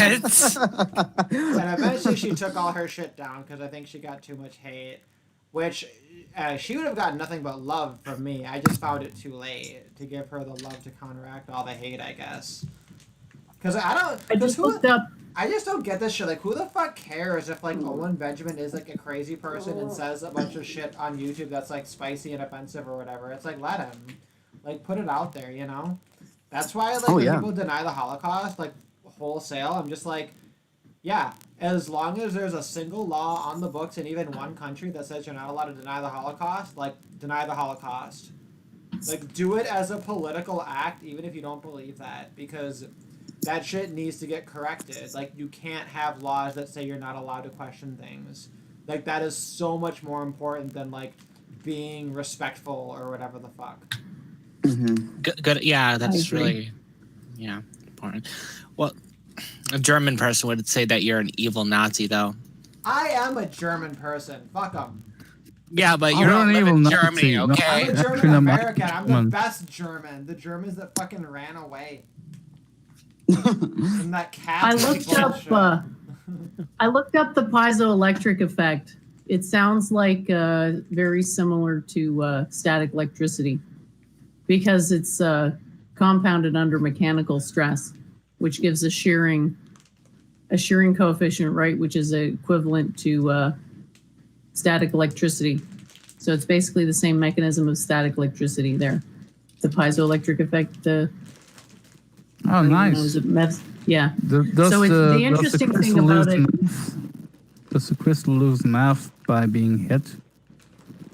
No, there's a conservation of mass because what you're looking at is purely, well, I mean, there would be a very tiny loss of mass that would be corresponding to the amount of electrons that were discharged, but that would be negligible. So it's an internal mechanical process that creates a large enough voltage potential between different constituents of itself through this mechanical shearing that it can discharge a voltage potential.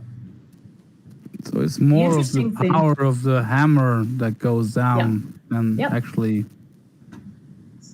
Well, sure, there's a conservation of energy, right? So the really interesting thing is that it's reversible. So if you apply an electrical charge, let me see here, the internal generation of a mechanical strain resulting from an applied electric field. So that's what's pretty amazing about it. That it's a reversible process, actually.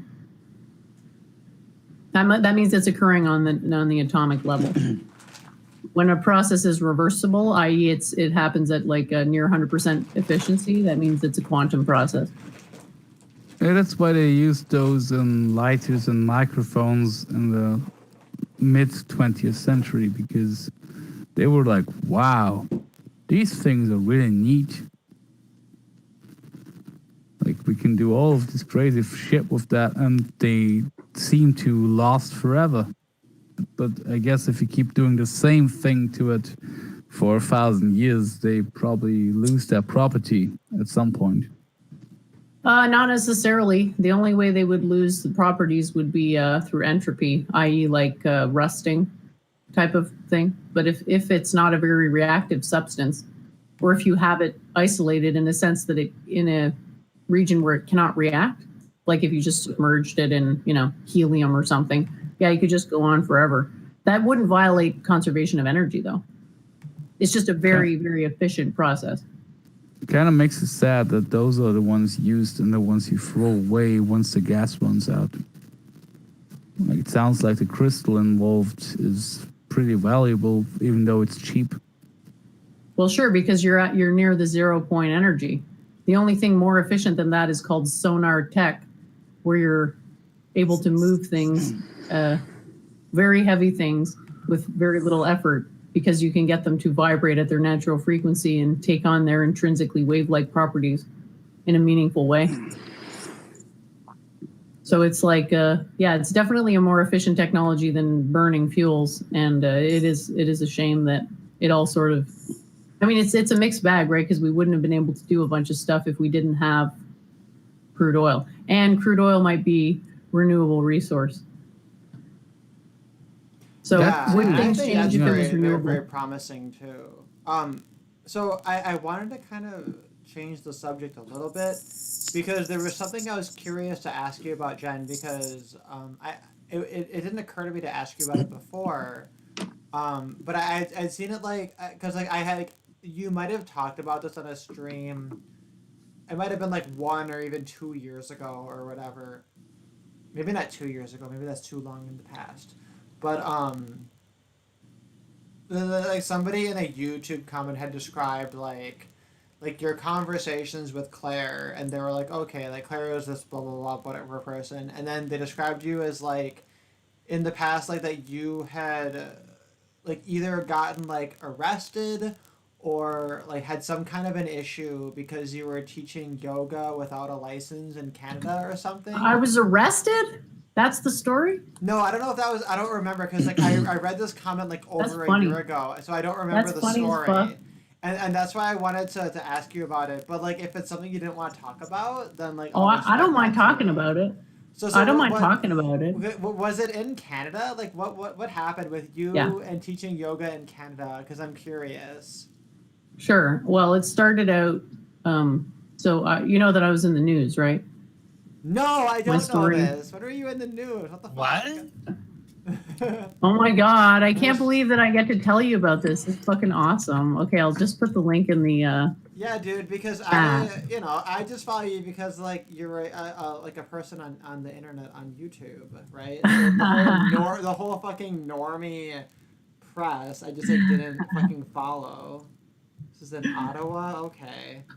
Okay, so the story, I'll tell you the story. Reluctant to bring it up because I didn't want to like bring up anything that was like sensitive or illegal. Or Oh, it's not. whatever. No. Don't worry about that, man. That's not even close. Yeah. So the Because shit, story dude, was like this. if you were running a fucking yoga class, I'd be like, oh fuck yeah, I want to have my yoga instructor be someone who can show me downward facing dog and also like tell me some shit about like Sanskrit and quantum mechanics and stuff. You know what I mean? Like it'd be way more fun than the fucking basic bitches at fucking Core Power Yoga, who, by the way, were lovely. I love them, but they were basic, you know?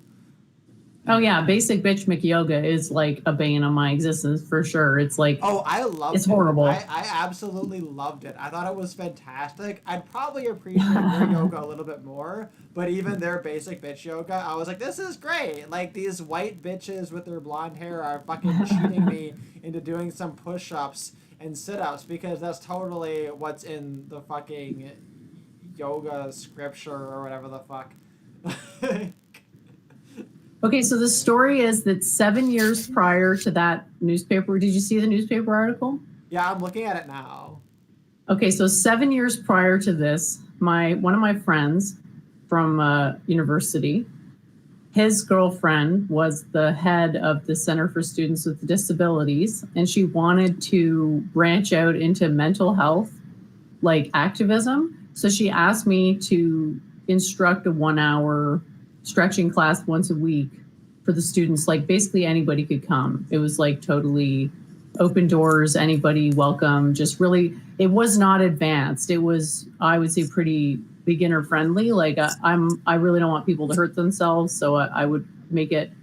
It was like as hard as you wanted it to be. I kind of wish I could find someone who had actually been to one of those classes so they could talk about it. I do have one of my friends. I made a friend from the class one of the times, so maybe I could bring him on and he could talk about what he thought about the class, because I feel like me talking about it is not really going to give you the full picture. But anyway, this went on for like. But before you continue, I want to mention that when I would ever do yoga, oftentimes, like there'd be instructors or like sub instructors, like kind of circling the room to kind of watch people, and very often they'd come to me and they'd be like, dude, like calm the fuck down, like you're gonna hurt yourself, because I'd be like so into it. Because I get like really, really stoned, right? And it was like hot yoga, right? And I'd be like, yeah, I'm gonna fucking like leave this and do this and do that. And like, don't you need a block to do that? And like, no, man, it's fucking fine. And then just like, are you retarded? Like, you're gonna like kill yourself? And I was like, it's fine, it's whatever.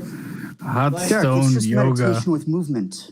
You know, but I feel like I'd be like your ultimate like worst fucking case fucking person showing up who just like does retarded shit and doesn't listen and hurts themselves and then blames you for it. Oh, you are the ultimate American. Well, except for the last part, I wouldn't blame them. Had I like actually hurt myself, I'd be like, oh yeah, I was being a retard, and the person circling the room told me, hey, dude, you're being a retard. Stop that. You know. And then It begins with the last a breath. second. Focus on the breath. You wouldn't last a second in my Taekwondo dojang. You'd fucking kill yourself. Toto, you Bitch, do I did Taekwondo? Japanese spear fighting. You do your shit holding No. nothing. Try Everyone doing shut holding up. No, yeah, that's because I'm Anyway. superior Korean martial Sorry, artist. Okay. I Japanese tempo, bad. I know my star block. That blocks Everyone everything. shut so up, please. eat a dick, you dumb trap. And let's let them continue. her Everybody story. shut up, please. Sorry, I just derailed it for that. It's like 4 people talking at the same time. Come on, shut up. Let's go on. Okay, sorry.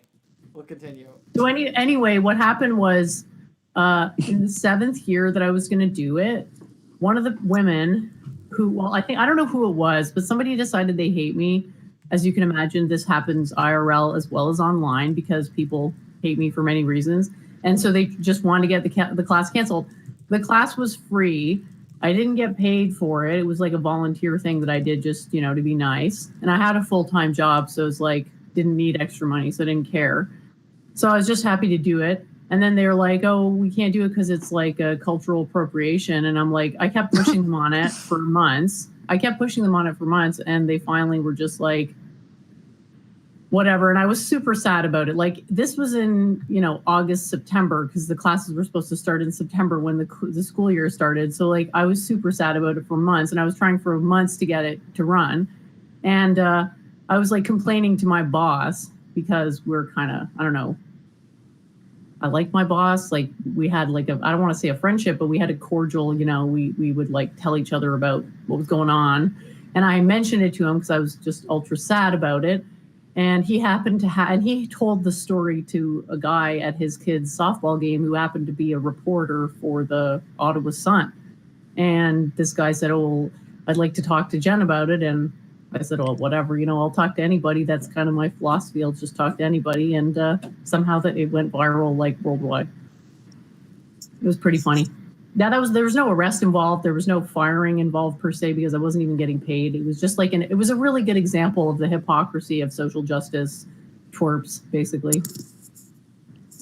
That's the whole story. Like it wasn't very like a lot of people said, lies about it because they're just liars. But that's basically the way I saw it characterized was so much more like sensational. And it's like, okay, so you're sitting here like you're offering your free yoga class for people who just want to show up, and it's a very like invitational thing. It's low level. It's like anybody who has like an interest or whatever, they can all show up, and you're doing your thing. And then these fucking SJWs just like got on your case over it because India is a quote unquote marginalized culture. And they want to shut It's down. like, bitch, I'm a reincarnated Indian. Like, I'm the most depressed person in the world. Like, don't fucking bitch me about depression. Fucking I just expect idiots. you to go all like, why are you attacking me? I am very, very Indian. I have very, very good credentials. I was reincarnated. You cannot stop me from doing the yoga. This is free. Dude, Jen, Have you noticed? You totally could have gotten away with it if you had gone to a tanning salon, right? Gone super fucking tan, put the little dot on your head, and just like done the whole like racist caricature, like go do fucking and they'll be like, Yeah, you guys scream like at them like with this random like American slang words. Isn't your name Jen? Is your name Jen? Like, don't call me by my slave name. How dare you? I am Jen. I am very Indian. How dare you question my origins? I am very Indian. Yeah, bloody bastard. You guys want to see the funniest? You guys want to hear the funniest part of that story? Is that in order to look non-racist, you know what they did? They replaced me with a Muslim. Nice. Of course. I put the link. God, I know.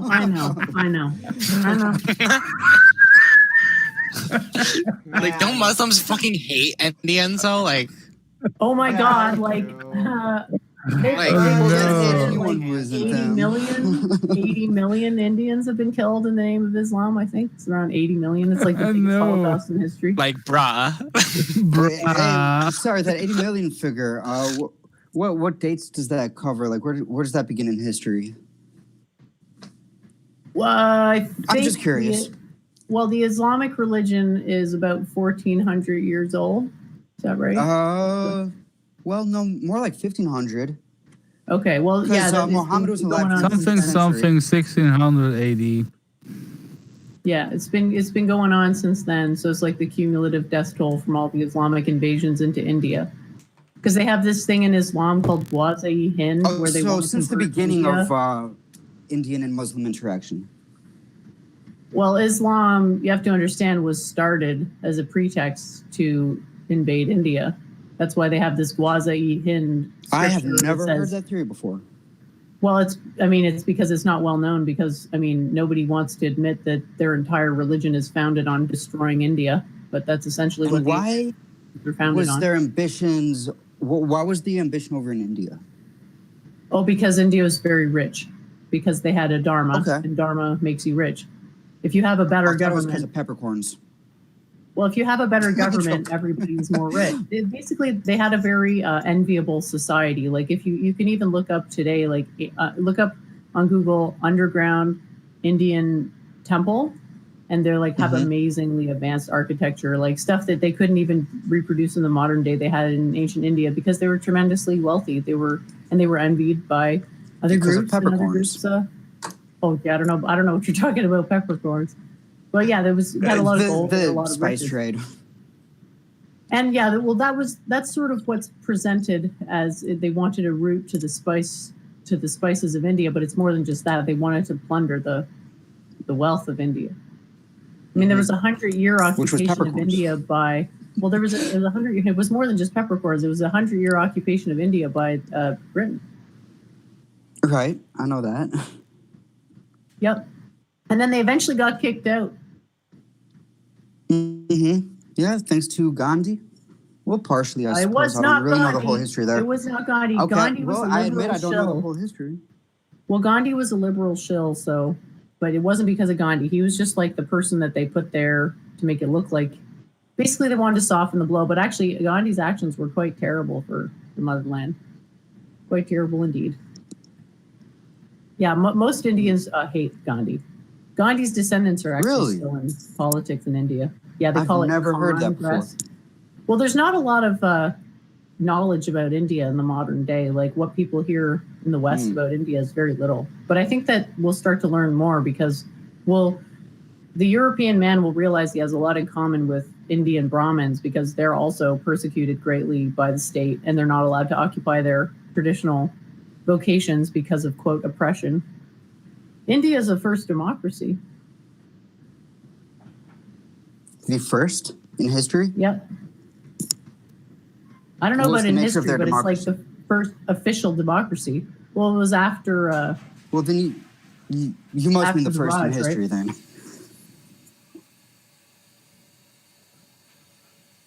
Okay. I mean, it depends. Like, I it don't know enough depends to what you mean by contradict that, democracy, because you could say that ancient Greece was democratic because of people promoting democracy, but like it's hard to like. At what point is it actually democracy? Does there have to be? What like, was a it legal called in code? India, though? Yeah. What was the word? Like, for I'm just curious democracy? about, the intricacies of this early democratic system in India. It's not that early. It's what happened. You said it was after the Raj. earliest. Well, I think India is the oldest democracy, but democracy is just not that old. Like, how long is democracy exist? We're not very long. We have a couple of examples in Europe that arose. You're doing my mind in. I can't call vocabulary even.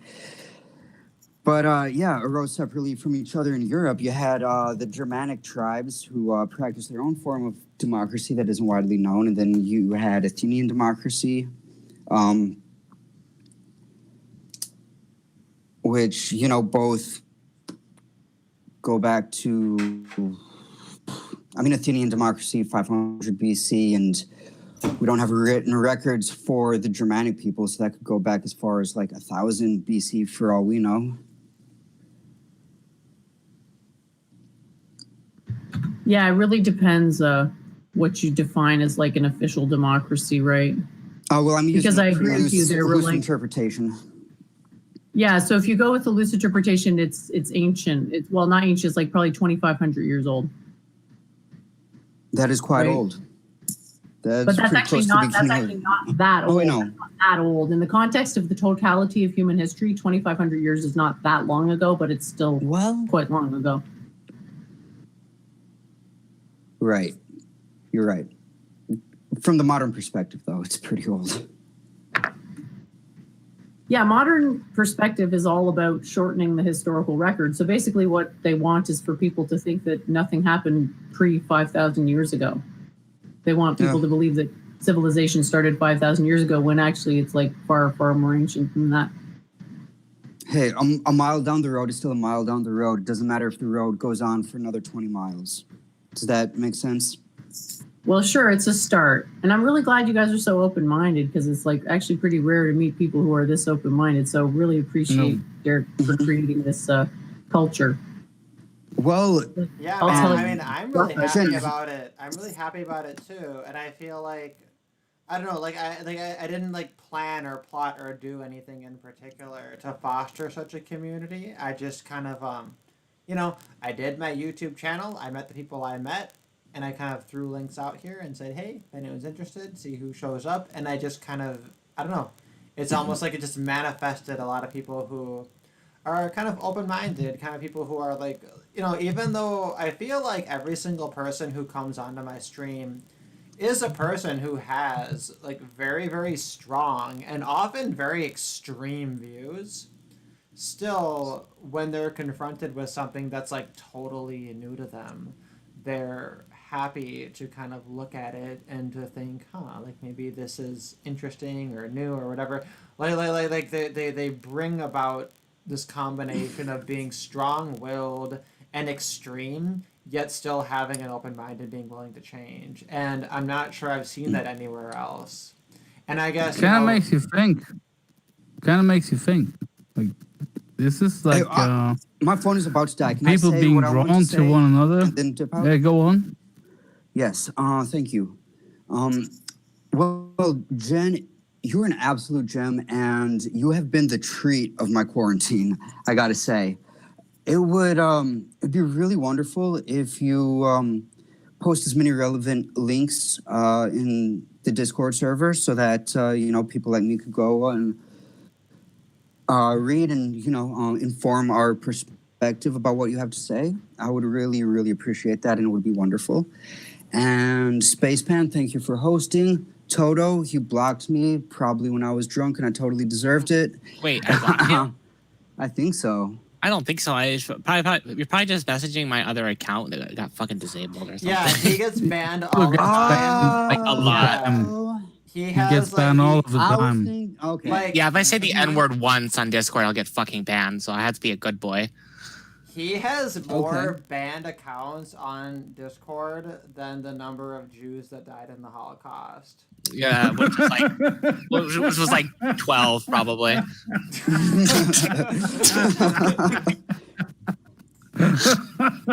He has like one for each. And each time was because he Oh, denied no. the specific death of one of them. Because Yeah. he is that person. But yeah, we'll definitely keep you in for the sure, loop and because everything. Why are you on your Yeah, I mean, goddamn I've- phone? Don't you have a computer? Are you a fucking poor person? What the fuck? my headphones only plug into my phone. What? It's a What fucking kind of iPhone. computer doesn't have a You- Because fucking it's headphone goddamn jack? piece of shit What iPhone. is this? Oh yeah, but yeah, if you want my it's account, Apple. my Discord Oh, account. it's Apple. That quickly- explains everything. They're like, no. Yeah. Yeah, so my phone is actually about to die. Thank you, everyone. Jen, especially you. Bye, Hey man, guys. thanks for hopping on. Give my cat lots of pets and take him for a walk in the backyard like he likes, please. I'd appreciate it. I know Oh. he'd appreciate it too. He has. He's been getting his pets. He'll get his outdoor time pretty soon. I There promise. are 4 places outside of that apartment that he likes to piss on, and please, for my sake, if not for his, let him piss on all 4 of those places before he goes back inside. This is so wholesome, man. So wholesome. Yes. Oh, don't worry about that, Gizmo. Gizmo gets his pissing. Yeah, you'll see me in Yeah. Spaceman's I guess. Discord, It's by the his way, if you fucking want to contact religion. me. Yeah, he pisses on the bushes in 2 different spots on one part of the fence. He pisses on the other side of the fence, and he pisses on the bushes down towards the curbside on the other side of it, where the fucking orange cat showed up and he got into a fucking fight with that orange cat because that orange cat was being a cunt for fucking existing near my cat. Oh, there's a different Yeah. cat. I'll tell you Like- about it in the DMs. My phone my is God. gonna really die. Okay. Yeah, sorry. let me Later. know. Bye, guys. Yeah, please keep me informed of all my cat's drama because that actually is very spiritually important to me. Thank you. And also Okay, get you him got it. shaved. Get him shaved. Take him down to Southpaw and get him shaved like a lion, like how he likes and how I like. Can't until they unleash What the the fuck? strangle on the economy, man. I'm sorry. No, you fucking schedule that shit and they will let you. I refuse to believe Southpaw won't do it. Until the government unleashes its strangle on the economy, man. I'm sorry. Get him shaved. Please, the moment you can. Okay. He wants saw to razors Figure at out a Target. way. Okay, thank you. And thanks for hopping All on. right. I appreciate it. It was fun. It was a lot of fun. Thank you. Be well All right, and bye, figure guys. out how to shave that cat. I'm still on. What am I doing? Sorry, I My know phone will that die seems anyway. I know that seems retarded to everyone else, but like that cat, he has very, very long hair, very long and thick hair.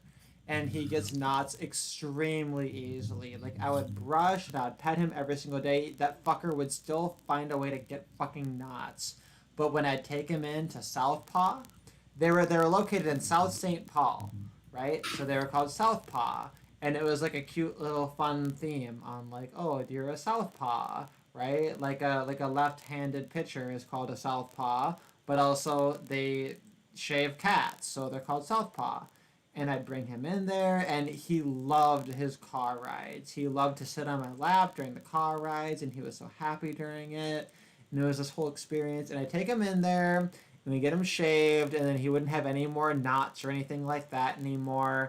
And he'd have his big bushy mane and his little floofy tail. And that cat, his personality would change.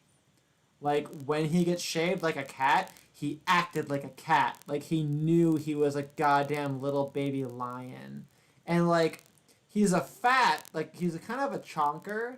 But when I put him on his diet, I put him on an all-pate diet because that's better for his kidneys. And I was very strict about it. He had 2.5 cans of Fancy Feast every day, which is expensive. It's fucking expensive, but he's fucking worth it because he's just an absolute ham. Very cuddly in the right situations, but also very noisy, very demanding. God, my parents know that I love this cat so much. My mom actually took a picture of him and like framed it for me. I have like a framed photo of him. He has like a little dash of black underneath his like nose that looks like a Hitler stash. He is my bossy little Kittler. He just goose step around the apartment. And then Oh, what if he's Hitler reincarnated into a oh cat? my god, I love him. And then I did him. He would. So the thing is that like he would body slam doors. He'd body slam doors over and over again until he gets what he wants, and it's just like it was like so obnoxious that you couldn't ignore it. So he just like gained dominance over the apartment that way. And like he just scream at people for shit that he wants, and he'd just be screaming for pate all the time because he was just like an insatiable fucking fat ass, and it was like so goddamn funny. It's just like to assume that after you took him to Southpaw, he would blame Canada. Oh, absolutely. So Southpaw, they do both dogs and cats, and like he doesn't give a fuck. None of those dogs scare him. He just look at them. He just fucking hiss. He'd be like, "Fuck you!" Like you're not gonna fucking mess with me. All dogs are like, "Holy shit!" Like what is this fucking like demon animal? And I'm like, I love him. He's so cuddly. Because he was Such so a cuddly cute with me. thing. Yeah, that's what he was like. And then I'd take him on walks outside, and I'd let him kind of walk around different areas, and there were specific areas that he liked to pee on to mark his territory. Because the thing is that, like, when I moved into that apartment, like, he is my sister's cat. My older sister found him as a kitten on a wood pile when she was in high school with her boyfriend at the time. And he was the first cat of multiple generations of cat that my grandma realized were all breeding around them. And then my grandma would start to like leave food outside because, oh, the cats are so cute. Oh, look at all these cute little kittens. So like they feast off of like chocolate pies and shit and all this like crazy shit like freaking French silk chocolate pies and lemon meringue pies and pumpkin pies and all this fucking food left outside. And then she's like, oh my gosh, there's like 18 fucking kittens here. And it's like, yeah, no shit, Sherlock, right? Like, you're feeding them all. So then, like, I have cousins who, like, they try to, they take these cats and then they'd play with them to make them very sociable and then, like, create, like, a social media to try to, like, sell these kittens to people. And it kind of works, but they sort of couldn't keep up with it because it's like these cats would fucking breed like rabbits and like they can't fucking do it.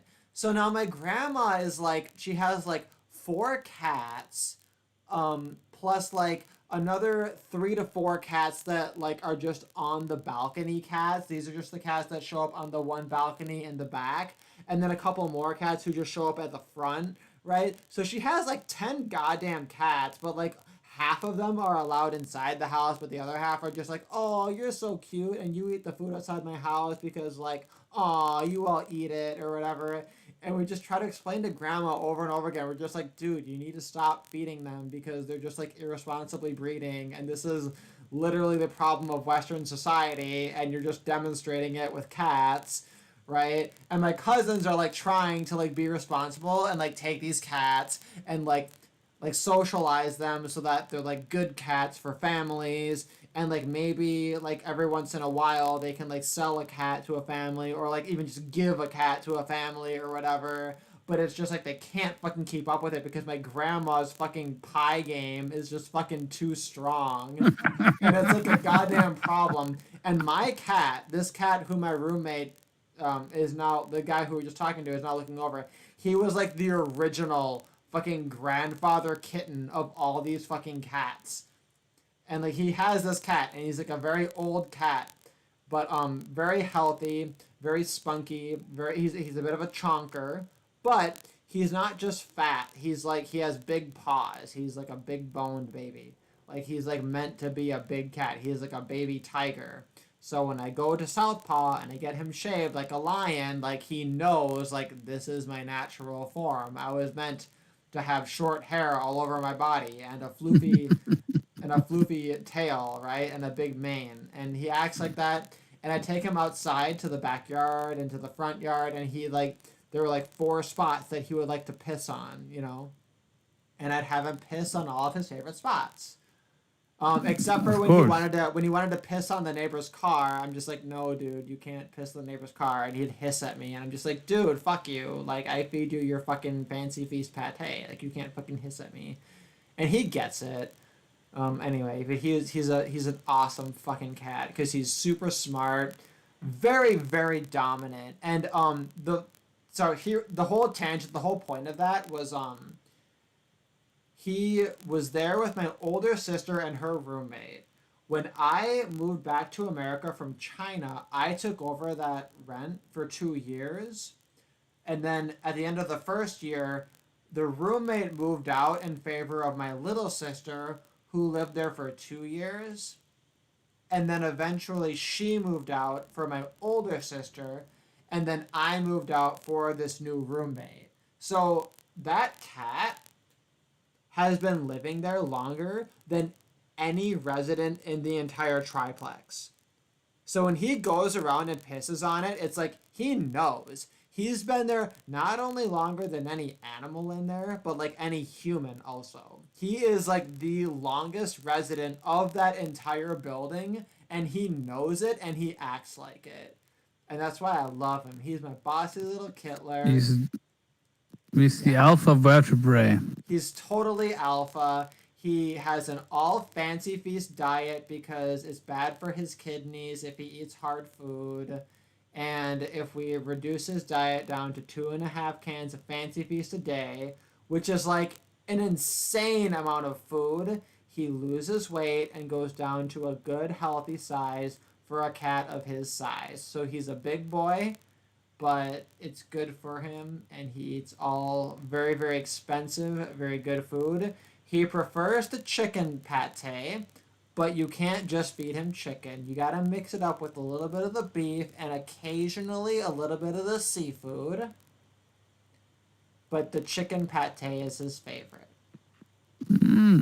But he can't just have all chicken. You gotta mix it up a little bit because I think he gets sick of just the chicken. You can just tell. And he body slams your door if he doesn't get the pate he wants because he's he knows he's a bossy little Hitler, and he likes to scream at people. So anyway, sorry, that was just a long fucking tangent about my cat. Thanks for indulging me. It was pretty good though.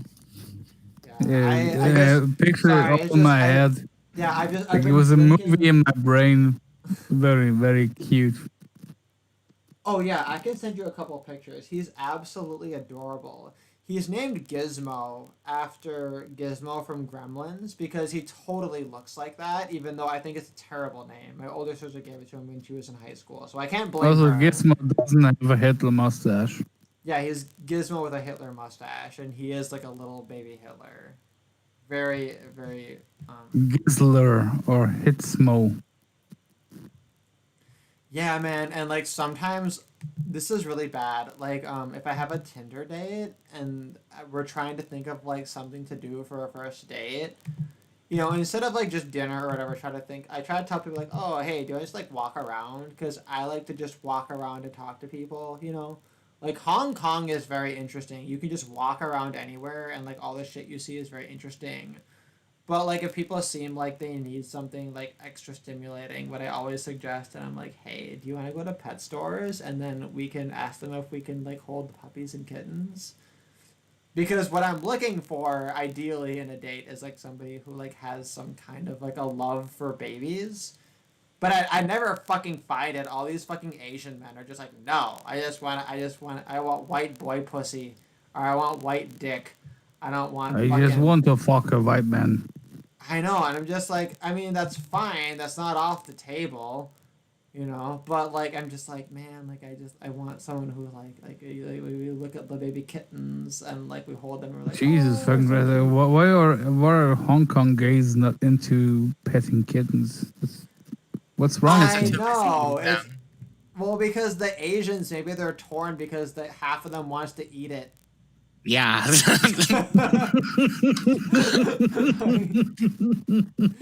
like, fuck, this is making me hungry. We go to dinner yet? Do not make me pretend like I want to pet. I want to eat. Yeah, I want my kitten soup. Like, I met a nice guy here who was a little bit older, which I'm fine with because I like older men. I like older men and younger men. I'm very open-minded. But he's like a doctor too, so he's very smart. And like he's really funny too because he'll like try to ask me about like different like English phrases or whatever, and he'll like use them wrong, or he'll be like really aggressive with how he wants to use like specific English phrases, and I'll be like, okay, but that's not really how you use that or whatever. And like there's this whole disconnect of like how like Americans versus English people speak, and since he's from Hong Kong, he like is more integrated towards the UK, and I fucking hate the UK, so I always like give him shit for it, and it's really funny. And he loves like opera and all these things. Like, there's so many reasons that like we get along so well and that we're still like good friends to this day. But he was like, no, I absolutely don't want children. And I'm like, okay, if you absolutely don't want children, then we can't date. And he was like, why? And I'm just like, what the fuck do you mean why? Right? So anyway, that's all very sad, but he'll look at puppies with me, you know, because I'll be like, dude, look at these fucking Hong Kong doggos. They're like fucking perfect. They're like ludicrously genetically perfect. Hong Kong just like on accident perfected the whole science of eugenics with their goddamn Pomeranian little dogs. Like it's just like ludicrous. Anyway. I'm really in love with my male cat. That's a complete fucking fuck up. Like nobody wanted him when he was a kitten. And he has this little perk when I put a t-shirt on him. He thinks like he's like a superhero, and he really wants to take it outside. I only Like- had a hamster when I was a kid, and I'm not a pet person now because when it died, it taught me that I'm not a pet person because I can't handle them dying. You So- killed your pet? No, I didn't kill him. He died. He was a hamster. He like lives like 3 years. It just made it sound like you had some. No, it just made me realize I'm not really that much of a pet person. Though I do tease around the idea of getting a pet skunk because I'm a weirdo, because they look really cute.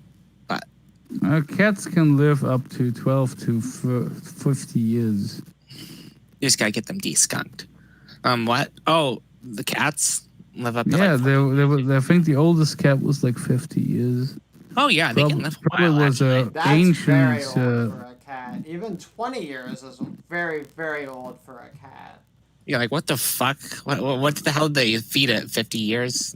I don't know. Yeah. I have no idea. It's just the longest living cat that had existed in my family lived for 19 years.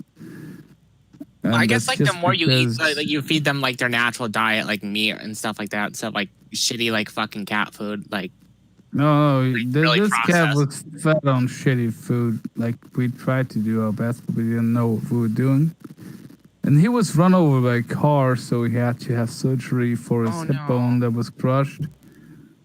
And only people he trusted could pet him after that, which made him more adorable to me because he trusted me. But yeah, I my just love current the cats, idea they of just your cat. loves to, yeah. I love the idea that like you put a little baby T-shirt on your cat, and then he's like, "Yeah, I'm gonna go outside and fuck bitches." Yeah, that's what he Because that's what he wants to do. does. Like, That's what my cat right now. He's losing weight like crazy because he's fucking all the female cats in the neighborhood, and I'm so proud of him. And I don't even put the T-shirt on his back anymore because I know he would just run straight for the exit. Like, I'm Superman. Like he doesn't even know what Superman is, but he really likes the cape. He's so adorable. that's super funny. My family, we had a couple of cats, and like one of them died because he was very, very old. It was like, okay, I have two funny stories. So there's this really old adult fat cat, and like, my mom, she was a widow, so she went off to work, and like she had her friend, and like her friend would watch us, and like, I guess on that day they were like, hey, take my kids to the animal shelter and choose a cat, and that cat's gonna be our family cat. So my mom like goes off to work, right? And like our nanny takes us, me, my older sister, and my younger sister, off to like the animal shelter. And we're looking at all these like little baby kittens and all these cats and everything. And then we're like, we want this one. And the cat we choose is this old fat cat. The tag says, hates children.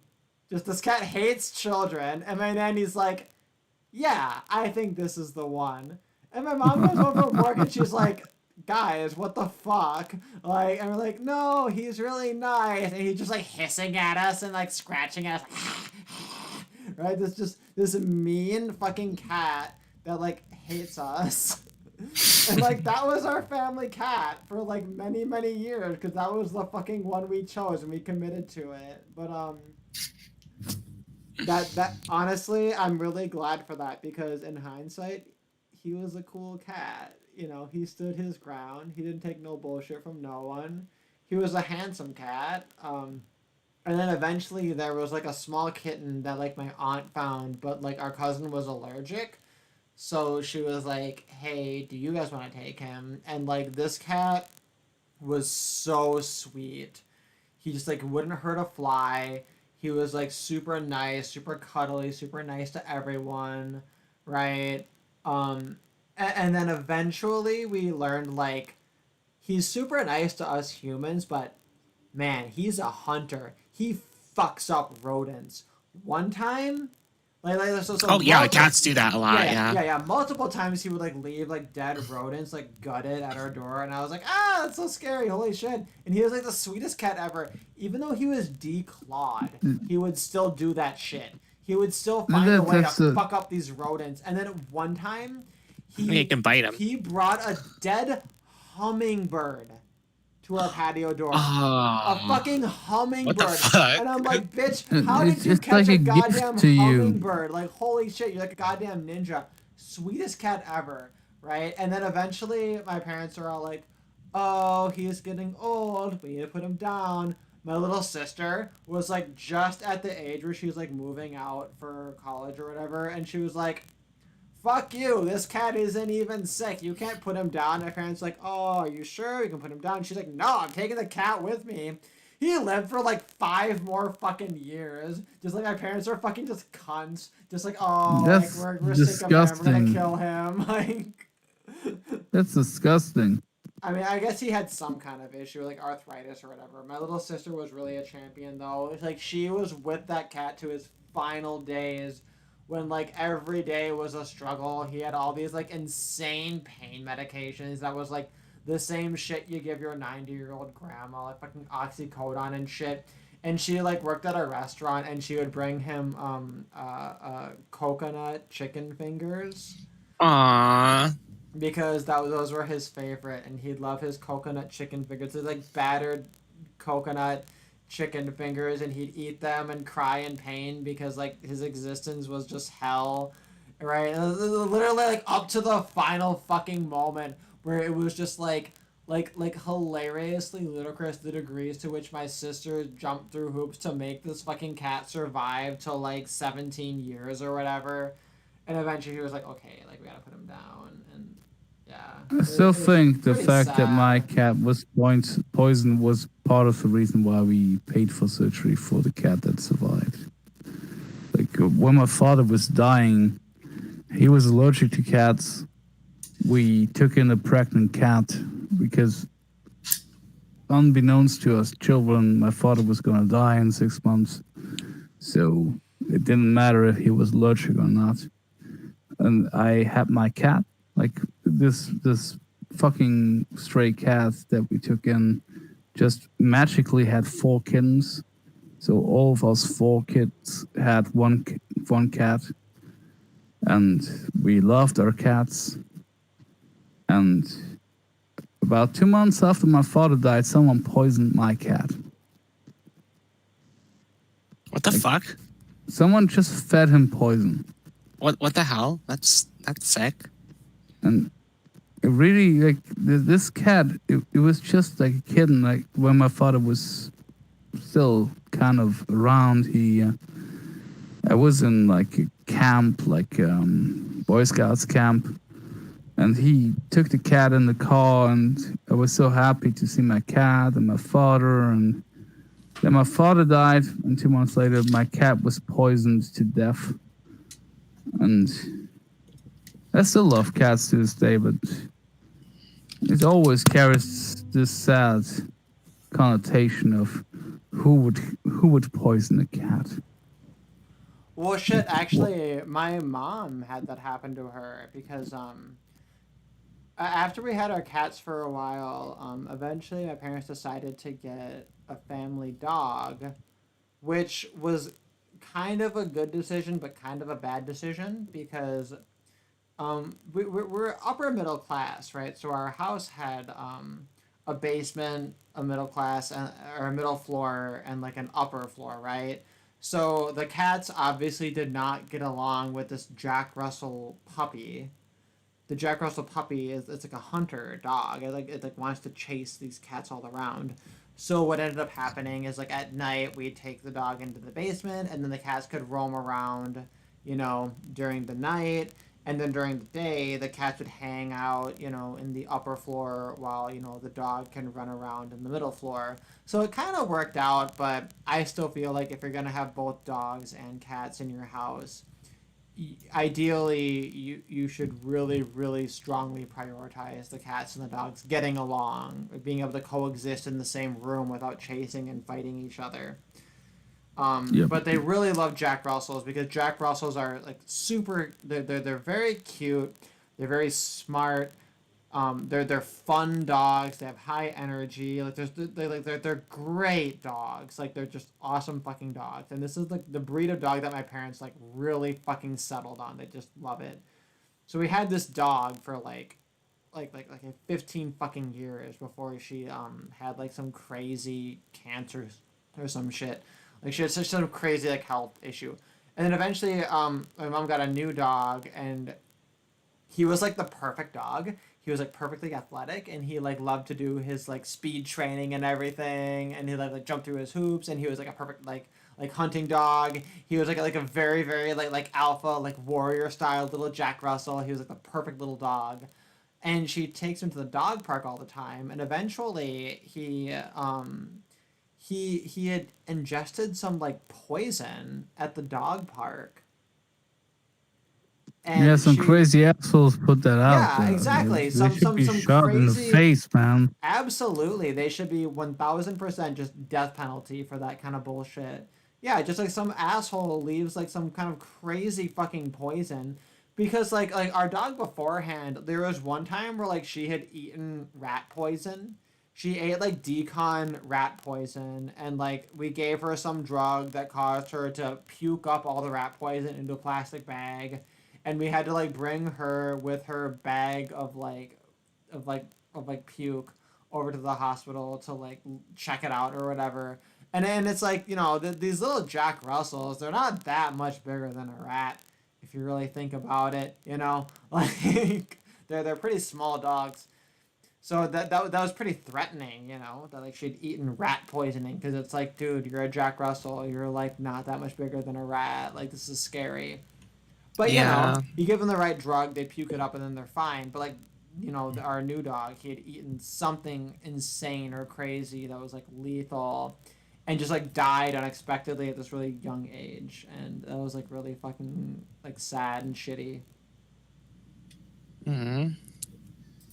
Jen, we See, haven't this is why I heard from don't you in a own while. cats. Jen, I'm curious, what are your pet experiences?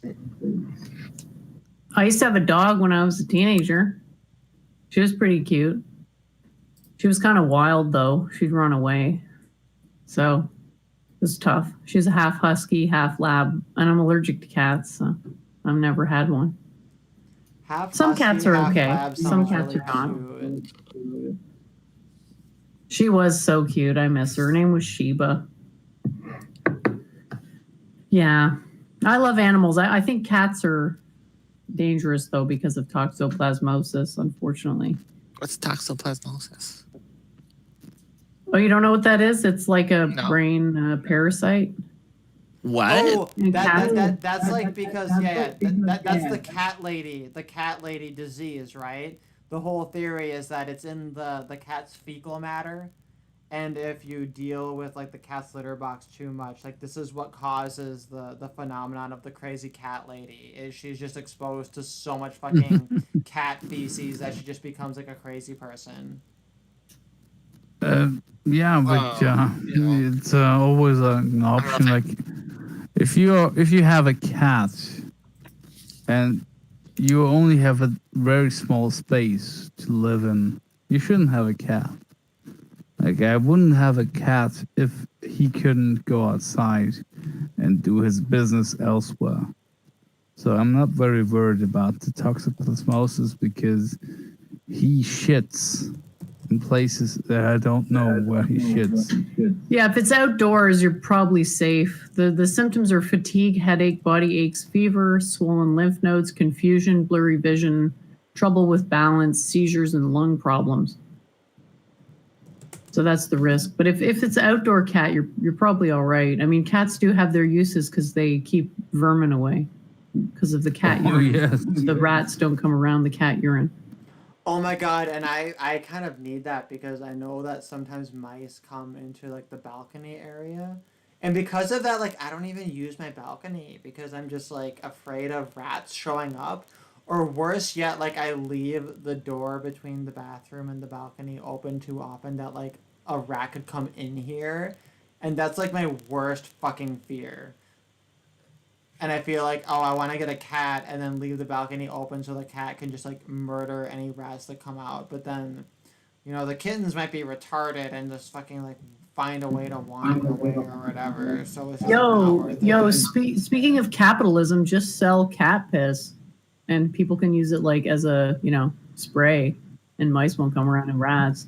No, I'm keeping that for myself. Oh my god. Dude, Don't tell the public. Man, fucking capitalize on that shit. Sell it in a little I'm bottle. just gonna go to all the pet stores and I'll be like, hey, you got a nice cat there. Can I buy its piss? No, you just got to get the cat like in a comfortable cat diaper that it won't chew off, and then just like Ew. harvest the diaper.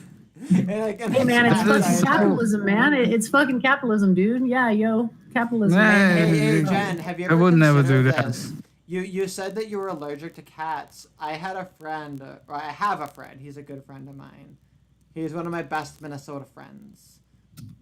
Easily in the top 2. And he's allergic to cats, but eventually he got a cat because if you get a Russian blue, they have like a special kind of fur and a special like quality to them that they don't like mess with your allergies as much. Obviously, the best cat for someone who has a cat allergy is a Sphinx cat, which I like Sphinx cats. I think they're very. They look weird, but I've interacted with one and they're just fucking adorable. Yeah. Once you meet them. Yeah, like they're weird, but they're kind of cute, and I love the fact that like they need to wear clothes because they get cold, and they'll like cuddle under a blanket with people because they get cold at night. You know, like I think that's very cute. But Russian blues, that's like the next best one if you want like a proper like fur child. They have like a special quality in their fur that doesn't alert people's allergies, and he actually, from exposure to his Russian blue, he's like overcome his cat allergy to a degree. I think he's still like can't be around like my cat because my cat was basically like a Turkish Angora. You know, my bossy little Kittler was like a very like long-haired, very floofy, very sheddy cat. You know, but Russian blues are definitely like sought after, Yeah, but particularly for this people whole who have thing- allergies. This whole thing about allergies, I still can't wrap my head around it because it's such a recent phenomenon that people are like allergic to all kind of shit. It's a combination of vaccines and pesticides that causes the allergies to be more pronounced because it's basically your immune system's broken and it's in a perpetual state of arousal. That's what allergies are. So, So you're you're- an you're, like, anti-vaxxer. reacting. You're an anti-vaxxer. No. But the problem with vaccines is not the science underlying the vaccines because that technology has been used for a long time to engender herd immunity. But the problem is the preservatives and the adjuvants. They're what causes the paralysis of the immune system. Like there's mercury and other things. Yeah, the mercury, And, I've heard about. That's the problem. I've always assumed it's all bullshit that they put enough food and water and air. Like, I we're just think being it's silly to think poisoned. that vaccines should be like completely necessary, like mandatory. You know, like it's like I've had like a few vaccines in my lifetime, but I don't really get them anymore now that I'm an adult. I'm fine. Like I just don't feel like there's really any mandatory need for them. You wait, because the current plan seems to be, let's get Bill Gates and his many companies to vaccinate everybody, and then we get implanted with a chip that is like NFC, so they can check if you vaccinated against this and that, and if you haven't, you will get limited access to public spaces. That'd This be is actually the fucked up. current Because plan. that could actually happen, probably. Now that I think about it. That's one outcome of this current fucking beer virus situation. That we will all have to get vaccinated by the Gates Foundation, and we will have to get implanted a chip that will tell authorities through NFC transmission which vaccinations we've got. And That's super spooky. I'm It's kind just of scared capitalism, because man. It's just capitalism. But Yeah, it's but people are not. still Like, fucking Bill accepting Gates of is this. not a capitalist. He's a corporatist. I'm sorry, but there's no difference. No, that difference is okay. I'm not gonna have to fight about this now, but no, that's different. If there's a difference between capitalist and corporatist, then everybody on the planet is a capitalist. Honestly, I don't even Everyone think Bill is, Gates if is in they're it for the honest. money. Come again? I said everyone is a capitalist if they're honest. It's just all the fucking liars who like cuck to neoliberalism. And this is the one thing me and these super retarded, cunty, worthless, like comms will agree on is we both fucking hate neoliberalism. We just hate it for opposite reasons. It's just low hanging fruit. Yeah, but the thing with Bill Gates is It's pretty low hanging fruit. Yeah, it's but- beating up a retard for sure. I can't disagree with. Jen, yeah, but the thing is, Bill Gates, he doesn't need the money, so it has to be about power. Yeah, it's about making your mark on civilization and being remembered after you die. It's a very common drive. you mean the mark of the beast? Like the Bible says? That's a Christian thing. That's a Christian thing. The Christians are actually gonna, like, if this happens, they're gonna be helping it happen because they just say it's part of prophecy. But they think it's also prophecy that Jesus will come back. Yeah, Probably very doubtful it's prophecy. Christian Zionism on steroids. Oh, look, Hi, Ashley, Derek. Ashley showed up literally when I'm Ashley, about what to the end fuck? this stream because I've been going on for almost 5 Holy hours. motherfucker, Ashley! This is Yeah, like, where have this you is- been? How backwards is this? You show up at the end of the stream. Usually you show Tell up at us the very everything. beginning and then silently disappear versus showing up now. Well, Ashley tells everything. Well, I just thought I'd drop by to see how your cope stream was going. Are you still coping? I'm It's like sorry, before- cope stream? What do you mean? Coping about what? Just in general about the state of the world. It's become my new favorite word, as you may have guessed. You need to stop that. You need to stop that because cope is a thought-terminating cliche, and you're above that. Chinese you're mutant probably right. coronavirus. Chinese mutant coronavirus. China's throwing Personally, bat soup. I find that it's kind of the opposite of that for me, to be honest. Like, it forces me to check myself, like to make sure that I'm not deluding myself. But yeah, it probably is possible to overuse it. I don't know. Well, here's the thing. Like, I don't believe that people, like, that every single instance of people invoking a thought-terminating cliche is wrong, right? It's just that, like, 80% of the time overall it's wrong. And cope has become, like, weirdly popular lately. Yeah, dude, we create the culture, man. Pick a Yeah, word, man. any word. I can make it popular.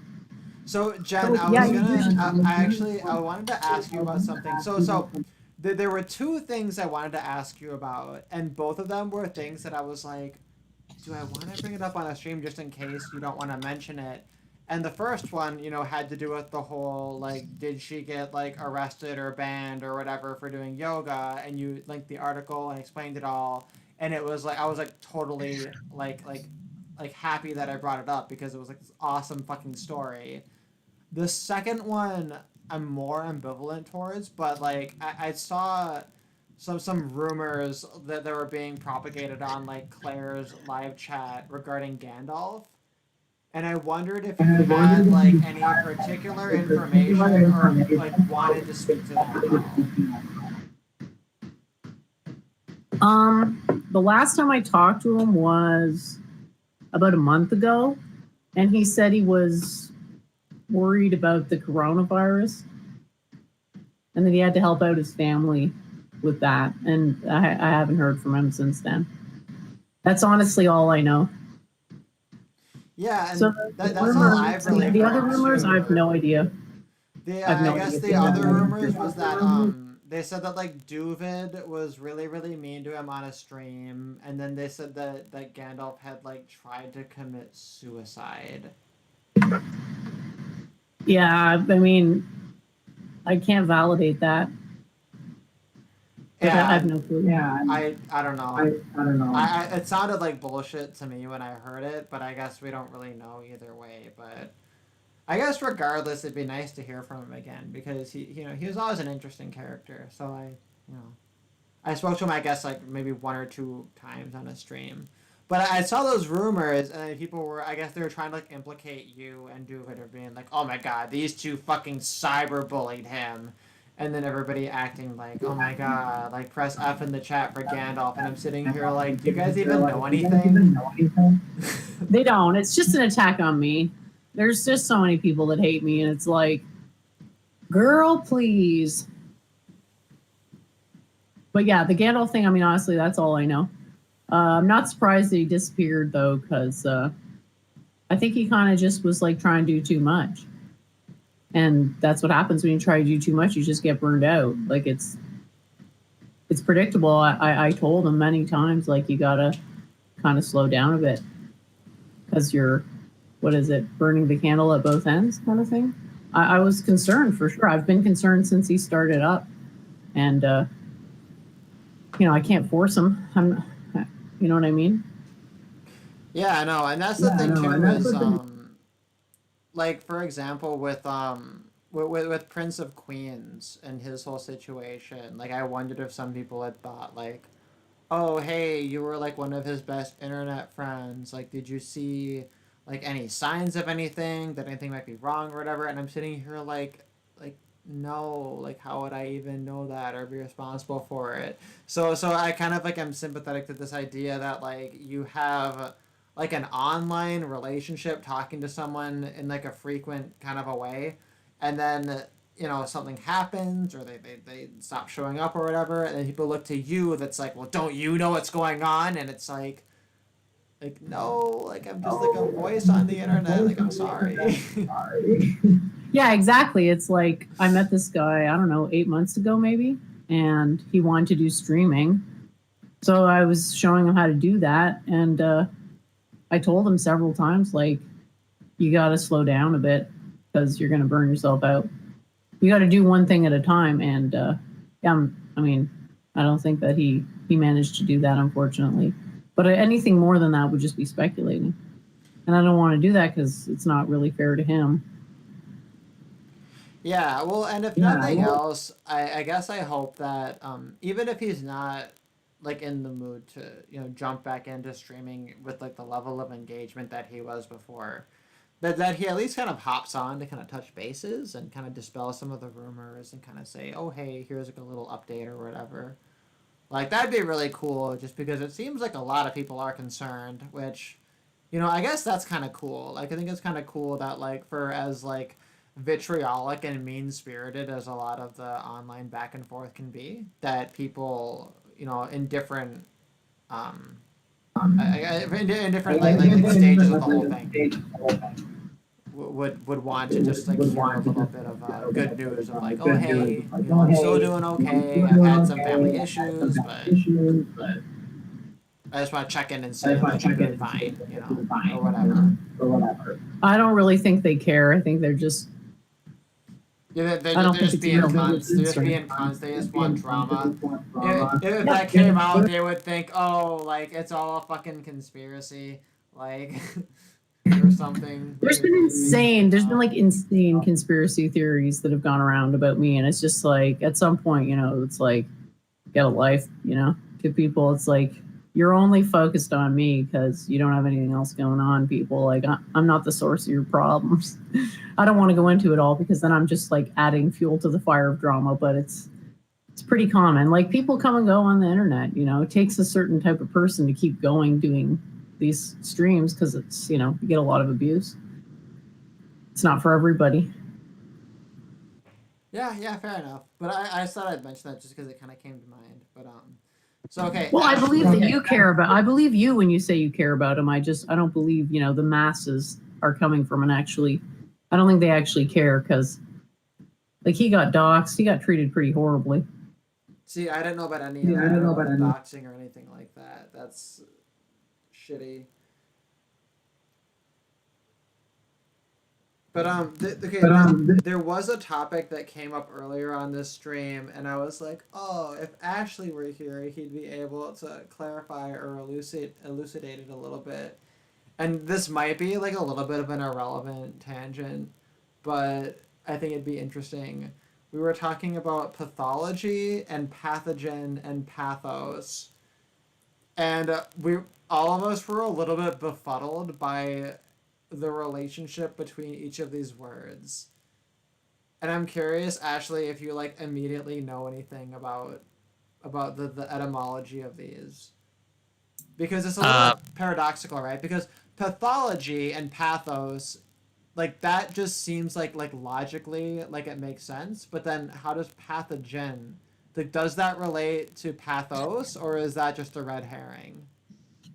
Well, the word pathos comes from Greek. It means like suffering, or it can also just mean experience or something, but it usually has like a negative connotation to it. And that's but very German. That's very German for pathos to mean suffering. Suffering. Yeah. It's actually Indian. It's actually Indian because You yoga would says that say all. that. Why would it Damn be you, German? Jen. You would fucking say it's Indian. You're so Well, in character right now. Let Ashley Yoga speak. says that all of life is suffering. I mean, the German Stoicism comes from the Indo-Aryan mysticism. Is that why Germans are always fucking emo assholes? Yeah, dude. I mean, I can totally see it. Like, I get it why there's a bit of a cultural friction between Germans and other people because they embody this stoicism to such an extreme degree that other people are just like, whoa. Like, you know, sad boy, right? yeah. Let Ashley speak his so thing. I can't Yeah. speak to how the Indians used it, but that's the way it was originally used in Greek, like the word pathos, and then it became associated with disease in the Hippocratic texts, just disease. Obviously, they didn't know anything about germ theory or whatever. And as far as I know, in modern parlance, I don't know anything. I don't have any like esoteric knowledge about this, but as far as I know, pathogen usually just means bacteria or viruses, like it encompasses both of those things. And then pathology is the study of disease. So again, like, well, yeah, just the study of disease in general. Does that answer your question?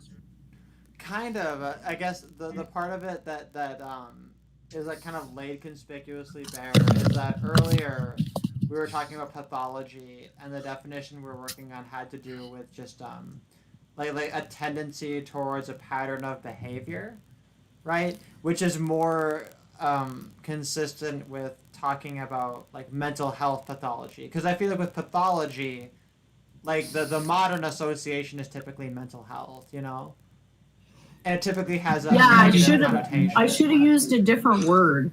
To me, pathology is the right word, like, but it's neutral. It's not negative. It's just like everybody kind of has different patterns of suffering. It's not necessarily associated with illness, but I should have used a different word because it's not clear. But it is like sort of a misnomer in just the purely onomatopoeic sense. Like pathology makes you think of a path that logic follows. Here's the thing, though. There might be kind of an interesting connection here, because I know, Ashley, you have some kind of daring and interesting theories about homosexuality and that it could be caused by pathogens. And I feel like this is almost like a missing link in these concepts of pathogen and pathology. A missing link. How? Well, in terms of our mean? conversation earlier, which you weren't here for because you were uncharacteristically absent for the first part of the stream. Do you mean just because it's an issue of the brain, like, or Yeah. Well, because pathology, am I wrong in saying that when we say pathology, the typical colloquial understanding of pathology is like a mental illness. And then that's why, Jen, when you bring it up, you immediately clarify that when you use the term, you don't mean that it has like a positive or negative connotation, because you want to talk about it in a more general sense, but it was more oriented towards patterns of behavior and a little bit more skewed towards the mental. But then when Ashley, when you defined it, it was more skewed towards this physical sense of like the way pathogens and diseases work. And I thought that was really interesting because there's a contrast there. Because Well, the it term- kind of could mean I mean- either, but like what I'm suggesting is maybe it does mean both. Because if your theory of homosexuality being caused by a pathogen is true, then that's almost like a missing link between this idea of like diseases being the pathology and pathology being the mental illness, because it literally is both, because it's all a fucking disease. Well, I mean, the term disease itself is kind of vague. I mean, it runs the gamut of everything from like you cut your toe or something and the cut gets infected. It runs the gamut of everything from that to like epilepsy. So it is a vague term. Yeah, I'm looking at like the Google definition. And I have to go to sleep. So, love y'all. Yeah, we Have a are great at the time. 5-hour mark for this stream. So Holy I probably am fuck, gonna yeah. wrap it up kind of soon, but Be I thought it was well. only like 4. Jeez. I wish Ashley joined earlier. I always appreciate talking to you. I just have to go. Thanks. Don't know why, but Be well. It's always a pleasure. I don't know why either. Yeah. Goodbye, everyone. And be Bye. well. Till next keep time. it easy. Bye bye. You guys- Bye. Stay stoic. Thank you. Do you guys want to know the real reason that he's hopping off? It's the same reason that I usually hop off, which is you need to either like take a piss or take a shit. And like when it's down to like 2 people, it's like awkward to be like, oh hey, do you want to wait while I take a poop? And then like we just say, oh let's just, you know, we've been talking for like 4 hours, so let's just, you know, call it a day till the next time.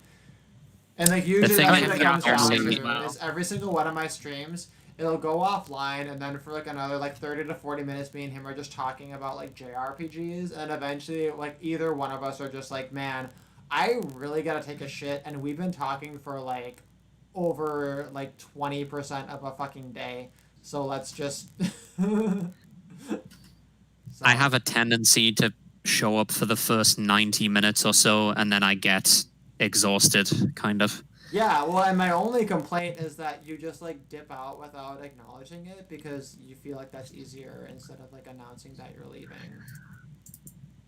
True. And then we just like notice like a few minutes later, we're like, oh, he just like disappeared. He just like left, and then we wonder, like, did he get offended by something? And it's like probably not. But no, it's interesting because I looked up the definition of pathology, and like the very first definition you get does relate more to diseases, but then you see these other definitions that are like way more vague, especially ones related to mental, social, or linguistic abnormality or malfunction, which is literally like, oh, so autism is a pathology, but also like diseases are pathologies. That's like ludicrously vague. Yeah, Almost you could vague. stretch it to characterize basically just being slightly outside the average in any way as being pathological by that definition. So if you're a fucking queer, you're pathologically fucked up. Or I gotta go get a drink soon before the curfew starts, or so I might have to leave here soon. Yeah, I'm gonna head out too. I'm gonna take a little beauty nap. But it was great talking to you guys, and look forward to the next one. Yeah, well, I guess we probably should wrap it up because I got this. I'm glad that Miles sent me a link to